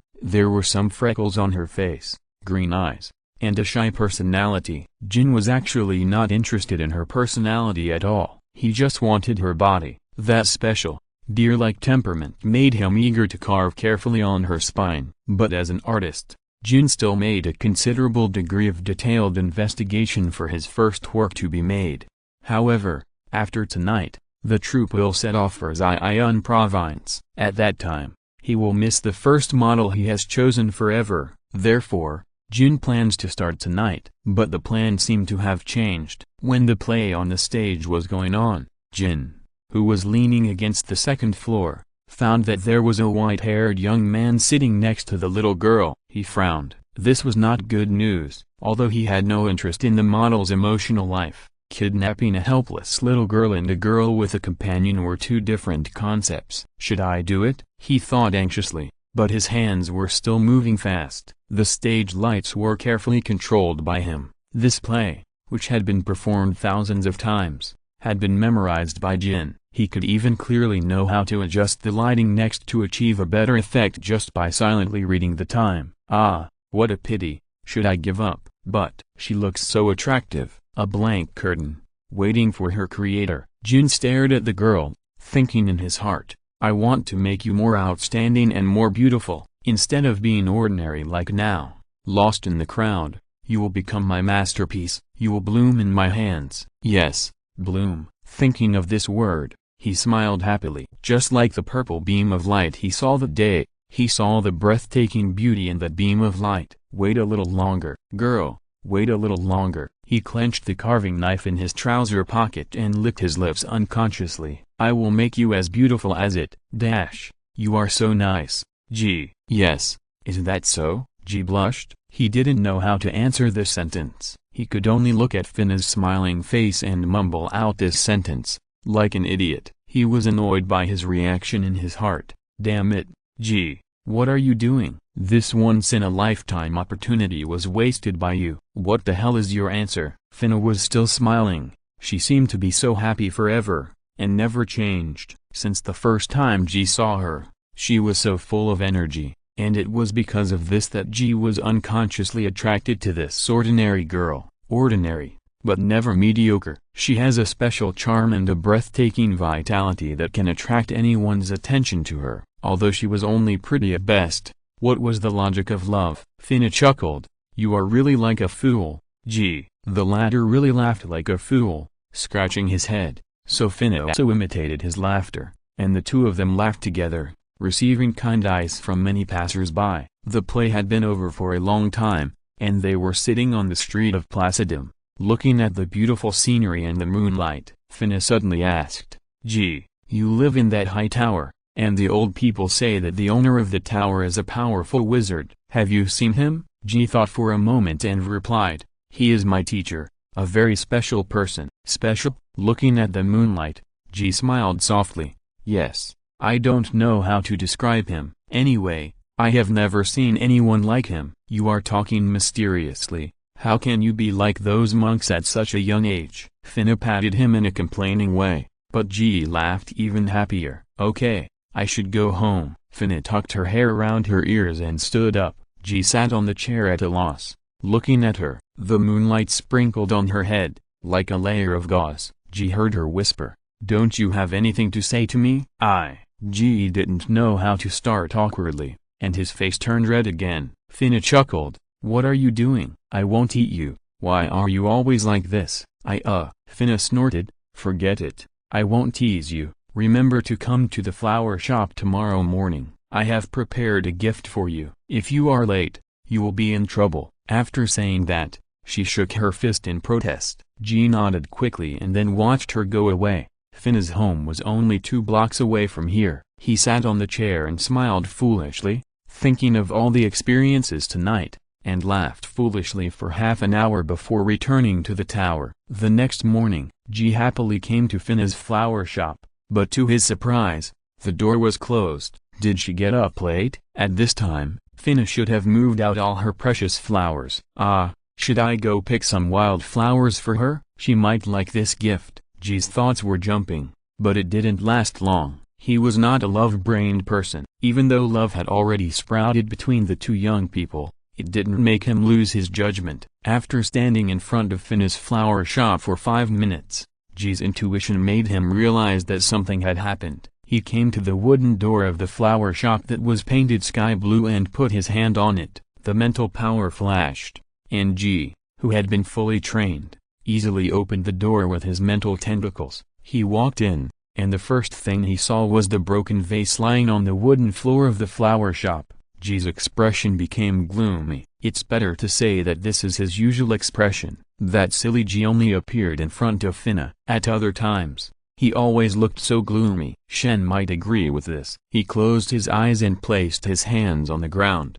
The fragments slowly flew up and gradually formed their original appearance, a white vase. Ji stood up and took the vase in his hand. His mental tentacles had told him the answer through this short recollection. A premeditated kidnapping. Well, no matter who you are in big trouble. 2 black lights flashed in Ji's eyes, but he didn't know about it. He just felt that he suddenly had a feeling. He could control the mental tentacles to do more things. If it were normal, he would be happy about his progress for a long time. But at this moment, his heart was full of anger. External emotions can enhance the power of the mind. Although Ji didn't know this yet, he could still be called a reality twister in a preliminary way. This was also not mentioned in the book that Shenyan gave him. Ji closed his eyes. He had never done this before, but he had to take the risk now. The teacher hadn't come back yet, and he could only rely on himself. The tentacles of his spiritual power spread to the entire Presidium in the blink of an eye. Unlike Shenyan, who could cover the world easily, Ji fell to his knees just by doing this. After finding out where Finna was, he even vomited blood. He struggled to get up, and his internal organs seemed to be burning with pain, especially his head. His 2 temples were numb and painful, almost splitting him in half. Ji knew that this was the backlash mentioned in the book. He forcibly called on too much spiritual power, and now, they came to retaliate. Ji gritted his teeth. He would not allow himself to stop at this moment. Kata Jin's hands trembled. He could not control his emotions at the moment. "I don't know what's up." He was too excited. A perfect model. Jin looked at her, and couldn't say anything for a while. She was tied to the cross, and her hands were hung separately. Jin rubbed his hands nervously. He knew that time was running out, and the troop would leave in the afternoon, but because of those damn Noxians, there were many more spontaneous patrols on the streets at night. He didn't find a chance to bring his model back until the early morning. Time is running out. Yes, Jin.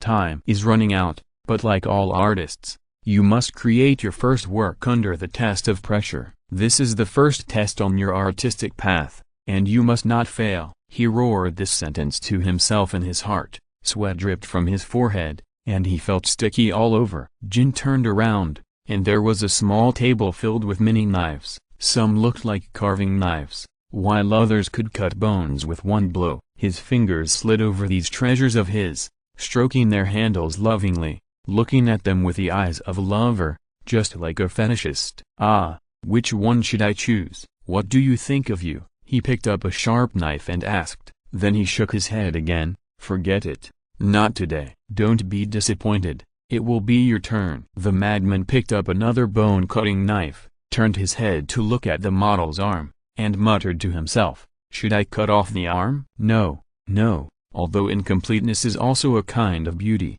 it is completely different from the first work I expected. Ah, what should I do? So many choices." He covered his head and said distressedly. At this time, a somewhat weak voice interrupted his mumbling. "Found you." Jin looked up suddenly and found that the door of this warehouse had been opened at some point. The white-haired young man I saw last night was standing there, with an abnormal flush on his face, and turned pale the next second. Only those eyes, those pure black eyes, actually made Jin tremble, not because of fear, but because of the breathtaking beauty. He screamed, "Oh my God, your eyes, they are so beautiful, I really want to play with them myself." Ji's facial muscles twitched slightly. He couldn't understand what this madman was saying. He didn't care. He clenched his right hand into a fist, and the mental tentacles with his fiery anger hit the bastard's face hard, knocking his facial features out of place, dented, and blood splattered. But he didn't fall down. Jin climbed up with difficulty,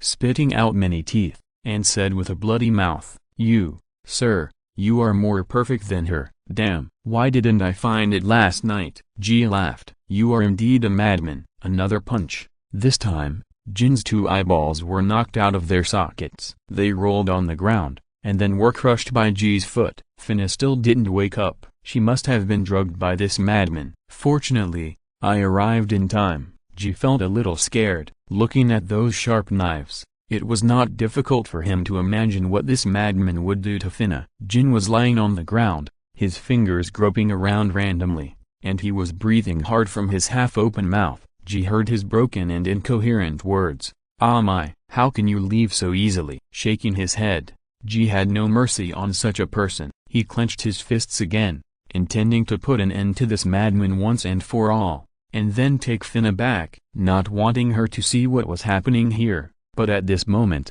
something strange happened. Jin's limbs began to dance wildly, stained with his own blood, and he twitched and rolled around as if he was painting on the ground. That was something that he could never do with his own strength. No mortal could be beaten into that state and still be alive and kicking, but he could. Ji felt a chill, and with a series of cracking sounds, he found that Jin's face was gradually returning to its original state, and not only that, it became even more disgusting. The slender eyes and cracked jaw, as well as the faint musky smell around him, made Ji feel physically uncomfortable. "Jin, no." This creature swung its forked tongue that had become as thin as a snake, revealing its mouth full of fangs, and smiled slowly.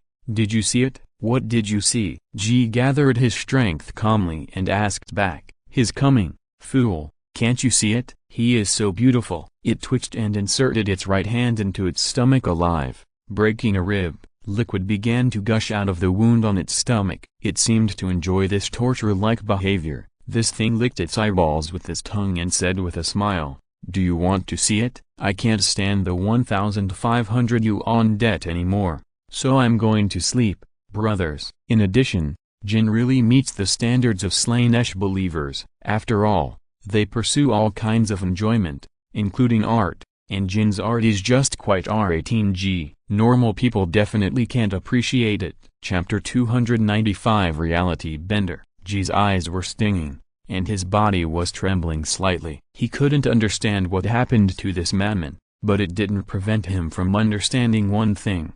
It was no longer human. It still looked like it was enjoying itself, but strangely, no blood flowed out of the wound. Ji's eyes inevitably looked at the two sides of the wound that was wriggling. "Did you see it? How is it? Can my art make you feel a little bit of beauty? You call this art?" Ji tried his best to retract his sight, and a long brewing mental shock was sent out by him. The invisible mental tentacles hit the monster's head fiercely with his anger, but its headless body still stood up, and it made a sound. "Thank you for your help." "Ah, it turns out that you can really see him between life and death," it groaned and twitched, and after a while, it returned to its original state. The sickly pink-purple pupils were filled with undisguised love and greed. It looked at G with loving eyes. The girl had become insignificant in its eyes at this time. "Can you do it again?" "He is so beautiful," the creature said to G sincerely. G raised his right hand, and with a burst of pain, a narrow wound appeared on his palm. It didn't seem to be cut by a blade or some sharp object. It was as if his muscle tissue had split naturally. Although this could not happen naturally, what was even more strange was that the blood that had already flowed out returned to his wound by itself. It was as if it was being absorbed by something. It raised its right hand embarrassedly, covered its mouth, and said softly, "I'm really sorry, I can't control this power well yet, but since the seed has appeared in your body, why don't you take a look?" It began to recite poems with an impeccable aria. The voice was deep and had a certain charm that made people want to continue listening. "The world is full of desolation, except for this exception." Snap! It snapped its fingers crisply, and G's right palm began to tremble. From the narrow wound, his hand bones began to pry open the wound little by little and crawl out. It was like an alien bug. The pure white bones could actually reflect G's shadow, which was something that human bones could never do. A satisfied smile appeared on its sick face. "My work is finally born, what do you think?" G knelt on the ground helplessly. The pain had burned away his sanity. He had no idea when he was hit, and watching his hand bones crawl out of the wound, his skin and muscles being thrown away like a piece of clothing, had already made him on the verge of collapse. Originally, he was not so fragile. But the musky smell emanating from the thing that used to be Cottagen obviously had a different purpose. The thing that used to be Cottagen walked to his side little by little with an elegant and unique pace. It bent down and gently held up the flawless white hand bones that could be used as a mirror, and used its slender tongue to wrap around it, experiencing every detail. Its body trembled, as if it had reached a certain peak. It breathed rapidly and muttered to itself, "Art, how perfect it is." The monster squatted down, lifted G's head, and forced him to open his eyes and look at his hand bones. "Look at it. Isn't this your child and mine? This is the crystallization of my art, but it was born from you. You should feel honored by this." It laughed crazily. "I will continue, dear. When they find you, they will be moved to tears, because by then, you have become a perfect work of art. This will be my swan song, my last performance."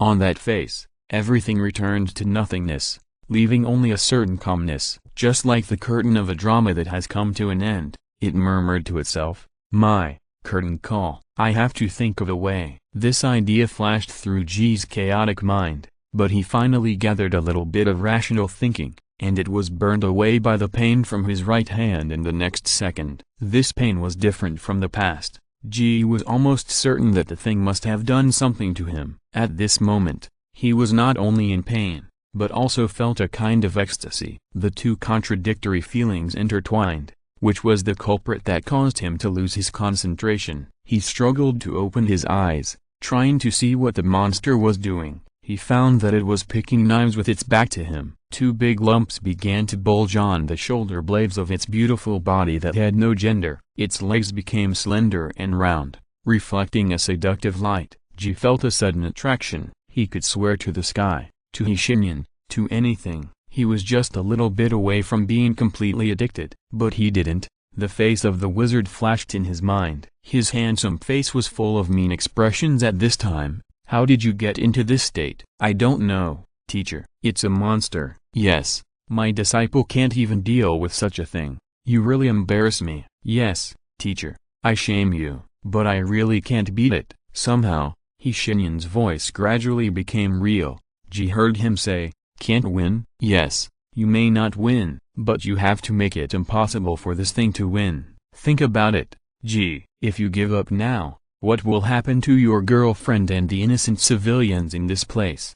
Do you really believe that this is its curtain call? Do you think a monster like this will stop its depraved art?" "I don't think so, teacher. But I can't think anymore. I don't even know why I can still hear your voice." "Sometimes, you don't need to think, G. Shenyan's voice became louder and louder, gradually becoming like a huge bell ringing in his ears. Every word was filled with murderous intent. Ji heard him say, "You are a reality warper. Ji, you don't need to think. You don't need those basic logic. You just need to kill this bastard." "Can't do it?" "First of all, believe that you can do it." "But I couldn't even stand up." "Ah, if you were here," Shenyan said angrily. "Idiot, can I stay by your side all the time? Besides, didn't you cultivate this power yourself? I just threw a book to you. I didn't even tell you that you are a reality twister. Now, stand up." "Don't tell me you can't stand up." "Believe it. Believe that you can stand up. Believe that you can defeat it and tear its soul into pieces. You have to believe this. You must believe it. Believe in yourself." Ji felt absurd. In his impression, any power has its price. The chi of practitioners comes from their perception and accumulation of nature. The energy used by monks comes from their long-term meditation. The strong bodies of warriors also come from long-term training. How could he defeat the monster with just the 4 words "believe in yourself"? Isn't this a bit too childish? How could he be resurrected with full blood on the spot just by the 4 words "believe in yourself"? Stand up like nothing happened, and kill it with the power he got from nowhere. At this time, he heard Shenyan's words again. His voice was very calm. "Ji, sometimes, you don't need to think so much. What you have to do is just kill it, that's all. If you can't believe in yourself, then do you have the courage to do it at all costs? Even your soul will be broken." "I do." "Prove it to me." "Okay,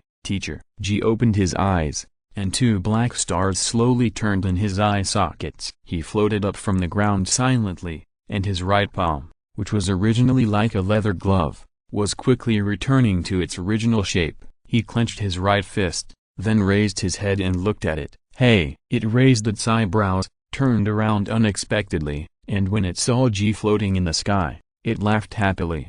"Oh my God, this is really a gift from him. You are so beautiful that I can't take my eyes off you." "Really?" Ji smiled softly. Shenyan opened his eyes. He found that Kronos, who was sitting opposite him, was looking at him with a worried look. Since this Astartes learned that he could communicate with the Emperor, his attitude has become extremely respectful. This made the mage feel uncomfortable, but no matter what he said, Kronos insisted that his respect was necessary. His original words were, "Emperor, if you went to my world, you would have been worshipped as a living saint." "Damn living saint, why are you looking at me like that? Your expression just now was very solemn." "Of course, Kronos, my stupid apprentice got into trouble, and he obviously had the ability to solve the problem himself, but he almost killed himself." Shenyan said to himself, "A natural reality twister, such a rare creature I actually encountered." He smiled and shook his head,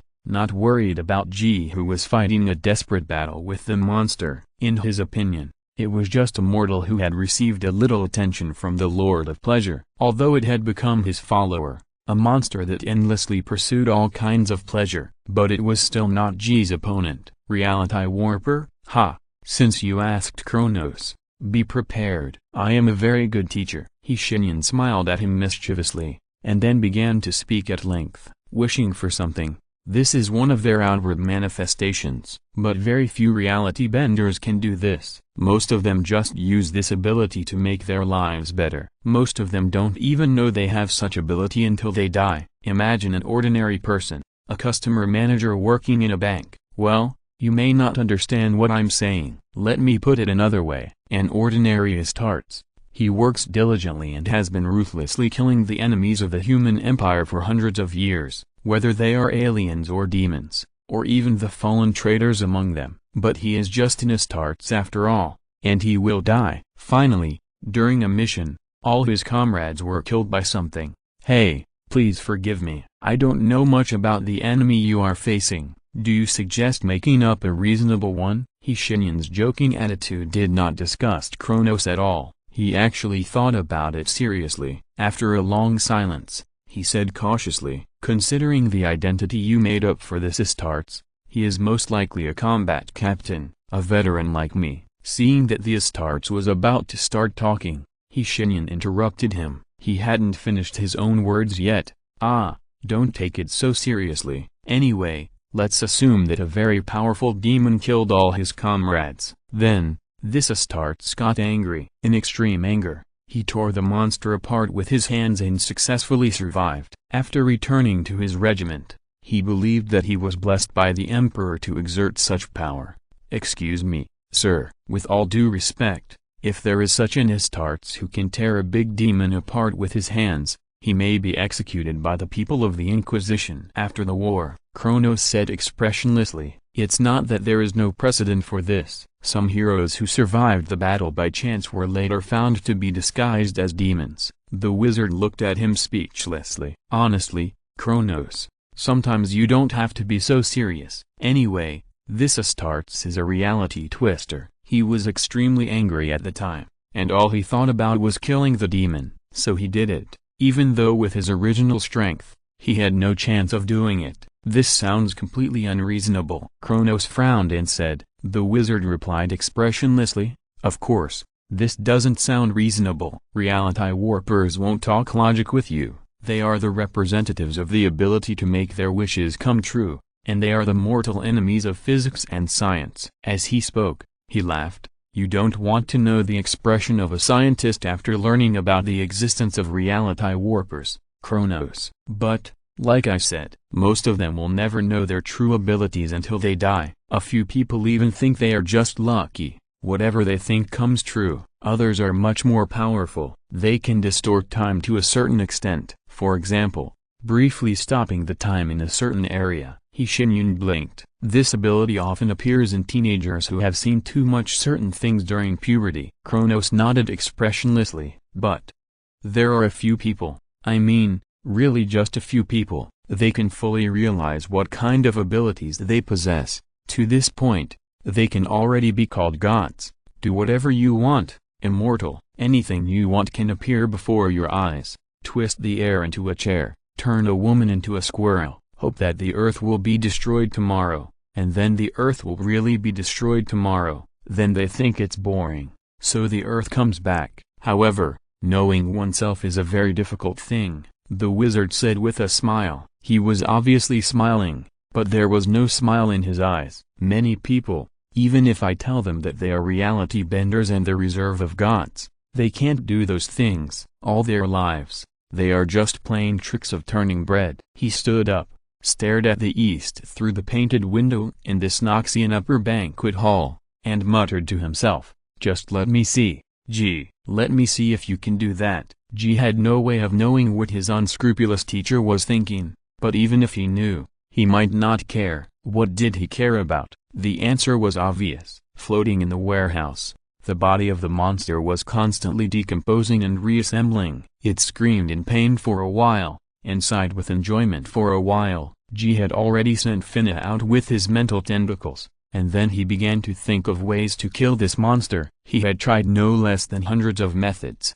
burning, drowning, strangling, any way of death you can think of. He had tried it on the monster, but it just won't die. Not only that, as its death times increased, the two small bags on its shoulder blades gradually grew larger, and then suddenly turned into two purple bat wings after one of its deaths. In the interval between death and rebirth, it intermittently said in a tempting and blasphemous voice, "You should use a more violent method. I want to see him for a little longer, okay?" It was even begging. G gritted his teeth. Even at the cost of his soul being shattered in exchange for such a powerful force, he couldn't really kill this monster even once. Every time, it would come back and become stronger. What should I do? He stopped repeatedly trying to kill it, and simply imprisoned it with his mental tentacles. The thing stared at G with a look of dissatisfaction on its face, and whispered, "What's wrong with you, huh? Hurry up, I'm about to touch him." Looking at the ghost thing with annoyance,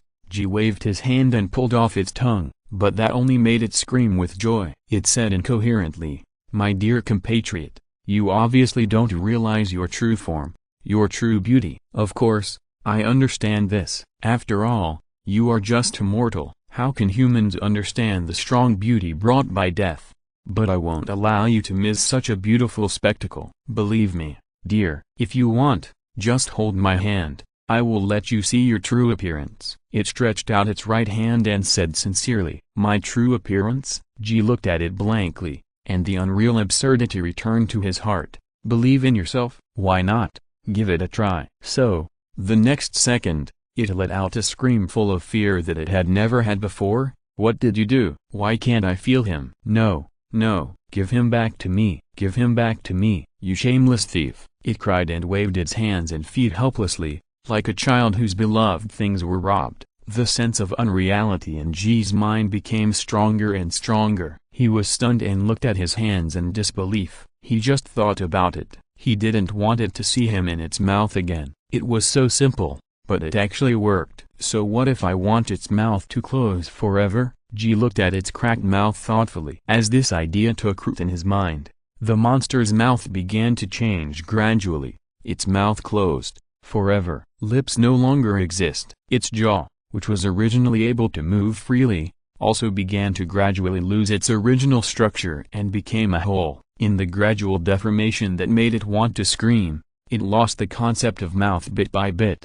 G looked at everything in front of him blankly, and he suddenly felt a fear. Is this really something I can do? This kind of power? Shenyan's voice came from behind him. Don't think too much, my apprentice. G turned his head and saw his emotionless eyes, and then fainted. The mage waved his hand gently to send him away, and blocked this memory. After doing all this, he stood there and muttered to himself thoughtfully. It seems that the reality twisters are still restricted by themselves. That stupid boy must have been brainwashed by the balance. He just wanted to seal himself. Fortunately, I arrived in time. He shook his head. It's not surprising that G is afraid of his power. After all, although he said that he had abandoned the way of balance, he still grew up with the education of balance. This huge power without reason is a burden to him. Let this kid forget about it. As for you, let me see. Jin, good fellow, you are also a born antisocial personality. Well, genius, you learn everything quickly. You are proficient in poetry, drama and music. TSK, you even found time to teach yourself anatomy. Shenyan yawned while flipping through the monster's memory casually. He has seen too many people like this, and Jin is just the luckier one among them. His kind of flesh and blood philosophy and special art have obviously been favored by Slaanesh. However, for the latter, Jin is only worthy of his quick glance. The Lord of Pleasure is busy enjoying himself all the time. He tore it into pieces, ground its body and soul into slag, and made sure that it could never come back, and then Shenyan left here. Good fellow, the update time has been getting worse and worse since the quarantine at home. There is another 4K update. I will adjust it tomorrow. Oh no, it's tomorrow now. What am I talking about? Chapter 296 Reconstructive Surgery. You can almost describe Darius's mood at the moment as extremely anxious. He rode on his warhorse,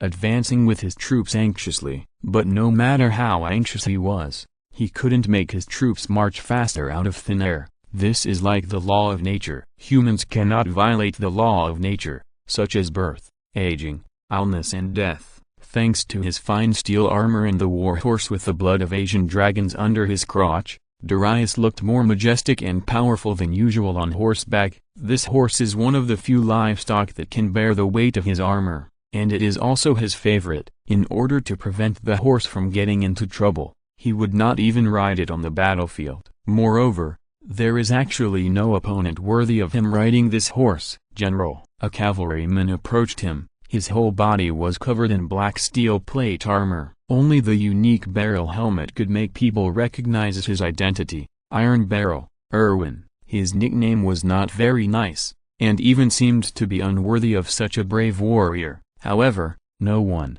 whether he himself or his comrades, mentioned this matter. It's you, Irwin. Darius nodded at him and asked expressionlessly, "What's the matter?" Irwin obviously didn't see what his general was thinking at this time. Darius was a serious person and it was common for him to have a stern face. Therefore, he just said, "The spies reported that the immortal fortress seemed to be normal. However, according to your order, they did not approach the capital." Darius saw Irwin's hesitation at a glance, and he asked lightly, "What else?" "And that is," Irwin took a deep breath and said, They didn't see any human figures. It seems that everyone in the capital has disappeared. Darius's hands on the reins tightened a little, and the rough texture of the iron gloves he was wearing also came back. Darius raised his hand and touched the scar on his face. He said, "Have you contacted the people in the city?" "No, General, that's the problem." Irving's eyes were actually filled with fear at this time. "No matter how I send the signal, no one responds." The two walked side by side. Irving was also one of the few warriors who could match Darius in size, but he was still much shorter than him. At this moment, there was a little fear on his face. Darius stared at his subordinate sternly and asked slowly, "What are you afraid of, General?" "Me." Irving seemed to want to say something, but in the end, he just sighed. Darius stared at the undulating mountains in the distance. It would take at least 3 days to reach the Immortal Bastion. By then, he would know what happened at a glance. Swain almost wrote the words burned out on his face. He now wished that he could be split into 3 people to use. After the crisis of the Immortal Bastion was resolved, the first thing that the remaining people had to face was the communication requests that came like snowflakes. Noxians usually communicated by letter, and only when they had to would they choose to use the communication towers scattered throughout the empire. In addition to the high price of using it once, there was also their inner atmosphere. They hated mages. "This is the Immortal Bastion. I am the Imperial General, Jericho Swain." "General Swain, do you know what happened in the Immortal Bastion?" "It's complicated to explain this matter," Swain said to the purple crystal in his hand. While looking up at the woman hanging on the palace and wailing constantly, he showed a trace of satisfaction and smiled, and then said, "I suggest you come back and see it with your own eyes. If you don't see it with your own eyes, you won't believe it." He put the purple crystal that no longer emitted light into his pocket. He has said similar words no less than a dozen times in the past few days. All the legions fighting outside have used the communication tower to come back and ask. In addition to informing them of the situation, Swain had to think carefully about which of them were trustworthy, and which of them should be watched out for. Compared to Swain's busyness, Sean seemed much more relaxed. After the crisis was resolved, he basically did nothing every day, just sparring with Kronos, and asking him about another empire in between. "Watch your steps, brother Sean." Kronos sternly slapped Sean's right knee with the unactivated chainsaw sword in his hand, causing him pain while correcting his steps that seemed a bit aggressive due to his strong desire to attack. Sean didn't feel the pain very much. He had long been used to it. The thing that surprised him the most these days was actually Kronos's fighting skills. He thought his skills had reached an impeccable level, but he didn't expect that in Kronos's eyes, his skills were actually full of flaws. As Thane retracted his leg and assumed a more cautious posture, he asked, "With all due respect, Brother Kronos, your skills are beyond my expectations." "It's nothing," Kronos replied. "Individual strength is insignificant in war, but it still works." "Yes, and that's why we still have to hone our skills. More importantly," Astartes smiled, and continued, "more sweat in peacetime, less blood in war." "You're right." Thane stood up, looking like he didn't want to continue training. He put the 2 axes on his shoulders and asked, "Where were you last time?" "Reconstruction surgery." Kronos also put away his chainsaw sword, and he narrated lightly, "Only the most outstanding mortals are qualified to undergo such surgery, and the mortality rate is still ridiculously high." "Do you think I can do it?" Thane asked half-jokingly. Astartes glanced at Thane, who was half a head taller than him, and answered humorously, "No, my brother, I don't think there is any surgery that can make you go further." "But isn't this part of the test?" Thane asked puzzled. "I mean, if I really want to join you, can I not pass such a test?" Kronos looked at his axe and smiled faintly. "What other test do you need?" "Brother Thane, it is obvious that you have no idea what you can do now," Astartes said meaningfully, pointing at his axe. Compared with his inexplicable confidence, Thane was more confused. "If even a warrior like you is just a consumable in that war, what can I do?" "Killing, that's all," Astartes replied. "Kill a few Morelians, traitors or demons for him and humanity before you die. That's enough. And don't be too self-deprecating, Brother Cyan. You have already been chosen by him. Kronos looked back at Swain and the soldiers who were injured and looking at them in reverence. He chuckled and had never felt so relaxed. He has never given up on any human being. Excuse me. With a blue light, the mage appeared beside them. There was a light in his eyes that Kronos was very familiar with. That was the curious light of a researcher. His technical sergeant had looked at those heretical technologies like this more than once, but he was pulled back every time. For some reason, Kronos swallowed his saliva. The mage continued, I heard someone talking about transformation surgery. Syan and Kronos looked at each other and felt a chill on their backs at the same time. Lie down, Syan. The mage put his hands behind his back and motioned for Syan to lie on the iron platform that had just been built in front of him to fit his huge body. They were in a secret room. The air was cold, with an indescribable smell. It made people feel calm but also cold. Sean was only wearing a loincloth, and his bare back and chest were covered with huge scars. The Emperor brought him back from death, but did not erase the evidence of his glory when he was alive. At this moment, Sean, who would not show any fear even in the face of thousands of troops, seemed a little uneasy. He swallowed and asked nervously, do you mind telling me what you want to do again? I've said it 3 times. Okay, listen carefully. Shenyan reached into the void and groped around as if he was taking something. He said to him, Kronos has undergone 19 operations, which took several years, and he also had to undergo many other corrective operations to ensure their metabolic balance. As for you, what I am going to do to you is actually very simple. What is it? Shenyan avoided answering, and then snapped his fingers, and Sean's head hit the iron platform. Kronos walked out of the shadows on the side and asked, how sure are you? The mage chuckled and said, have some faith in me, Kronos. This operation is not difficult. The difficulty is something else. Sean's tough skin began to crack little by little from his neck, and blood gushed out and floated around him. Next came the fat and muscle tissue, which spontaneously cracked little by little. During the whole process, Shenyan did not use any scalpel or tools to cut Sean's body. This weird scene made Astartes' eyelids twitch, and he thought of something bad. As Sean's pale bones were exposed to the air, Shenyan seemed to have finally found what he wanted. He pulled his hand out of the void and clenched it into a fist, as if holding something. Shenyan placed his hand on Sean's chest with a solemn expression,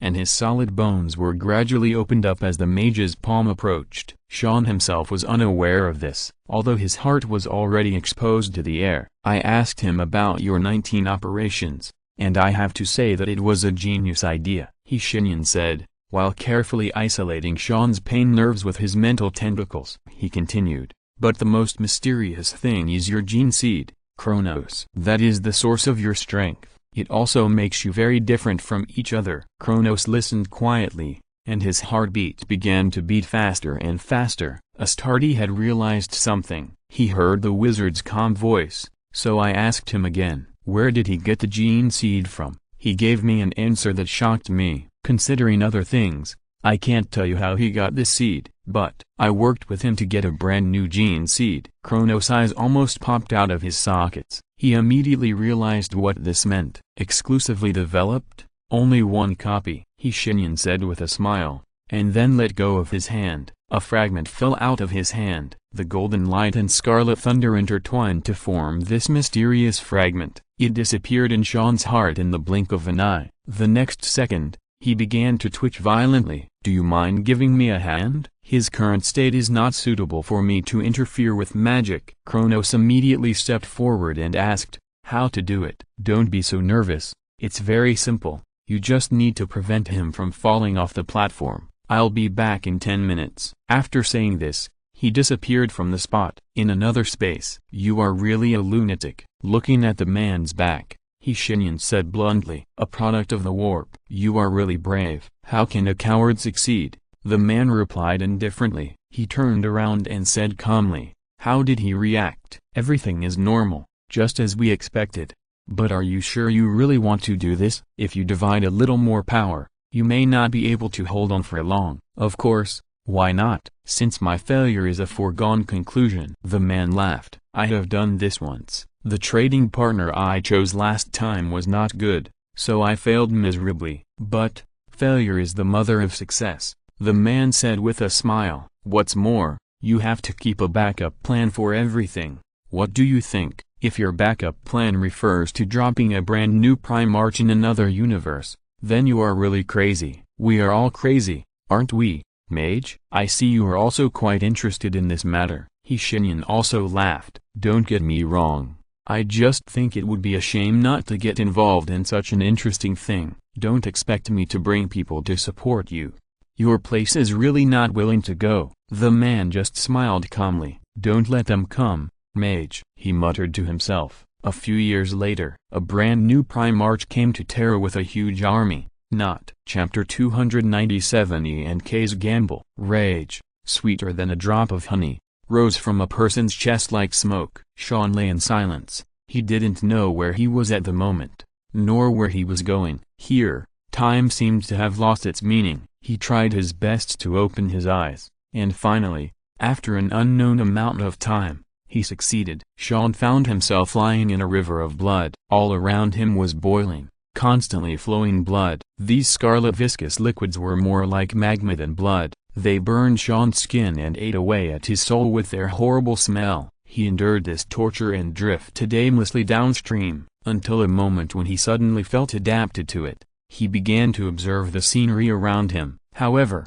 the scenery around him was illogical and full of killing and death. Countless skulls were built into Jingwan on both sides of the river. He saw all the honorable battles in the world, saw those respectable warriors holding weapons and dying, and watched their heads being chopped off by their opponents. An indescribable ecstasy filled his heart and brain. A voice said, "Fight, Thane, rise and fight." His voice sounded like the sound of steel clashing when swords intersect, full of courage, determination and the consequences that would come.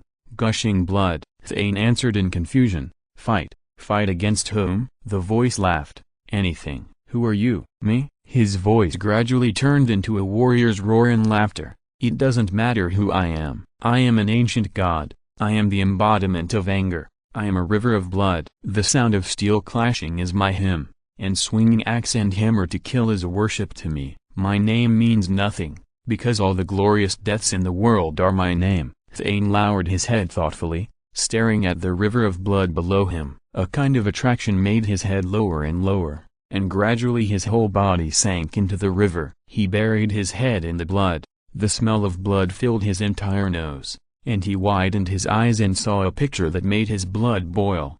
It was a scarlet land, devastated. Countless warriors wielding weapons fought each other on this land, and their courageous war cries resounded through the sky. Countless people died every moment, and their bodies and blood would be trampled under the feet of those who came later, gradually turning into new ground. Fighting, endless fighting, a glorious battle, a battle full of faith, a battle he had always dreamed of. He almost wanted to join them immediately, and the desire to fight began to surge in every pore. Just one opportunity to burst out, but he didn't. Instead, Sean raised his head from the river like a drowning man, gasping for breath, and the increasingly strong smell of blood made him almost breathless. Sean raised his head and looked at the scenery in front of him, and found that he had arrived on a wasteland. There was nothing here except a throne. Oh, and countless skulls piled under the throne. Some of them were stained with blood, and some were as bright as new. Sitting on the brass throne was a huge black shadow whose shape could not be seen clearly. Only 2 points of scarlet light shone brightly in the darkness. The wails of the dead and the roars of the warriors were reverberating around him. Cyan stared at the 2 points of scarlet light,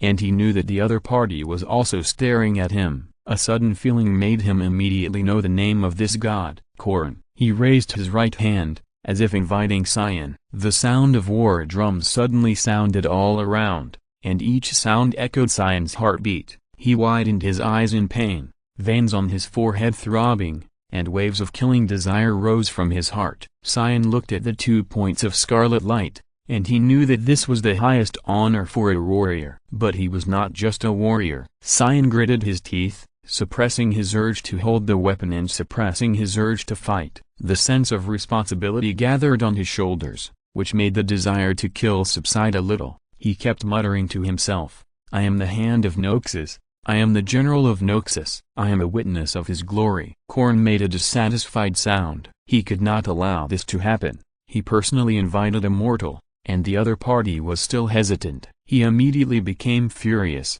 but when he raised his head the next second, he immediately turned his anger into joy. The anger on his face deformed his facial features. His eyes turned scarlet, and the ferocious Shen made of steel had bitten his lips at this time, and blood flowed on the black metal. Korn looked at him with satisfaction, and Cyan roared. He immediately laughed with joy. Yes, that's it. Come, join me. He looked at Cyan with expectation, and two huge battle axes appeared in the latter's hands. Cyan ran towards him, but he did not receive the blessing under his throne as he thought. On the contrary, with an unstoppable fury that almost burned himself to death, Cyan leaped up and swung his two great axes at Korn's face. He let out a roar so loud that even the space shook, and then slapped Cyan away. Korn was still furious and almost wanted to stand up from the throne and crush Cyan to death immediately, but when he found that Cyan still held his weapons tightly even after being beaten to the point where he could hardly stand, he stopped. He slowly sat down and let out a satisfied, low laugh. He looked at Cyan's face that was distorted by anger, looked at his slightly trembling flesh, and slowly whispered, "You will be mine soon." A roar later. Kronos looked at Cyan's trembling body with anxious eyes. The wizard had been gone for 5 minutes, and Cyan's expression began to become more and more terrifying shortly after he left. The angry look reminded Kronos of some of his brothers, who were suffering from the death of their gene father. At the same time, they had to face the corruption of an evil god who was eager to see them. He was completely powerless to do anything about it. Inside Cyan's open chest, his heart was beating rapidly. He was obviously asleep, but his expression was so gnashing, with a deep hatred and anger intertwined. Kronos stared at the face and began to silently recite the Emperor's prayer. This was the only thing he could do. Fortunately, the wizard came back soon. He was very punctual and said 10 minutes would be 10 minutes. When he came back, he even brought a cup of tea in his hand and looked relieved. After seeing Kronos's expression, he even had the leisure to tease, "Why are you like that?" Without waiting for Kronos to answer,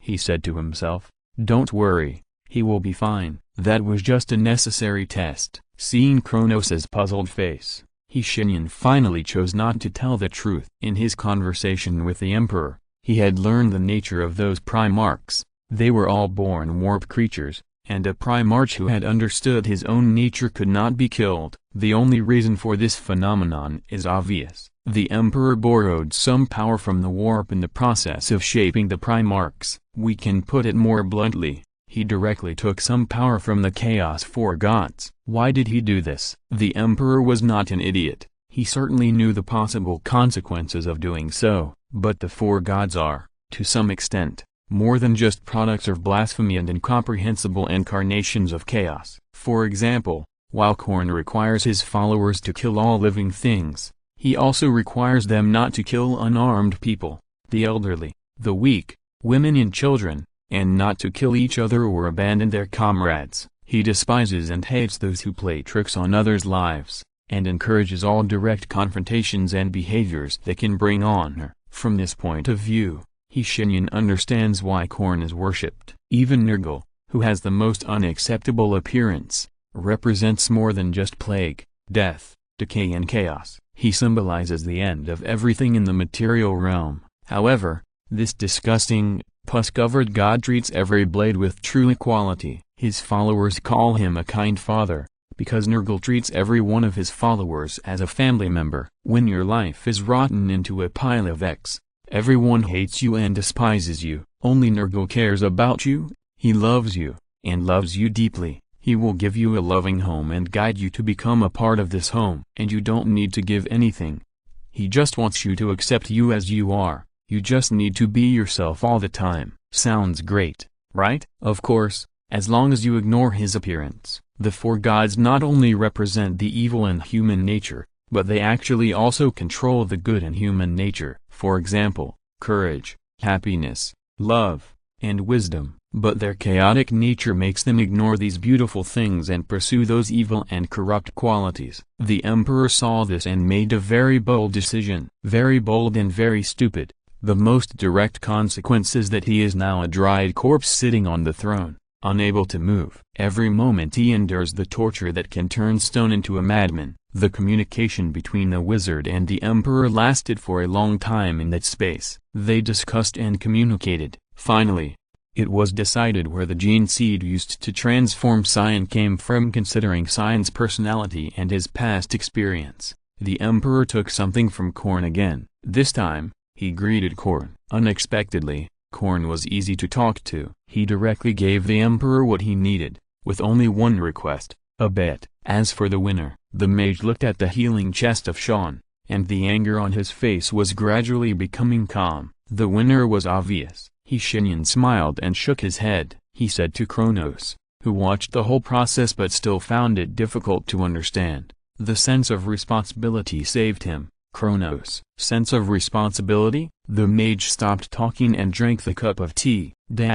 You lost. In the subspace, the voice of the cold sun spread far away. The Lord of Blood snorted coldly and slapped the armrest of his throne heavily. He said angrily, "You damn bastard. You obviously have no chance of winning. Why do you always beat me?" "Because I am much smarter than you." The Lord of Blood snorted again and ignored the sarcasm. He turned his head and looked at a team of space marines who were fighting hard, and said slowly, "Your soldiers are about to lose." "I know." Korn's angry voice spread far away, forming a storm in the warp and killing countless demons. These loyal warriors, they could have slaughtered at will under my command and enjoyed everything they deserved as warriors, but now they are bound by a sense of responsibility and are willing to die for your damn corpse. There is no honor at all. There was only pure rationality in the Emperor's voice, because they are human beings, not your demons. That's why you always lose miserably, Korn. There is nothing in your mind except fighting. Even that stupid blue bird can play with you in the palm of its hand.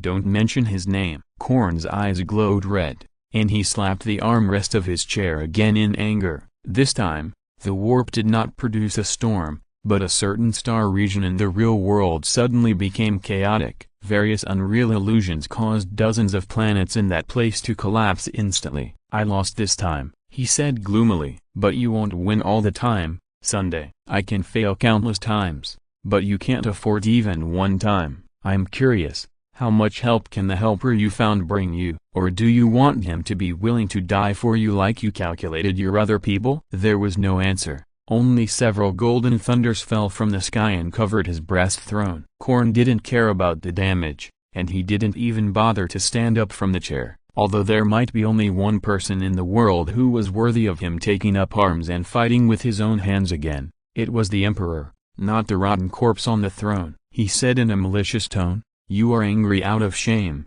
Ha ha ha ha ha." The thunder's laughter spread far away, and he received a cold snort. The Emperor replied without emotion, "You will not understand what humans can do for each other. I trust him, just as he trusts me." "Ah, yes, but you, the great Emperor of mankind, don't even have someone to talk to and can only come to chat with your enemies. How sad." Korn laughed. The Emperor seemed to be infected, and there was a hint of smile in his voice. "When that day really comes, I will be the last one to kill you. That damn bird must die before you." "I'll wait and see," Korn replied with a smile. "The recent updates are a bit perfunctory, I confess. There were 27 updates this month, and 248,000 words were updated. It should have been 10,000 a day. I can only say that human laziness finally defeated me. Before the quarantine, I could squeeze in 10,000 a day. After the quarantine, I started to slack off at home. Next month, please supervise me." If you're listening to this novel on a channel other than Fanfic World, it means they downloaded and uploaded it without effort. We cordially invite you to visit our channel, Mundo Fanfic Novelist. There you'll find the original version of this story and you can explore many other novels of various genres. We are waiting for you to immerse yourself in a world of incredible novels. Chapter 298, Choice and Trial. Do you really know yourself? This question sometimes accompanies a person for most of their life, and they may not be able to completely let go until they die. Screw it. I'm dying soon. It doesn't matter whether I understand or not. Only a few people can really find the answer. Laka stared at the palm of his right hand, where a ball of violent golden air was slowly flowing along the texture of his skin. His face did not change. but he looked completely different from the thin and cautious young man before. If you have to say it, he looked like a slowly burning flame, and just looking at him would make people feel eyelids stinging. Halaka exhaled lightly, and then his right hand suddenly pressed down and slapped on the snow. The snow around him melted away in an instant, as if it was wiped out by an invisible big hand. Laka watched all this indifferently, and he felt alienated from the changes happening to him. Standing on the top of the snow-capped mountain, the cold wind blew fiercely around. His thin clothes were blown by the strong wind, and the corners of his clothes fluttered. The old man's voice came from behind him, with a smile. Still thinking? Laka turned around. Who am I, master? Am I Lee King, or Laka? He asked in confusion. That depends on who you want to be. Laka is an ordinary person, and he will live his life ordinary and painless. This is good, but Lee King is different. Lee King's life is very painful and very difficult. The old man replied. I can't tell you this, Laka. No one can tell another person what kind of person he should be. Not to mention, it all depends on you, isn't it? If you want to be Lee King, then do it. If you want to be Laka, that's fine. Who can blame you? Of course, you can choose neither. Choose neither? The old man smiled, with a kind face. Life doesn't have to be a choice, Laka. Laka lowered his head, and when he raised his head again, his eyes were still confused, but there was also something new. He said to the old man, I want to start as a wandering monk, master. I want to go down the mountain to see if anyone needs my help. The old man smiled and nodded.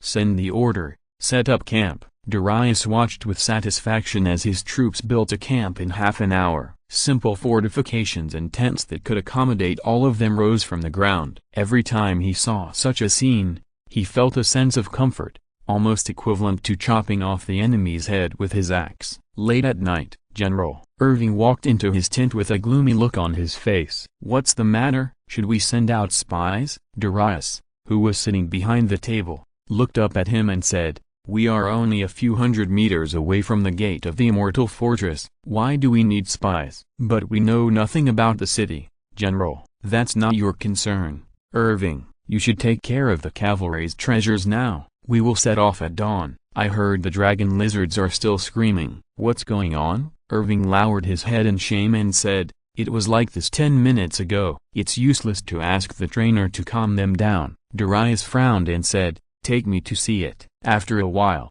they stood in front of the fence of the dragon lizards in silence. The flickering light of the torch cast irregular shadows on Darius' face. He looked at the restless dragon lizards and frowned deeper and deeper. The Legion's trainer said uneasily beside him, General, this has never happened before. I personally trained these dragon lizards. They will never violate discipline, let alone shout in the middle of the night. At this season, the night is not hot, and it can even be called cold. But sweat kept coming out of his forehead. The trainer's body was trembling slightly, and he actually stuttered, General, this is definitely not normal. Do I need to tell you? Darius certainly knew about this. This military trainer has been with the Trifari Legion for 5 years. The dragon lizards trained by him have always been the partners that the cavalry fought for. This guy is very capable. He can make the dragon lizards with violent natures obey discipline and follow orders. This alone is already amazing. What do you think the reason is? Darius asked lightly, temporarily suppressing his uneasiness. The trainer looked at the dragon lizards in the fence with an uneasy look. They were screaming non-stop, but even so, they did not attack each other or riot. This is enough to prove the results of his training. It seemed that Darius's calm voice gave him strength. He calmed down and answered slowly, First of all, the weather can be ruled out, General. Except for the freezing cold in Freljord, the dragon lizards take any environment for granted. Food can also be ruled out. They eat better than me. The trainer's face was full of confusion and doubt. He muttered to himself as if he was in self-denial. It shouldn't be what I thought. A hand was placed on his shoulder, strong and cold. The trainer looked up and saw Darius's calm face and heard his low voice. Speak out. Don't panic. The trainer swallowed his saliva and answered, I have been doing this for 27 years, General. It is a skill passed down from my ancestors. My grandfather and father were both military trainers. In these 27 years of career, I have only seen the dragon lizards so uneasy once. That time, they were facing a real dragon. The trainer's words made Erwin and the guards behind him look at each other, and Darius frowned. He said, "Tell me more details." The trainer seemed to be lost in his memories, his vision unfocused. At that time, I was still following my father. I still remember that batch of dragon lizards. They were the last batch trained by my father personally. He swallowed and said, 21 years ago, the Triferi Legion had not yet been established. My father and I worked under General Villiers. Darius nodded. Iron Hand. Villiers. A hero. The trainer smiled proudly. Yes, he is a real Noxian. Sorry, I got off topic. At that time, we were attacking the hill people, which is now Kalhara. The war went smoothly. Although the hill people were all good, their weapons and equipment were too backward. They could not resist our new equipment and plate armor, until their king got a cursed golden helmet from somewhere. He put on the golden helmet in front of the two armies. Then he turned into a dried corpse as if all the energy was sucked out of him. Then the sky was covered by the wings of a giant dragon. It was terrifying just to fly over us from nowhere. That was the only time I saw the dragon lizards so anxious as they are now. Darius knew what he was talking about. The cursed golden helmet should now be sealed in the treasury of the Empire. This is a treasure from ancient times. Every time it is opened, a special noble bloodline is required as a sacrifice to summon the soul of a giant dragon. Of course, the king's bloodline of the hill people has died out, so this golden helmet is only for show now. Erwin's voice sounded from behind him, interrupting Darius's thoughts. It's a wonderful story, Tamer. But there are no dragons in the immortal fortress. The Tamer looked extremely confused, and he replied, "Yes, sir. That's why I can't figure out why they are like this." 2 minutes later, Darius understood why they were so uneasy. He remembered what an animal scholar said. That guy said that animals' intuition is usually much more sensitive than humans. They are born to feel the coming of danger better than slow humans. 2 minutes later, Darius stared at the huge figure approaching them and clenched the battle axe in his hand. He thought, what the animal scholar said was damn right. The ground began to tremble more and more obviously as the thing approached. No one in the barracks had rested for a long time. They all formed a battle formation and were ready for the figure that was getting closer and closer. Darius squinted his eyes. Tonight,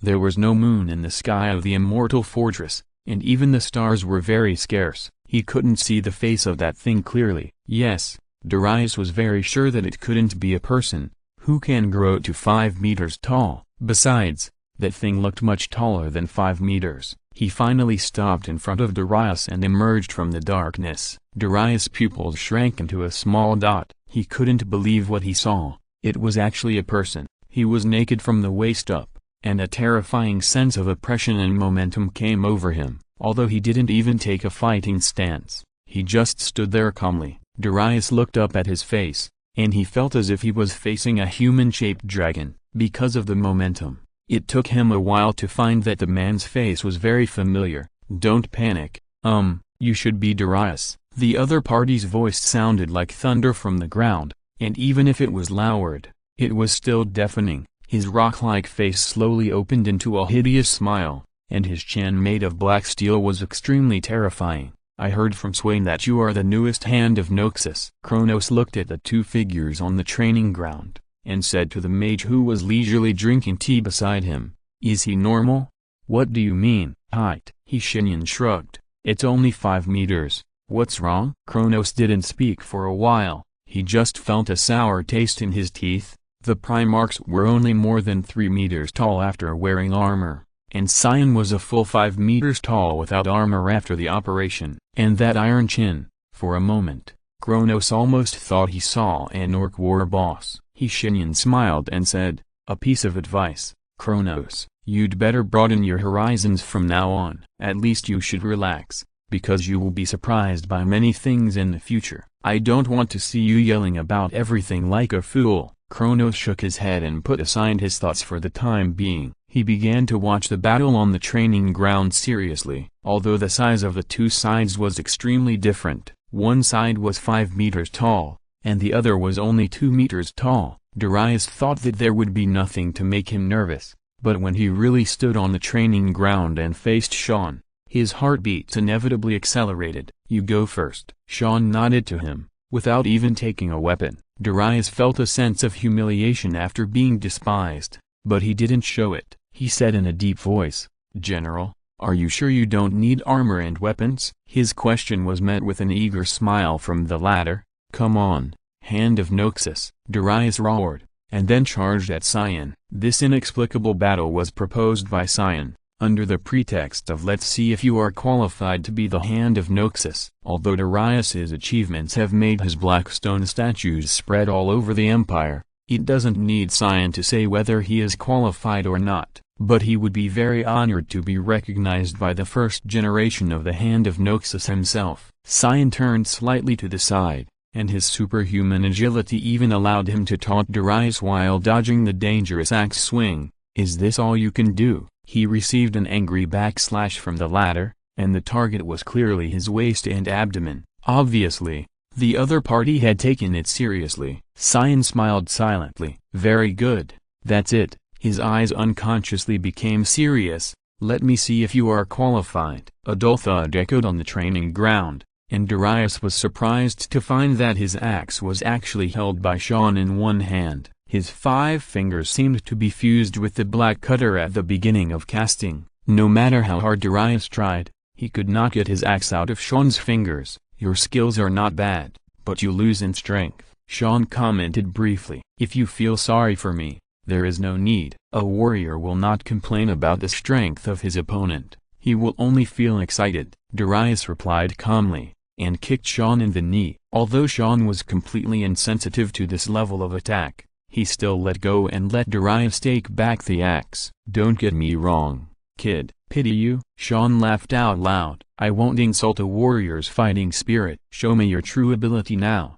Let me see your strength." Darius smiled unconsciously, and the anger of being despised at the beginning was quickly receding. He had to admit that even if Cyan was not wearing armor and had no weapons, he was still a powerful enemy, so powerful that he even began to enjoy this unequal battle. He has always been like this, always happy to challenge the most powerful people. Prime Arch, Cyan the first warrior to receive his gene seed. Darius the name of the legion. What should it be called? Chapter 299. Sacrifice is the cornerstone of the Empire. Kronos could not offer any suggestions or comments on the battle between Sean and Darius. What suggestions could there be? The outcome of the battle was already determined from the beginning. In his eyes, Darius was a good warrior among mortals. Even if he was thrown into space, such a person might be able to shine in a certain war, but he could not win. His solid steps and powerful yet skillful attacks could not hurt Sean at all. Not only did he know this, but the two people fighting were also aware of this. Sean slightly turned sideways and dodged Darius's insidious attack. He looked at Darius with admiration. This move was full of imagination, like an antelope hanging horns, nowhere to be found. If it weren't for his reaction speed that was far beyond that of ordinary people, he would definitely be hit. But even if he was hit, the axe could not cut his skin. He took 2 steps back, looked at Darius, who was sweating profusely, and said with a smile, "You fought well, kid." Darius panted and didn't say anything. Not long after, he raised the great axe in his hand again. Seeing this, Sean raised his eyebrows. Kronos in the audience smiled. "Yes, that's the spirit. It's the will to do something even though you know it's impossible. Even if the enemy is countless times stronger than you, you must hold your weapon tightly and stand up." Kronos knew that the reason why Darius gritted his teeth and persisted until now might be different from his, but he still felt the same way. "Thank you for the compliment, General Sean. I may not be able to defeat you, but I must let you know one thing." "Oh, I am the Hand of Noxus," Darius roared wildly, and he ran towards Sean with a roar. "You don't need to prove this." It was just a bluff. He was already at the end of his strength. Thane could tell at a glance, and this time, he did not choose to dodge, making Darius's attack miss. On the contrary, he grabbed the black cleaver and then pressed Darius' shoulder with his free left hand. His voice was like thunder, but his words were as gentle as spring. "You certainly don't need my proof, boy. You are the Hand of Noxus." Thane laughed, Even an old man like me who has just woken up has heard of your achievements. Leading the elite of the empire to conquer cities and expand the territory. You have made all those false kings roll off their thrones made of the bones of the people. You have done a good job. In this respect,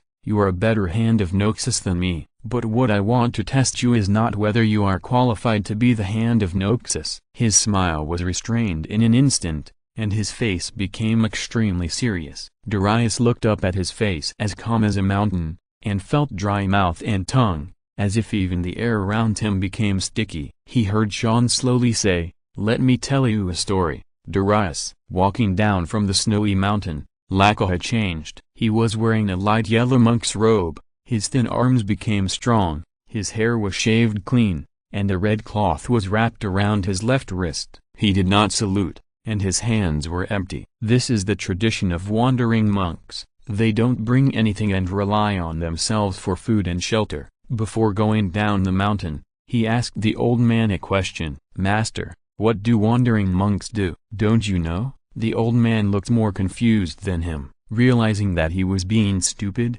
Laka hurriedly tried to make amends. "No, I know that wandering monks punish evil and promote good." "Wrong." The old man shook his head slowly. "Wandering monks, to be honest, Laka, wandering monks are very willful people. They do whatever they want to do, which is not what you call punishing evil and promoting good, helping the weak and suppressing the strong. But, the wandering monks in those stories," the old man smiled and spread his hands, "they are them, and you are you. Why do you keep trying to be someone else, Laka? You regard others as role models. Why not make yourself a role model?" "Make yourself a role model." Laka silently recited this sentence in his mouth, and unknowingly, he had walked hundreds of miles in an instant. Such a speed was completely unimaginable to him in the past, but after walking out of the spirit world, he had something else on him. For example, the hot tattoo on his body at this moment was slowly wriggling with the rise and fall of his muscles, and the grinning black dragon was wandering around his body, roaring wantonly. Laka only took a break from thinking, and he crossed hundreds of miles again. He himself was surprised by this and hurriedly stopped, but forcing himself to stop made him fly hundreds of meters away and crash into a forest. "Wandering monk, what kind of wandering monk am I?" Laka lay on the ground, smiling bitterly. Just as he was blaming himself, a lazy voice came from the tree above his head. "Who is it? Why is it so noisy so early in the morning?" Laka's face was hot and he quickly got up from the ground. He patted the dirt and branches on his body, put on a serious look, bowed his head and saluted. "Forgive me, huh? Why do you smell like him?" Laka felt a fragrant breeze coming, and a white object passed in front of his eyes, and the fluff scratched his nose. It made Laka itch and gasp. He turned around quickly and saw a woman in a hood looking at him curiously. Her eyes were very clear, like a small animal, with a pure curiosity. "Hey, are you a monk?" No, I'm a wandering monk." "Wandering monk? Don't monks have temples to practice in? Besides, you don't look like those pedantic old men at all. Are you kidding me?" Laka hurriedly shook his hands. No, how dare I lie to you? Wandering monks are different from monks. They practice in temples, and we practice outside." She suddenly realized, "Oh, I see, so you just can't find a house to live in." Laka smiled bitterly and said, "If you insist on saying so, you're not wrong." The woman laughed triumphantly. "You unlucky monk, it's okay that you have no place to live, but you broke into my house early in the morning. But since you smell like him, I won't make things difficult for you. Go away." "Him?" This time it was the woman's turn to be surprised. "Don't you know him?" Laka's face was full of confusion. Who are you talking about?" The woman frowned, and only then did Laka notice her stunning beauty and natural charm. But this breathtaking beauty did not cause Laka's mood to fluctuate in the slightest, and he himself felt strange about this. "He is a very strange man, very handsome, and his past experience was very bitter and hateful." "Is that right?" She frowned and tried to recall. "And he speaks and acts very strangely." After thinking for a long time, she added this feature. "I can match your description even if I wear a wig." Laka shook his head. "Don't you know his name? Since he is such a person who impressed you so much," The woman laughed awkwardly. Ha ha ha, ha ha, ha ha ha ha ha. Keeping this in mind, Laka bowed to her. I apologize for disturbing your morning. Now, if you don't mind, I mind. Laka made a surprised sound, and the woman looked at his reaction and chuckled. It's okay, it's just funny to say that. You go. Laka blinked and saluted again. Without saying anything, he left. Darius returned to the barracks where his troops were stationed with an expressionless face. His expressionless face was obviously misunderstood, but Darius was too lazy to explain. What he heard was too bizarre. Why tell these soldiers? It would only cause them more trouble. He let out a long breath and recalled what he heard. Those warriors, the burning galaxy and the expedition of mankind, without exception, made his heart surge. But after hearing the last part, looking at the serious face of Sean, he felt a deep sense of powerlessness. It turns out that what I have done so far is just a small fight. Sitting in his tent, he looked up at the SYNOPSIS logo hanging above the door curtain, and suddenly a bitter smile appeared on his face. Sean wanted him to join him, and then unify the entire Runeland, and then lead them back to the Dark Galaxy to save billions of human compatriots who were suffering. Compared with the prospects he described, Darius felt that what he had been doing was no different from playing house. He agreed. He couldn't refuse. How could he refuse? Such a great cause, such a lofty ideal. But what followed? In addition to the surging emotions, there was also distrust of his own abilities. He met Kronos, who came from among the stars. He and Sean both told Darius a consensus. Even warriors like them were just pawns in such a war, tools that could be sacrificed at any time. Darius couldn't help but ask himself, what's so special about me that Sean invited me to join? Even they are just sacrifices, so what role can I play in such a war? You know, the thing a soldier fears most is not dying in war, but dying in obscurity and without any effect. If he dies, he must die on the way of charging. If he can't even see the enemy's face and is easily destroyed by the artillery fire from the sky, then what's the use of the skills he has honed so far? War. With this deep feeling of powerlessness, Darius lowered his head for the first time. On the other side, what do you think of him? In what aspect? In all aspects. Kronos nodded and answered calmly. No matter in which aspect, he is the best among mortals. Excellent. In some ways, he even reminds me of some of my brothers. You must know that sacrifice is the cornerstone of the Empire, and those who sacrificed the most for the Empire are those respectable mortals. From this point of view, they are always protecting us. Ah! Sean laughed loudly. That's really a high compliment, but it's a pity that guy can't hear it. Kronos said calmly, if he were here, I wouldn't say that. What? Are you also the type of person who likes to suppress the arrogance of soldiers? No. Kronos shook his head. On the contrary, I have always believed that if we want to ensure the morale of soldiers, we must make them feel their excellence at all times. Only in this way can they move forward courageously. But he is different. What's the difference? Sean asked back. It's not what you think, brother Sean. Kronos laughed. His mind was filled with doubt and self-deprecation. He would only ignore the compliments now and then criticize himself more strictly. Cyan seemed a little at a loss at this time. Well, what should I do? Looking at his confused face, Astarte closed his eyes and smiled. Do whatever you want. Brother Cyan. No, calling you brother now would make me seem too ungrateful. He stepped back and knelt on one knee. You are now the Prime Arch. Cyan was silent for a while, and then his angry voice came from above Kronos' head. Stand up. A huge force forcibly lifted Kronos from the ground. He saw a serious face, a face of a liberator, a face that never wanted to see any oppression again. He heard Cyan say word by word, don't kneel down anymore, brother Kronos. There is no difference between you and me. What does the strength of the weak matter? If I am just stronger than you, I can force you to kneel to me. Then who am I? He became more and more excited. The reason why SYNOPSIS was founded is to give everyone the right to no longer kneel to those kings. He stared into Kronos' eyes, as if there was a flame burning in his eyes. So, don't kneel to me anymore, brother Kronos. Astarte smiled calmly. Okay, Brother Sean. A discordant sound of drinking tea interrupted the atmosphere. They looked back and found that the mage with a leisurely face was drinking tea while looking at them. Noticing their gaze, the mage raised the teacup in his hand in a very provocative way.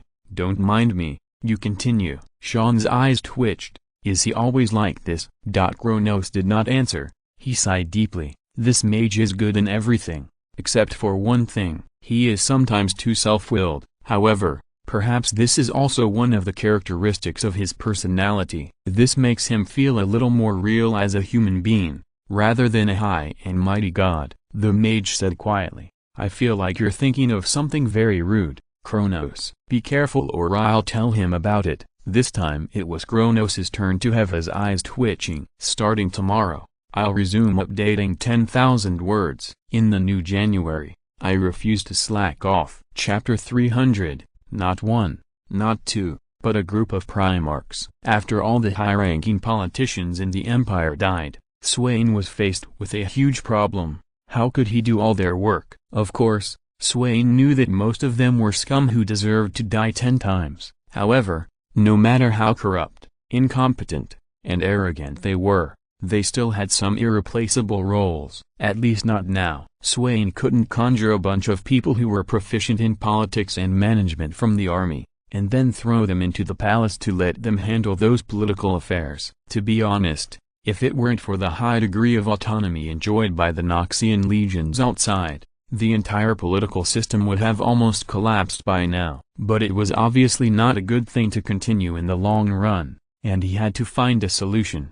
"So you came to me?" Darius raised his eyebrows. He began to wonder if Swain had some mental problems. He didn't look like a person who had anything to do with the word politics. In fact, he should be the kind of guy who would kill politicians with an axe. "No, I want you to issue an order with me, Darius." A recruitment order for the Hand of Noxus across the country should attract many people, Swain said seriously. The wrinkles on his face have deepened these days. Even his white hair has inexplicably increased. "Recruit?" "Yes." Swain sighed deeply. "This is also a last resort. I really didn't expect this day to come. The Empire actually has no one available, and not in the military, but in these damn political affairs." "Okay, but I have a few questions." Darius nodded. "First of all, even a rough man like me who doesn't understand politics knows one thing. Officials don't grow out of thin air. Just like soldiers, they are allowed to go to the battlefield only after a long period of training.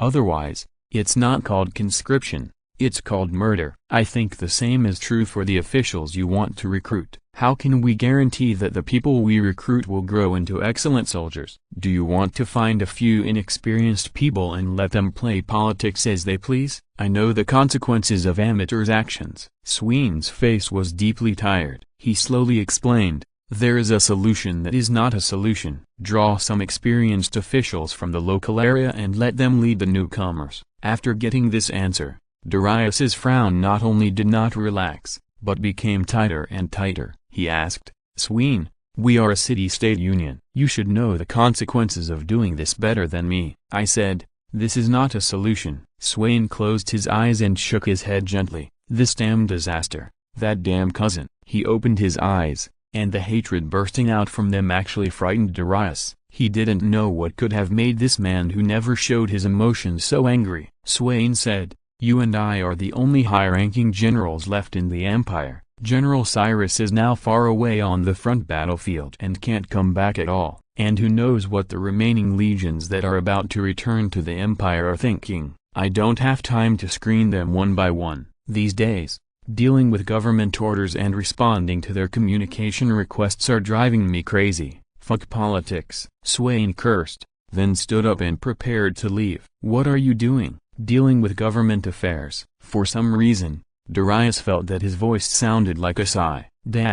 New transformation? Now. Kronos looked very shocked. He asked, "That mortal is indeed qualified, but without the help of a doctor, how can we perform the transformation surgery?" A total of 19 operations, lasting for several years. Not to mention that Brother Sean's gene glands are not mature at this time? You have a lot of questions, which is a good thing. I will answer them one by one. The wizard looked very patient. He raised a finger. "First, Doctor, there is a wizard in front of you. Kronos' expression froze. Second, who said that he and I only got a new gene seed? Shenyan said with a smile, and this sentence immediately made Kronos' breathing quicken. The muscle lines on his face tightened instantly, and the whole person looked like a piece of steel, a piece of stubborn stone, but the voice he made was trembling. Another one? There are many, my dear friend. Shenyan laughed. He had deliberately held back and didn't tell Kronos this news,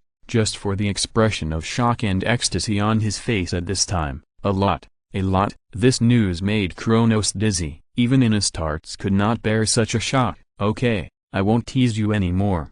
The smile on Shenyan's face disappeared in an instant. He said slowly, it's just a preliminary plan. At this stage, I only have 15 gene seeds that are guaranteed to be feasible. The follow-up plan is still in the works. If nothing goes wrong, Kronos, you can bring back a legion full of Primarchs in 100 years. Of course, there are countless Astartes like you, all Primarchs. Kronos Tiberius, the captain of the first battle company of the Emperor's Swords, a subsidiary regiment of the Ultramarines Legion. This respectable warrior who has fought for humanity for 300 years in the burning galaxy full of war has fallen into a strange state. He has kept his mouth wide open for more than a whole day. He had to wear his helmet all the time to hide this ridiculous look. During this day, he did not speak to anyone, nor did he make any sound from his throat. He kept repeating these 4 words in his heart. All Primarchs, all Primarchs, all Primarchs. When the day was almost over, he finally laughed foolishly in his room. Shenyan actually didn't tell Kronos the whole truth. Only the first 3 of the 15 gene seeds were made by the Emperor and the mage, and the remaining 12 were all made by Shenyan himself. The Emperor also acquiesced to his behavior, and when Shenyan showed him the gene seeds, he even seemed very happy. You really should learn science. Your curiosity and motivation in scientific research are much stronger than many people, he said to the mage in that space. Forget it. I'm going to stick to the path of magic. This is how the mage answered him. The Emperor obviously used the power of the warp when creating the Primarchs, and he himself was outspoken about this. As long as the mage wanted to know the knowledge, he would teach it all, even the nature of the Primarchs. What is the warp? Shenyan understood it this way.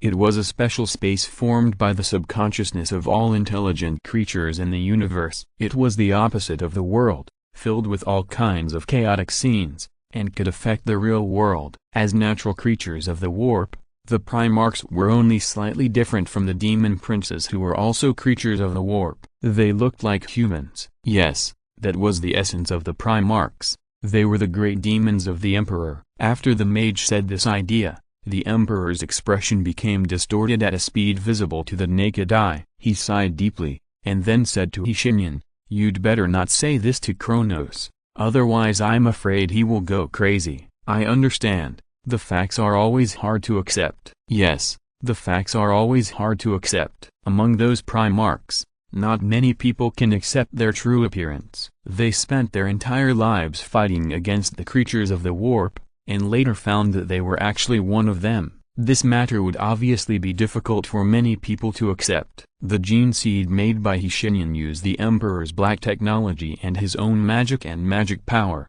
which was only slightly different from what the Emperor himself did. He did not mix the power of the warp. The benefits of doing so are obvious. The Primarchs are born warp creatures, and the projection of their souls in the warp is as dazzling as a star to the chaos gods and demons. Each of them has more or less faced chaos, and the fallen even account for the majority. When he rejected the power from the warp, these new warriors would undoubtedly never suffer the possibility of falling again, unless those 4 bastards were shameless and ran out to pull their souls into the warp. But the problem also came with it. The nature of the warp ensured the special strength and those unique talents of the Primarchs, but without the warp, could these new gene seeds be as powerful as the original Primarchs? Shenyan gave his solution. Compared with the Emperor, he is very free. This freedom is not only reflected in the fact that he does not have to sit on a rigid broken chair every moment and gradually turn into a mummy,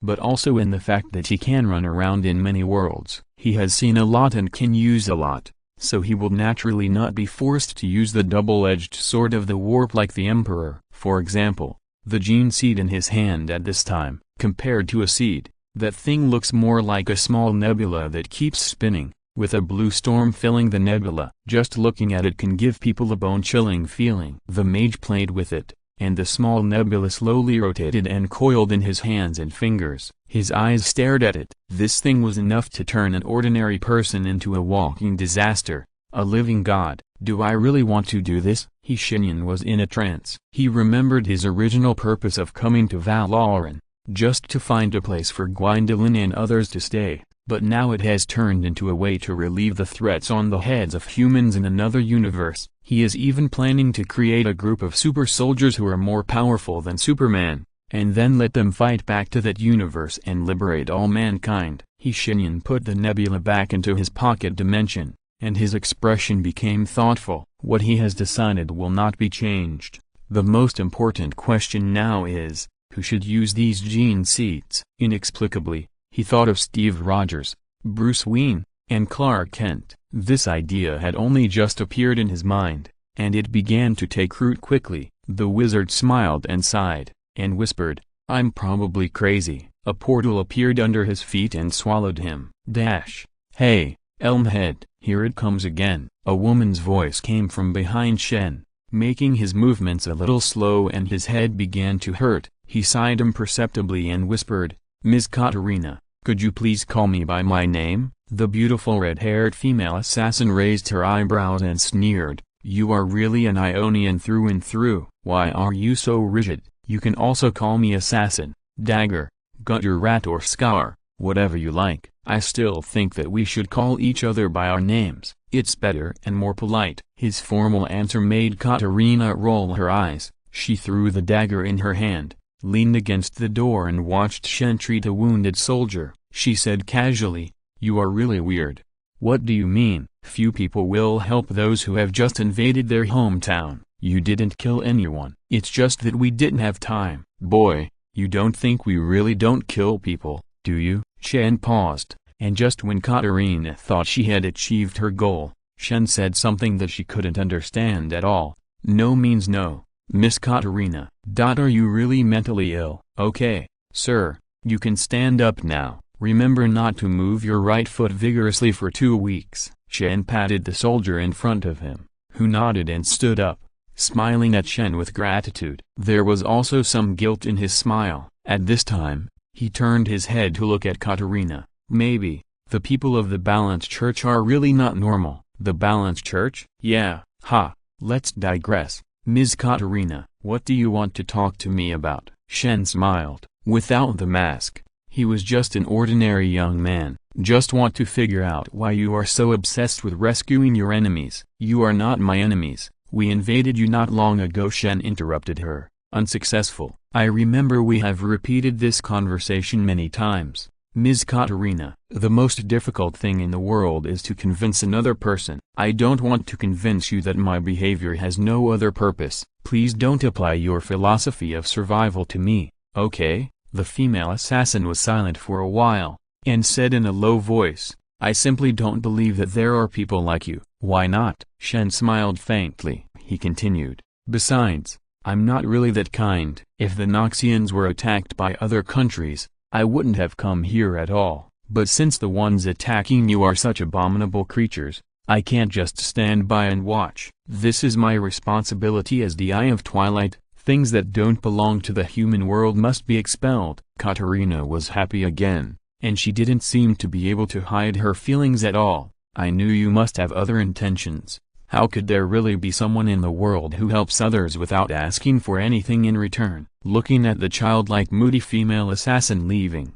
Shen smiled and shook his head. "Noxian people, aha!" he shouted to the outside of the door. Next, a furry head poked in, and Shen opened his eyes in surprise. It was a Vastaya, and the atavistic features were extremely strong. She looked exactly like a human cat with a cat's head. She was wearing leather armor, revealing her thighs, and her tail swept behind her waist. A pair of blue cat eyes stared at Shen, full of inquiry. Shen's eyes passed over the pad of her palm without leaving a trace. "Hello, I heard that there is a doctor here who treats soldiers. so I came here. Yes, I am that doctor. What's your problem? I mean, where are you injured? Shen asked after he asked her to sit on the chair in front of him.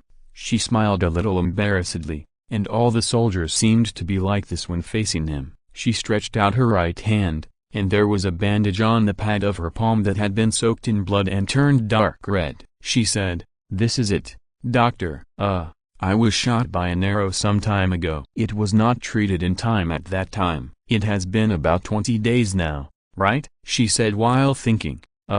Anyway, I found that the wound did not heal as well as before, and then I heard about you, the doctor, so I came to see you." Shen stretched out his hand and held her pad of flesh. The feeling of the touch made him pinch it involuntarily. The female soldier immediately shuddered, her body trembled, and her face turned red. But she seemed to think that this was some special judgment method of the doctor, so she did not dodge, but asked, "Did you see anything, doctor?" Shen coughed. "I have to open your bandage first, ma'am. It may involve your wound. Try to bear it, okay? Don't worry, I'm not afraid at all," she suddenly screamed. But Shen did not stop. He did not stop until he completely opened the bandage. "Sorry, doctor, I didn't know it would hurt so much. I thought it was just like being cut." She smiled embarrassedly. Shen's face became serious. "Okay, ma'am.